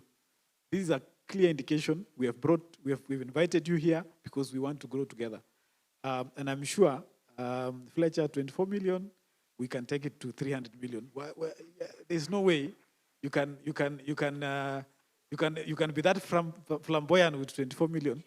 I'm sure you will be even more flamboyant at 300. So, James, I'm sure that we will track the impact of these programs that we are doing. I believe that we have shown keen commitment to providing platforms and forums that we can grow. So all the feedback is taken and positively taken, and let's keep this conversation going. I don't know whether you have anything. Just a small comment. I have been an underwriter many years as well. And what do I support? First things first. And Polycarp, I support you on one thing. And I know with holding all factors constant in terms of data privacy, you do need to have the data of your customer in terms of performance. I agree with that. You need to know how your scheme is performing, how your client is performing. What I do have a challenge with is what you do with that information. And this market is interesting, huh? Because when the scheme is also performing badly, let's shop around, we'll need to move this scheme, it can't stay. Or when it's performing very well, let's reduce the premium, I can't lose this business. I want to challenge you, all of you intermediaries in this room, and I do recall I did an intermediary training some years back. I'm happy to come back and do the training again. You need to be experts. Your clients need to see you as the experts who guide them on what to do. James, we need to train our intermediaries how to analyze scheme performance in terms of what does the data tell you in terms of where the clients are seeking care? Are they seeking care only at the most expensive facilities? Are they seeking care for, what is the conversation around even medication? For many years, people talk about, I only want a certain medication. But are we aware ourselves so that we can be the experts who guide our customers? So that even we tell them, instead of treating this condition, let's talk about preventative care. So we need to be proactive. I would encourage each of you intermediaries, your touch points with your customers every quarter at a minimum need to be about how is the scheme performing? Where are we seeking care? For what diseases are we seeking care? And how can we mitigate and bring a healthier population? Because even HR is stressed. For those of us, I don't know whether there are any HR representatives. Nobody wants employees who are always absent from work. I've seen your banner here on mental health. Nobody wants employees who are always absent from work. So how do we become partners with the employer to keep a well population and therefore reduce the claims?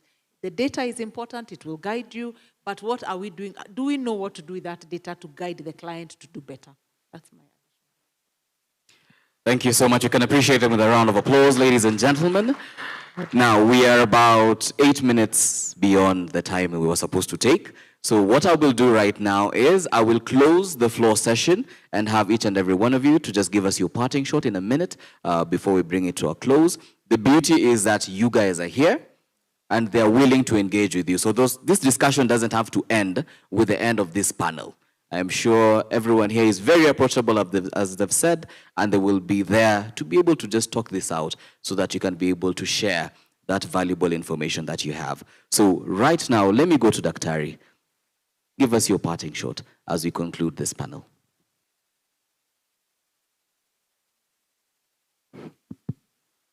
Thank you very much. First, I'd appreciate the organizers of this event. It's important to see that intermediaries and insurance and various stakeholders meet to discuss where the sector is going. As we've said, currently, despite every politics and everything said and done, what we have today as a primary insurer is SHA. Please let's ensure we sensitize the public about it. We can't run away from it. It's what is available. I'm not a politician. I would never wish to be one, as you've intimated. So please, but we need to speak fundamental realities in life. So let's try to make people register and contribute, because what is failing that system today is the informal sector is not active. Thirdly, that feedback that you give is very important. I think today you picked in very important feedback, and let's keep talking, because we are one community. I always say one cancer patient has 100 people in a WhatsApp group. So that tells you that no sick person goes sick alone. It draws down very many people. And so we need to keep having these conversations. If we do that, then all these figures that we hope to achieve will eventually get there.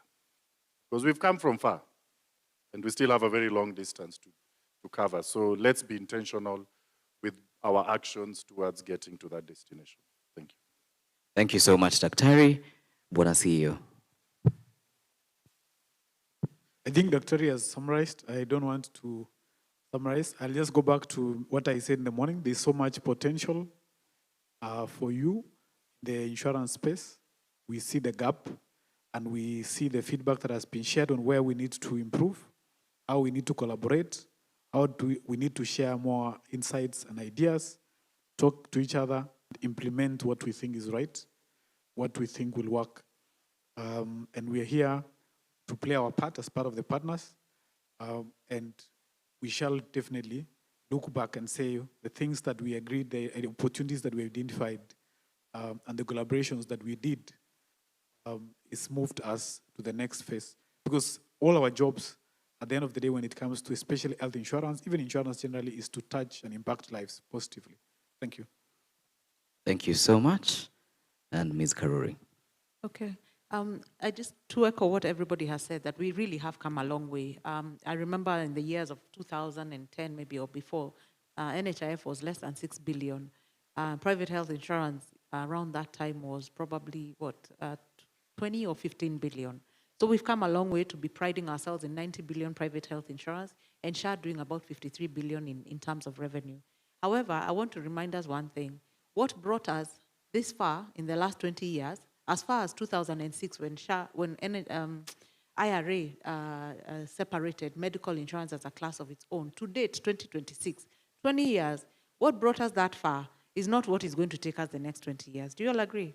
It's not what is going to take us the next 20 years. So it's going to call for a lot of innovation. Care has moved from being curative. It's now preventative and many other approaches. The digital health landscape has changed. So today, there are machines interpreting AI results, radiology reports for people. And I know Dr. I caught him in another conference not too long ago, and we were talking about how digitization is important even in their space as a healthcare facility. So we need to see ourselves and ask ourselves, how do we serve the customer of the next 20 years? And how do we respond to the healthcare needs of the client in the next 20 years? How do we, as intermediaries, sell insurance in the next 20 years? And I can almost allude to the fact that that's going to be an incoming conversation in the afternoon, hoping I can catch it. But let's look at things differently even as healthcare goes. It's changing everywhere, and we celebrate the past, but take gains and think forward in terms of what will change going forward. So.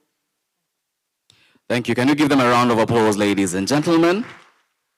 We appreciate each and every one of you. That has been the end of the Healthcare in Kenya Today discussion. And with us, we appreciate the Group CEO for AAR Insurance, Justine Kosgei. We also appreciate the Kenya Health Federation Chair of the Health Financing Committee, Catherine Karori, and of course, KNCCI Chair Medical and RFH founder, Dr. Maxwell Okoth. Round of applause, ladies and gentlemen, for this brilliant panelists. So right now, very quickly, we're going to have a very quick group photo, and then we can be able to appreciate the various panelists, and then we can move on to lunch, right? Is that okay? Videographers, photographers, are we good? Thank you, thank you. I hope we enjoyed that session. Hello, tuko pamoja. And Justin Kosgei started by saying, when food is being served, you're either eating or you're on the menu. All right.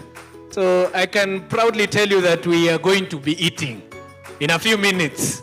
So before they go, I would request Justin Kosgei kindly help us to appreciate our guests today. We'll start with Madam Catherine Karori, the recently elected chair of Health Financing Committee. You can move to the center, please. Move towards the middle.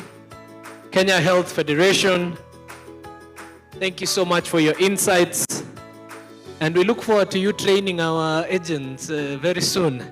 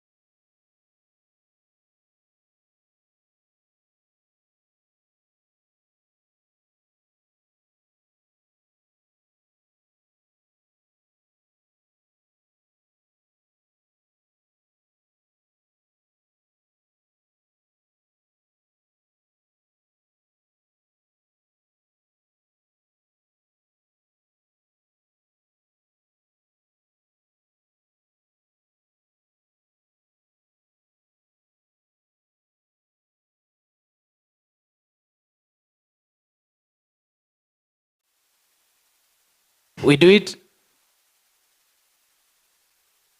You want to get on the platform now? Yes, please. Yes, please. You can continue to get in. I'm sure we are all connected to the Wi-Fi. So you can get online.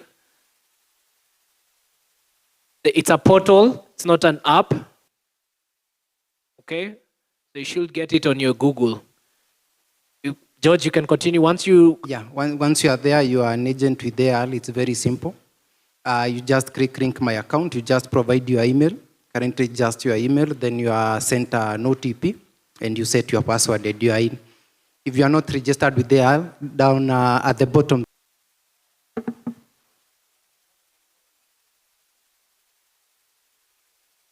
And it has been very, very useful for us as a business. Thank you, George. Conrad.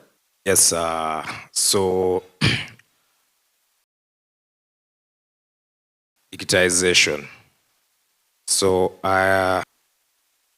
analyzing the functionality of this. I'm sure all of us are on social media. Some of us are probably on social media as we are speaking, but we are concentrating. Thank you. How do we be in those spaces but still leverage them for our business? Okay. Agents, how do we use these technologies? And I'll focus a bit on the AI bit.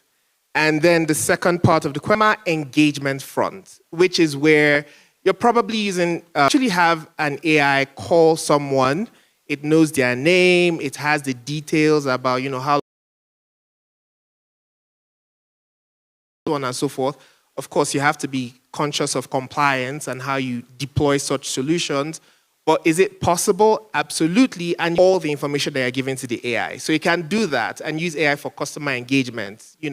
For example, it's very difficult. You can use AI to control those conversations, whether it's WhatsApp, Facebook, and so on. And then the third thing is using AI to make sense out of this. And in a couple of minutes, it'll synthesize the data and give you a result that actually makes sense. Or you can use for data presentation, right? Or you can use for transforming data. So let's say you use 2 different platforms for 2 different things, but you always need to move data from here to here. And you have someone who actually has to transform it by hand. You can use AI to do that. So those are more generic, like the 3 main things. When it comes to skills or on ChatGPT, you have, but basically what these are you're building your own personal agent every week. But after some time, why don't I create an agent that's on cue, it sends it out. That's when you really start using it like a power user and you start personalizing to your purposes. Using it like a power user and you start personalizing to your purposes and get every day. Like, even if it's just ChatGPT, is find a problem that is not too complex. Something you do often. Things you do often. Things you do repeatedly are very good targets. And then tell yourself, okay, I want to figure out how to use AI to do this and try to use AI to make that simpler. Then step 3 is find a and try to use AI to make that simpler. Then step 3 is find a high leverage problem and try to use AI to make that simpler. Then step 3 is find a high leverage problem. You'll be very happy. So there's a repeated problem and a high level problem. And you can attack those 2 types of problems. Thank you, Obanor. I don't know about, and if you are older than a millennial, and if you are older than a millennial, and you want to think. We are trained to think, but now here is a tool that is thinking with solutions. And so adopting to it becomes a bit difficult. One of the reasons why it's difficult is we feel like it will save. I know it will develop a commission statement. Will this commission statement be available to everyone? How is my information safe as we talk about cybersecurity?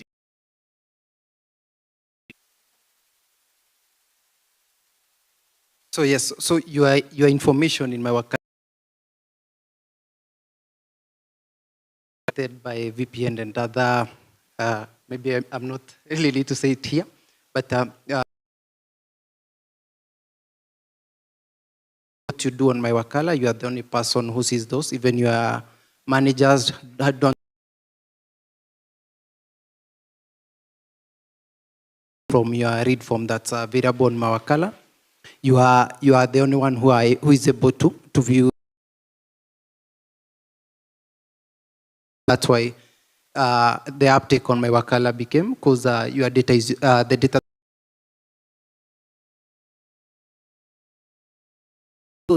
Your thoughts on these cybersecurity issues? You've talked about mitigating those risks. How are we doing that? All right.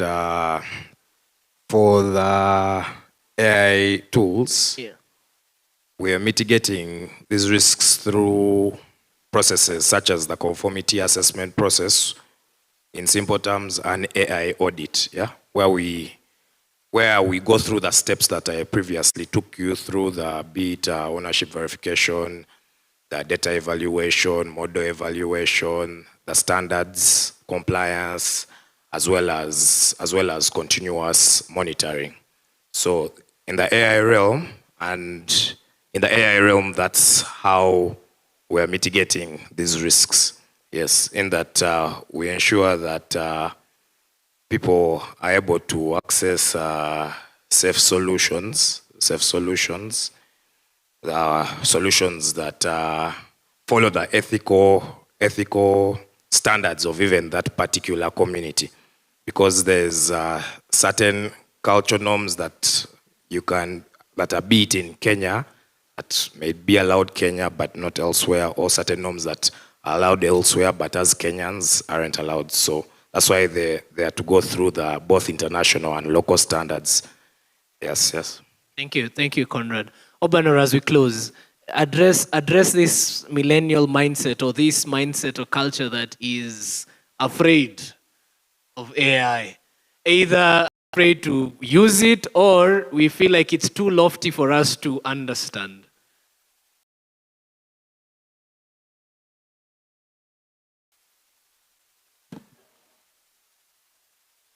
So there are a lot of free models on the internet, whether it's ChatGPT, Gemini, Claude. They even can install on your own systems like Llama and so on and so forth. So the first thing is that it's free and it's accessible. If you have a smartphone, it's accessible. So then there's the fear of using AI. But technology has always changed the way we do things as human beings. So you cannot afford to be like, oh, I want to. So one of the things I've noticed, for instance, is people would say, oh, there's always something new about this AI thing, and I can't keep up, so I'm going to run away. But the challenge isn't to keep up. Nobody asked you to keep up. What you need to do is make it useful for yourself. Essentially, what AI does is it democratizes intelligence. Once upon a time, you would have needed to get a consultant. You would have needed to read the entire book. You would have needed to do this or do that. AI makes that intelligence available at everyone's fingertips, which is great. But that also means that the people who win are people who are great at execution and distribution, right? So you're not to use the tool in most of the cases. So there's no reason to be afraid. And the great thing is, AI is one of those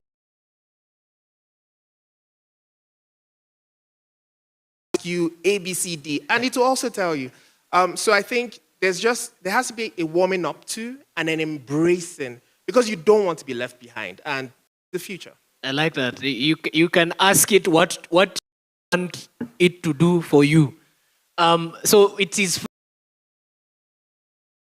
Obano, it gets to a point where it says for you to get to this, you have to pay, and put it. It's scary for some of us and most of us. How do we overcome that?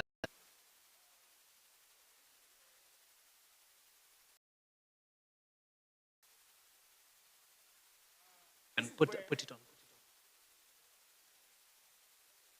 This is where familiarity with different models helps. If you're using Claude, after about 10 messages, they'll tell you to pay. If you're using ChatGPT, you're probably fine, unless if you're using Gemini. Gemini is Google's own AI platform. It's free. If you can generate images, no issues. So just knowing what wants to use. And to be honest, there's also some level of specialization, even with AI tools. For example, Claude probably is going to give you the best answers if you want to write an article. ChatGPT is very good for general knowledge, and now also very good for image generation. This is where keeping up sort of helps. But again, for your own personal uses, just use Gemini because it's free. Don't get too hung up in what can do what well until you've built a certain level of familiarity with it. You don't want your expertise or lack of expertise to be a barrier to entry when it's free. Okay, I see that, and as a people, we like the first one that came, and probably you're sitting on ChatGPT and you're stuck on that. How do we keep improving the sources? Where do we get this? So you've said Gemini right now is what is working. Does that change? Can I ask Gemini if there's another better? Yeah, again, that's the great thing, right? AI can tell you. You can ask Gemini, for this particular thing I want to do, which models can I use that are free to do this particular thing? And it will probably suggest other tools. For the most part of it, ChatGPT is also free. That's the truth. But when you want to do image generation, for instance, and you don't want to pay, then just use Gemini. Oh, thank you. I feel educated. I don't know about you. Are there any questions from the audience as we come to a close on Matters AI? There's a question there.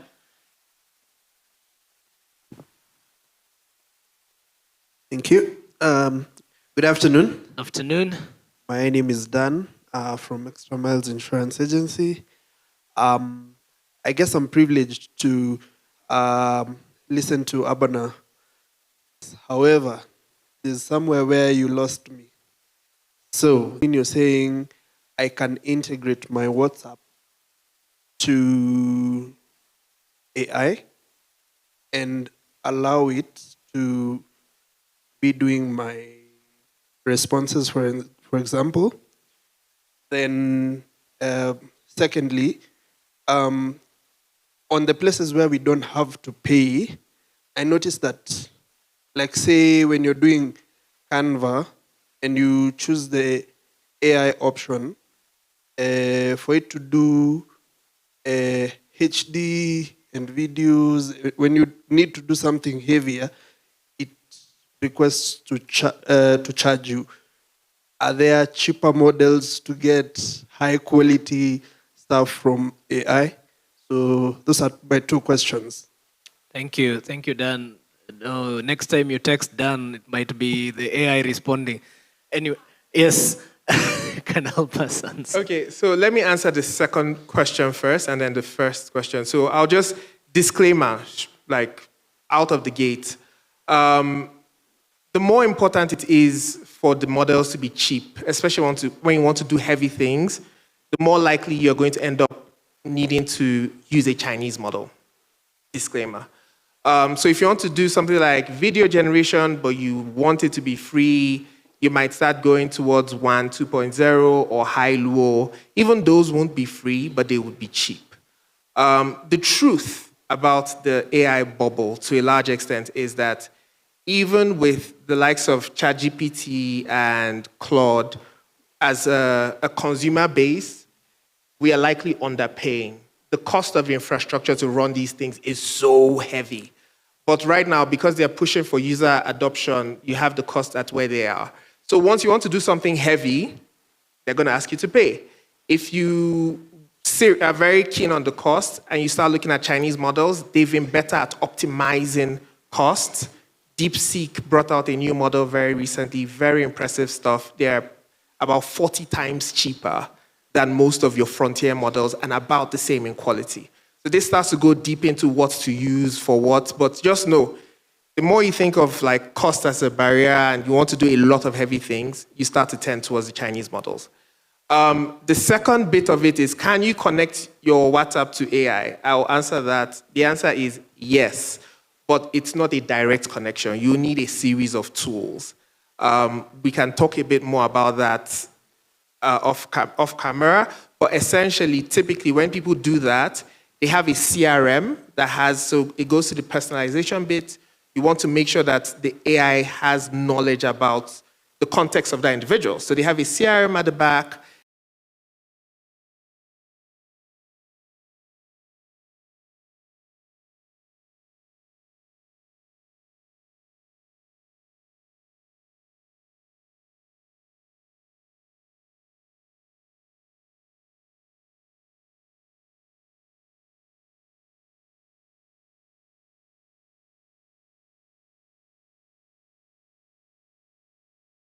I think you should, but it's possible. Dan, you answered.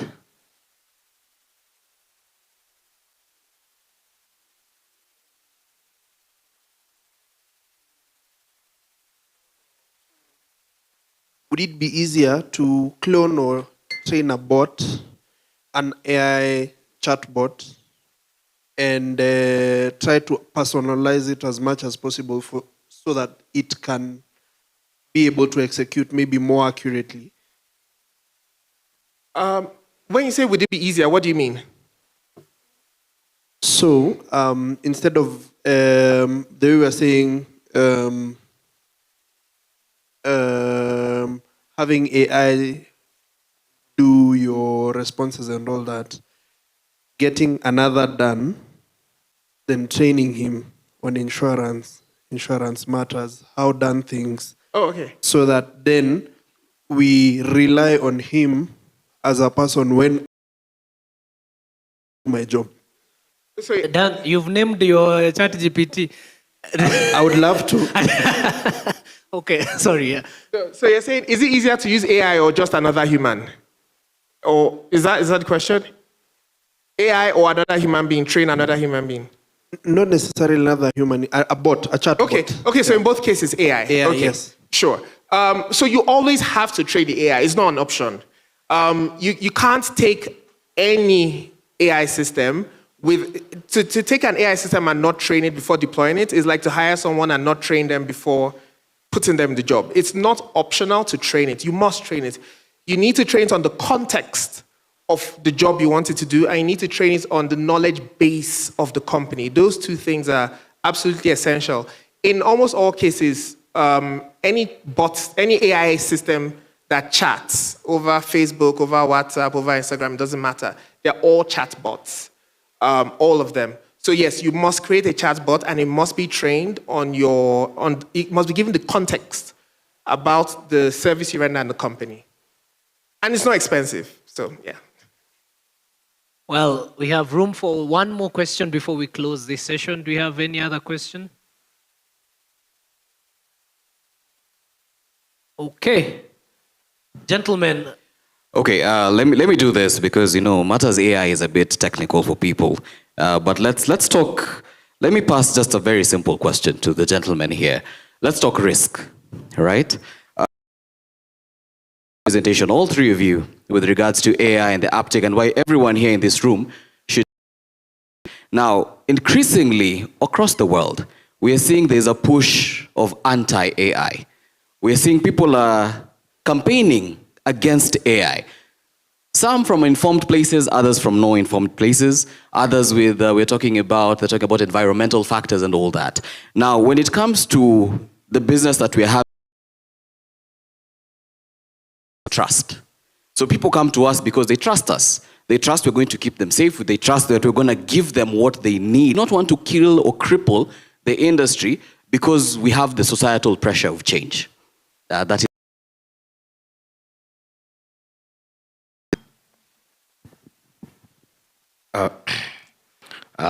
Can I just ask you a question? Would you drink water, bottled water, without the KEBS tag? I've just opened this actually and I had to check. No. No, but I think you're understanding. Yeah. Water that maybe hasn't been verified by KEBS. Possible. You would drink it? No. No? Yeah, exactly. And that's the same thing we're trying to do in the AI space. It's why, for a business that's adopting AI, concerning issues around AI, to find out whether such standards exist, but I'm not sure if standards that were made here in Kenya, and both international. So maybe I'd say that before a business takes that on, they make sure whatever AI tool they're adopting to, the people they have contracted to adopt AI into their business, they inquire whether they are up to par with both the local and international AI standards. They will be safe from there. Yes. Thank you, thank you. Noting that we had all said something, I think, George, you can say your last words, parting shot, as we close on matters technology. So for me on the end, also answering his question, is a hybrid approach. So this is where you see like when Safaricom was introducing airtime. Nowadays, nobody buys airtime on using, in Nairobi, I can say nobody buys airtime, the scratch card. We use M-Pesa, even nobody remembers how to insert it. It's hybrid, then the customers will come and appreciate what you are doing with the AI. So for the agent, is apart from what we have given on Mawakala, is for them to automate on what has been given. Like when they are here, they could have taken a photo, go post on Facebook, and not try to show today. You can now use the tools given. Facebook is giving the AI, there it's free, it's help you do the content. Just post, you give like a small content, gives a weekly review of the content you can post, use that, take your Mawakala link, which has a code which is automated to give you your commission directly once the customer pays. And now from social media to your nini, which you have automated without even doing anything. Yes. Thank you, George. Omanoro, last words. Sure. So I understand most of us here are business owners and agents. So I would say there are two ways I'm going to answer this. One are the things you shouldn't do with AI, because the sentiment he expressed is very correct. People feel differently about AI. So there are two things you shouldn't do and 2 or 3 things you should do, just how to think about it. In terms of what you shouldn't do, I would say don't whitewash your business with AI. How you use AI to serve your customer is much more important than saying you use AI, right? So a lot of, like now, some people just AI this, AI that, AI this, but like if you, the taste of the cooking is in the eating. If you use AI in a way that provides value to your customer, you don't need to even say you use AI. They just get more value by default, right? So avoid whitewashing. And then the second bit of it is stay compliant, understand the regulations and use it correctly. AI, people feel differently about AI, but it doesn't matter whether you say, oh, we use AI to do everything, or you don't say we use AI, but you do use AI as long as you're creating value for your customer. The second bit is what you should use AI to do. And how I like to think about that is, like he rightly said, trust is the pinnacle of the insurance business. I was at an insurtech firm, and I was helping them introduce AI into their products. And one of the things, for instance, is the speed of processing claims. So what if someone decided to use AI to make their claims processing faster, from accepting the claim all the way to matching the policy and the claim details to documentation and the final payment of the claim? If a company used that to make claims payments 50% faster than the industry average, that's great gain. And you don't necessarily need to say we use AI. So what are the key leverage points in the business that you have? Identify those and see if you can use AI to fix or improve those leverage points. Whether you put it on the media that you're using AI or not is not that important. And then make sure your workforce is well educated on AI. Oh, thank you, gentlemen. I think we have learned you can use AI for yourself. You can use it for your customers, and over and above that, you can use it for data analysis. All these things are benefits that we can reap from AI. Thank you so much. A round of applause for our panel. I believe we have learned something new, and we would want to stand up and appreciate our panel. At this point, take a photo for us. Yes, thank you so much for your attentive listening. We're just about to wind things up. So currently, right now, what we're just going to do is simply make sure that the photographers have the perfect photo to capture this moment. And then from there, we shall be quickly going into the last panel of the day. So simply just look at the cameraman. Yes. Smiles, gentlemen. Smiles, gentlemen. Thank you. Perfect. We like that. So right now we're going to call upon none other than Sheila Owiti from AAR Insurance, who will be gifting our gentlemen a lovely gift hamper just for us to let them know that we appreciate what they gave us. So we're going to begin first.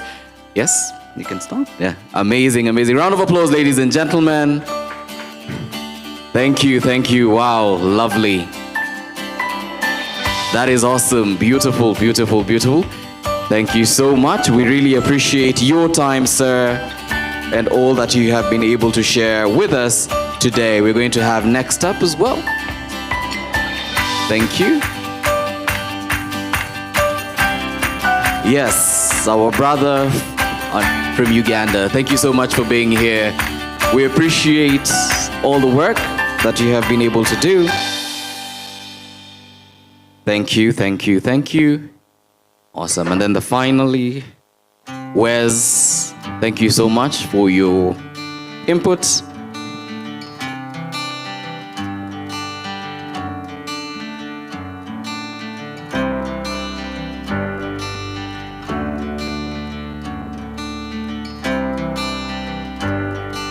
Lovely. Thank you. So a round of applause, ladies and gentlemen, to our panelists and to Sheila for taking us through there. Now, ladies and gentlemen, we want to finalize the day with our final panel discussion. Thank you so much for taking the time and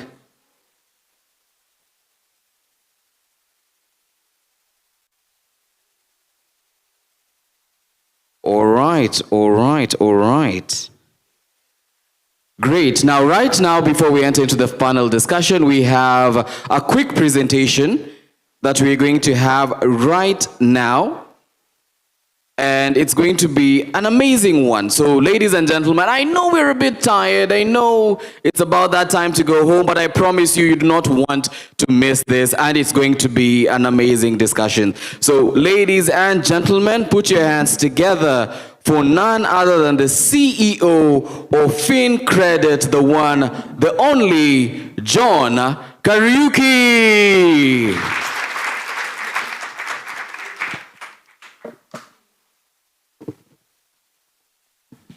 Welcome, sir. Thank you so much.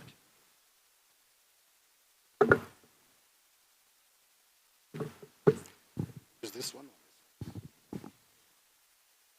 Good afternoon, everyone. I'm sure you've all been, it's that time of the afternoon where everybody's very tired. So I'm going to make my presentation short. And the good thing is that a lot of what I'm going to cover is very, sorry, how do you, a lot of what I'm going to cover is to do with AI. But I want to have a completely different approach.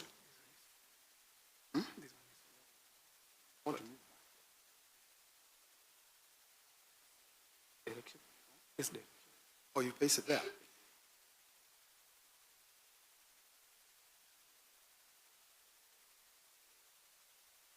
You pointed to what?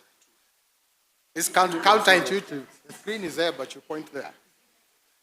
I'm a Gen Z. Okay, ladies and gentlemen. Okay. The theme of today's conference, let me use this.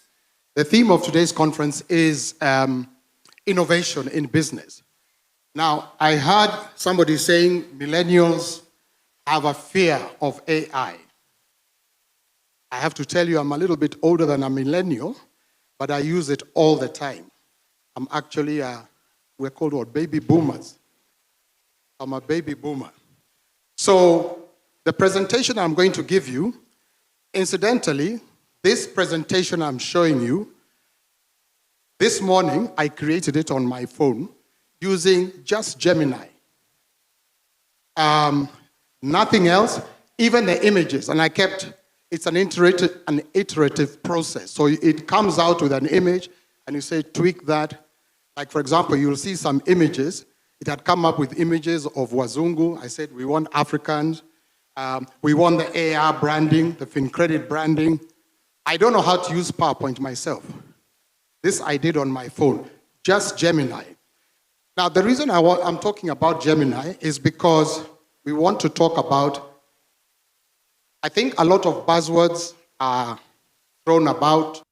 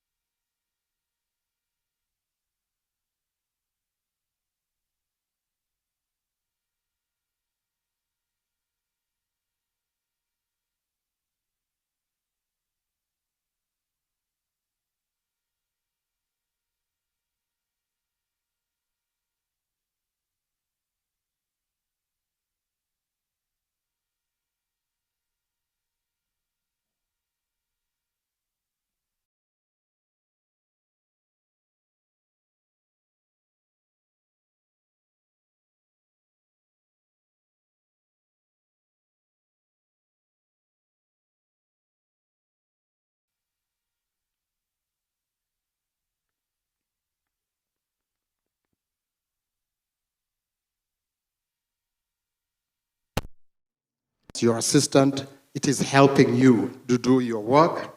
I think the panel here we talked about going the next step is deploying an army of agents that can work with you 24/7. But that's a bit, you don't need to go to that far ahead. So let's just stick to the basics.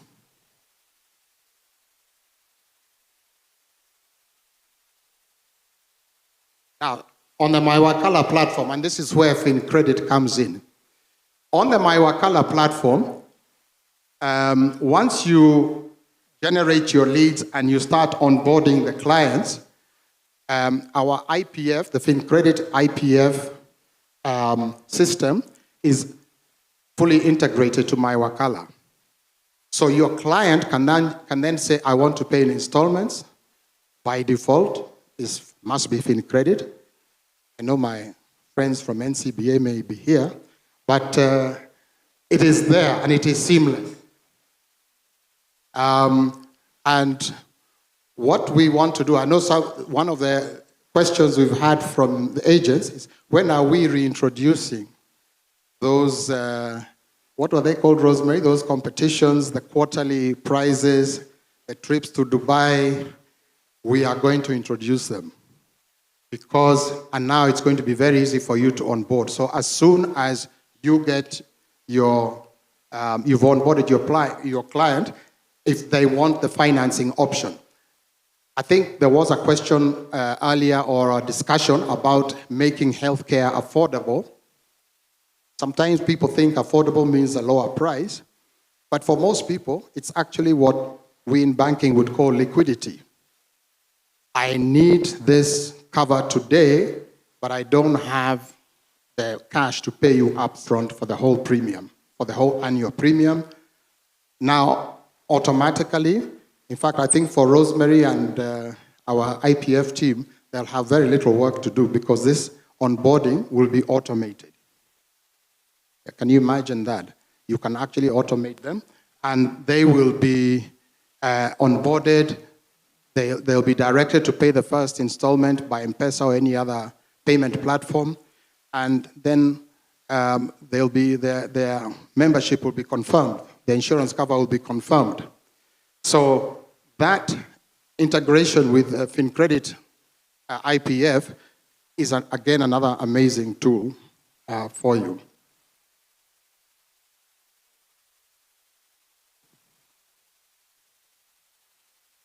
So what does an intermediary of the future look like? From the analog one to the person or the agent or the professional who embraces technology. They embrace AI tools. Again, I am not a salesman for Gemini, but it is such an intuitive, very easy tool. Because you talk to the AI in plain English. And then once you learn how to integrate the tool in your normal workflow, it makes your life easier. Some of the things that I've been seeing that are coming, the new features of Gemini, is, I mean, for example, there. Sorry, maybe people can put their hands. Anyone here who uses Gemini? Quite a few of you. Have any of you looked at a notebook LLM? Of course you would. Anyone else? Do you know you can actually generate a podcast with two people?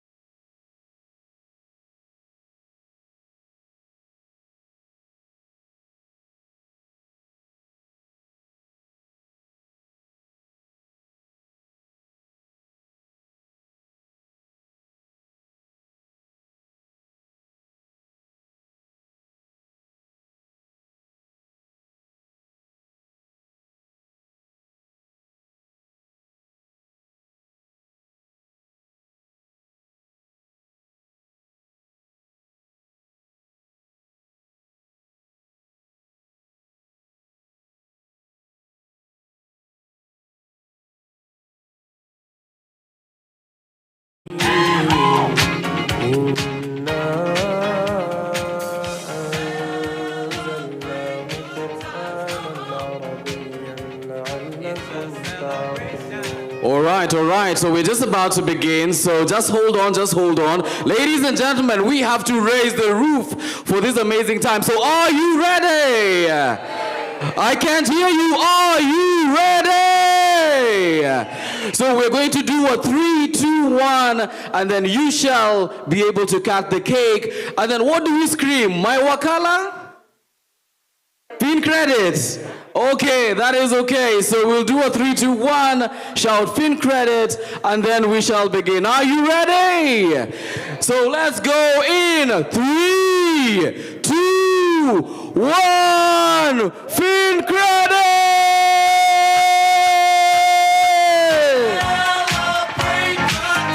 Congratulations! Fin credit! Right here. Congratulations. Celebration to last throughout the years. So bring your good times and your laughter too. We gon' celebrate your party with you. Come on now. Celebration. Let's all celebrate and have a good time. Let's have a taste. Let's have a taste of the cake. We gon' celebrate and have a good time. It's time to come together. It's up to you. What's your pleasure? Everyone around the world, come on!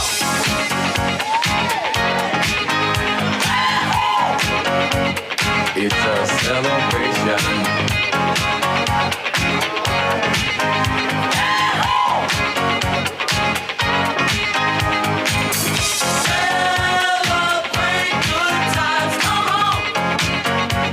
It's a celebration.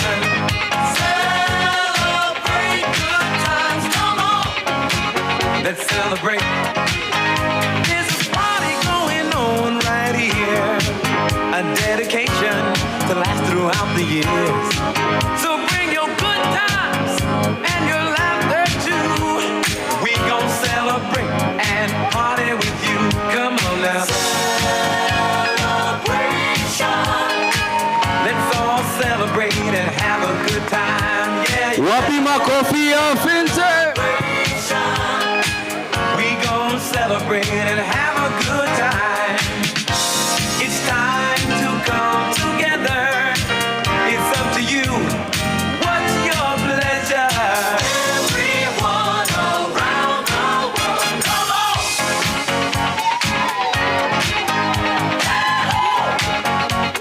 It's a celebration.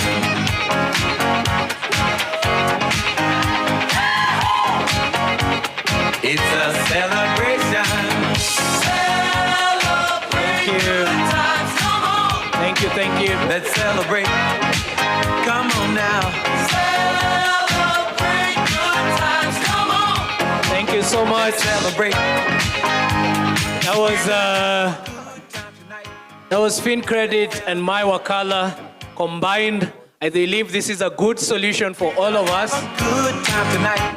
Very good solution for all of us. Thank you, Team Fin Credit.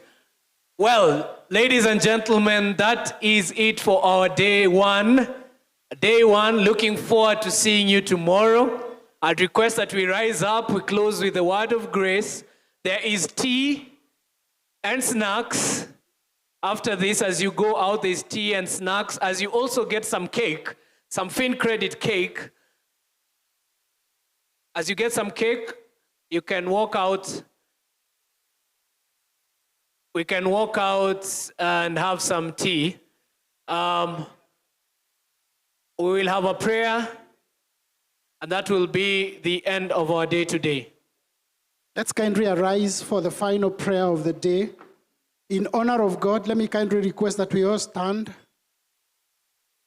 Our Father and our God, we stand on the promise in 2 Chronicles 14:7 that if my people who are called by my name shall humble themselves and pray and turn from their wicked ways, then I, the Lord, will hear them from heaven above. I'll forgive their sin and I'll heal their land. If we have said, done, or acted in any way contrary to your will this evening, we ask for forgiveness. We stand on the promise of Jeremiah 29 and verse 11 and verse 33, that if we seek you, we shall find you, especially if we seek you with the whole of our hearts. We know that Ephesians 3 and verse 20 reminds us that you are able to do exceedingly abundantly above, more than we can think, ask, or even imagine. And we therefore anchor ourselves on your holy word, that you're going to bless our going out and our coming in. We are praying for the leadership of AAR, that the spirit of wisdom, knowledge, understanding, and revelation is going to reign supreme in them, and they're going to grow from one level to another, oh God. Your word says that we shall declare things and they will be established. We therefore declare that every person in this gathering this evening is blessed of you. Their businesses are blessed. Their families are blessed. Every assignment they undertake is blessed. They are going to grow from one level to another, my God, because they have acknowledged you as the Lord and the guider of their lives, oh Father. We pray for enabling environment in our country of Kenya. Thank you, Father, for the assurance that our horse is prepared for battle, but victory comes from you, O Lord. We therefore pray for victory as we undertake our transactions. We are now asking you to bind us together with cords of love that can never be broken. Every agency represented here, my Father, let them see your hand in their businesses, O God. Let them acknowledge you as the Lord who is able to help them increase and multiply. We bless you and we honor your name.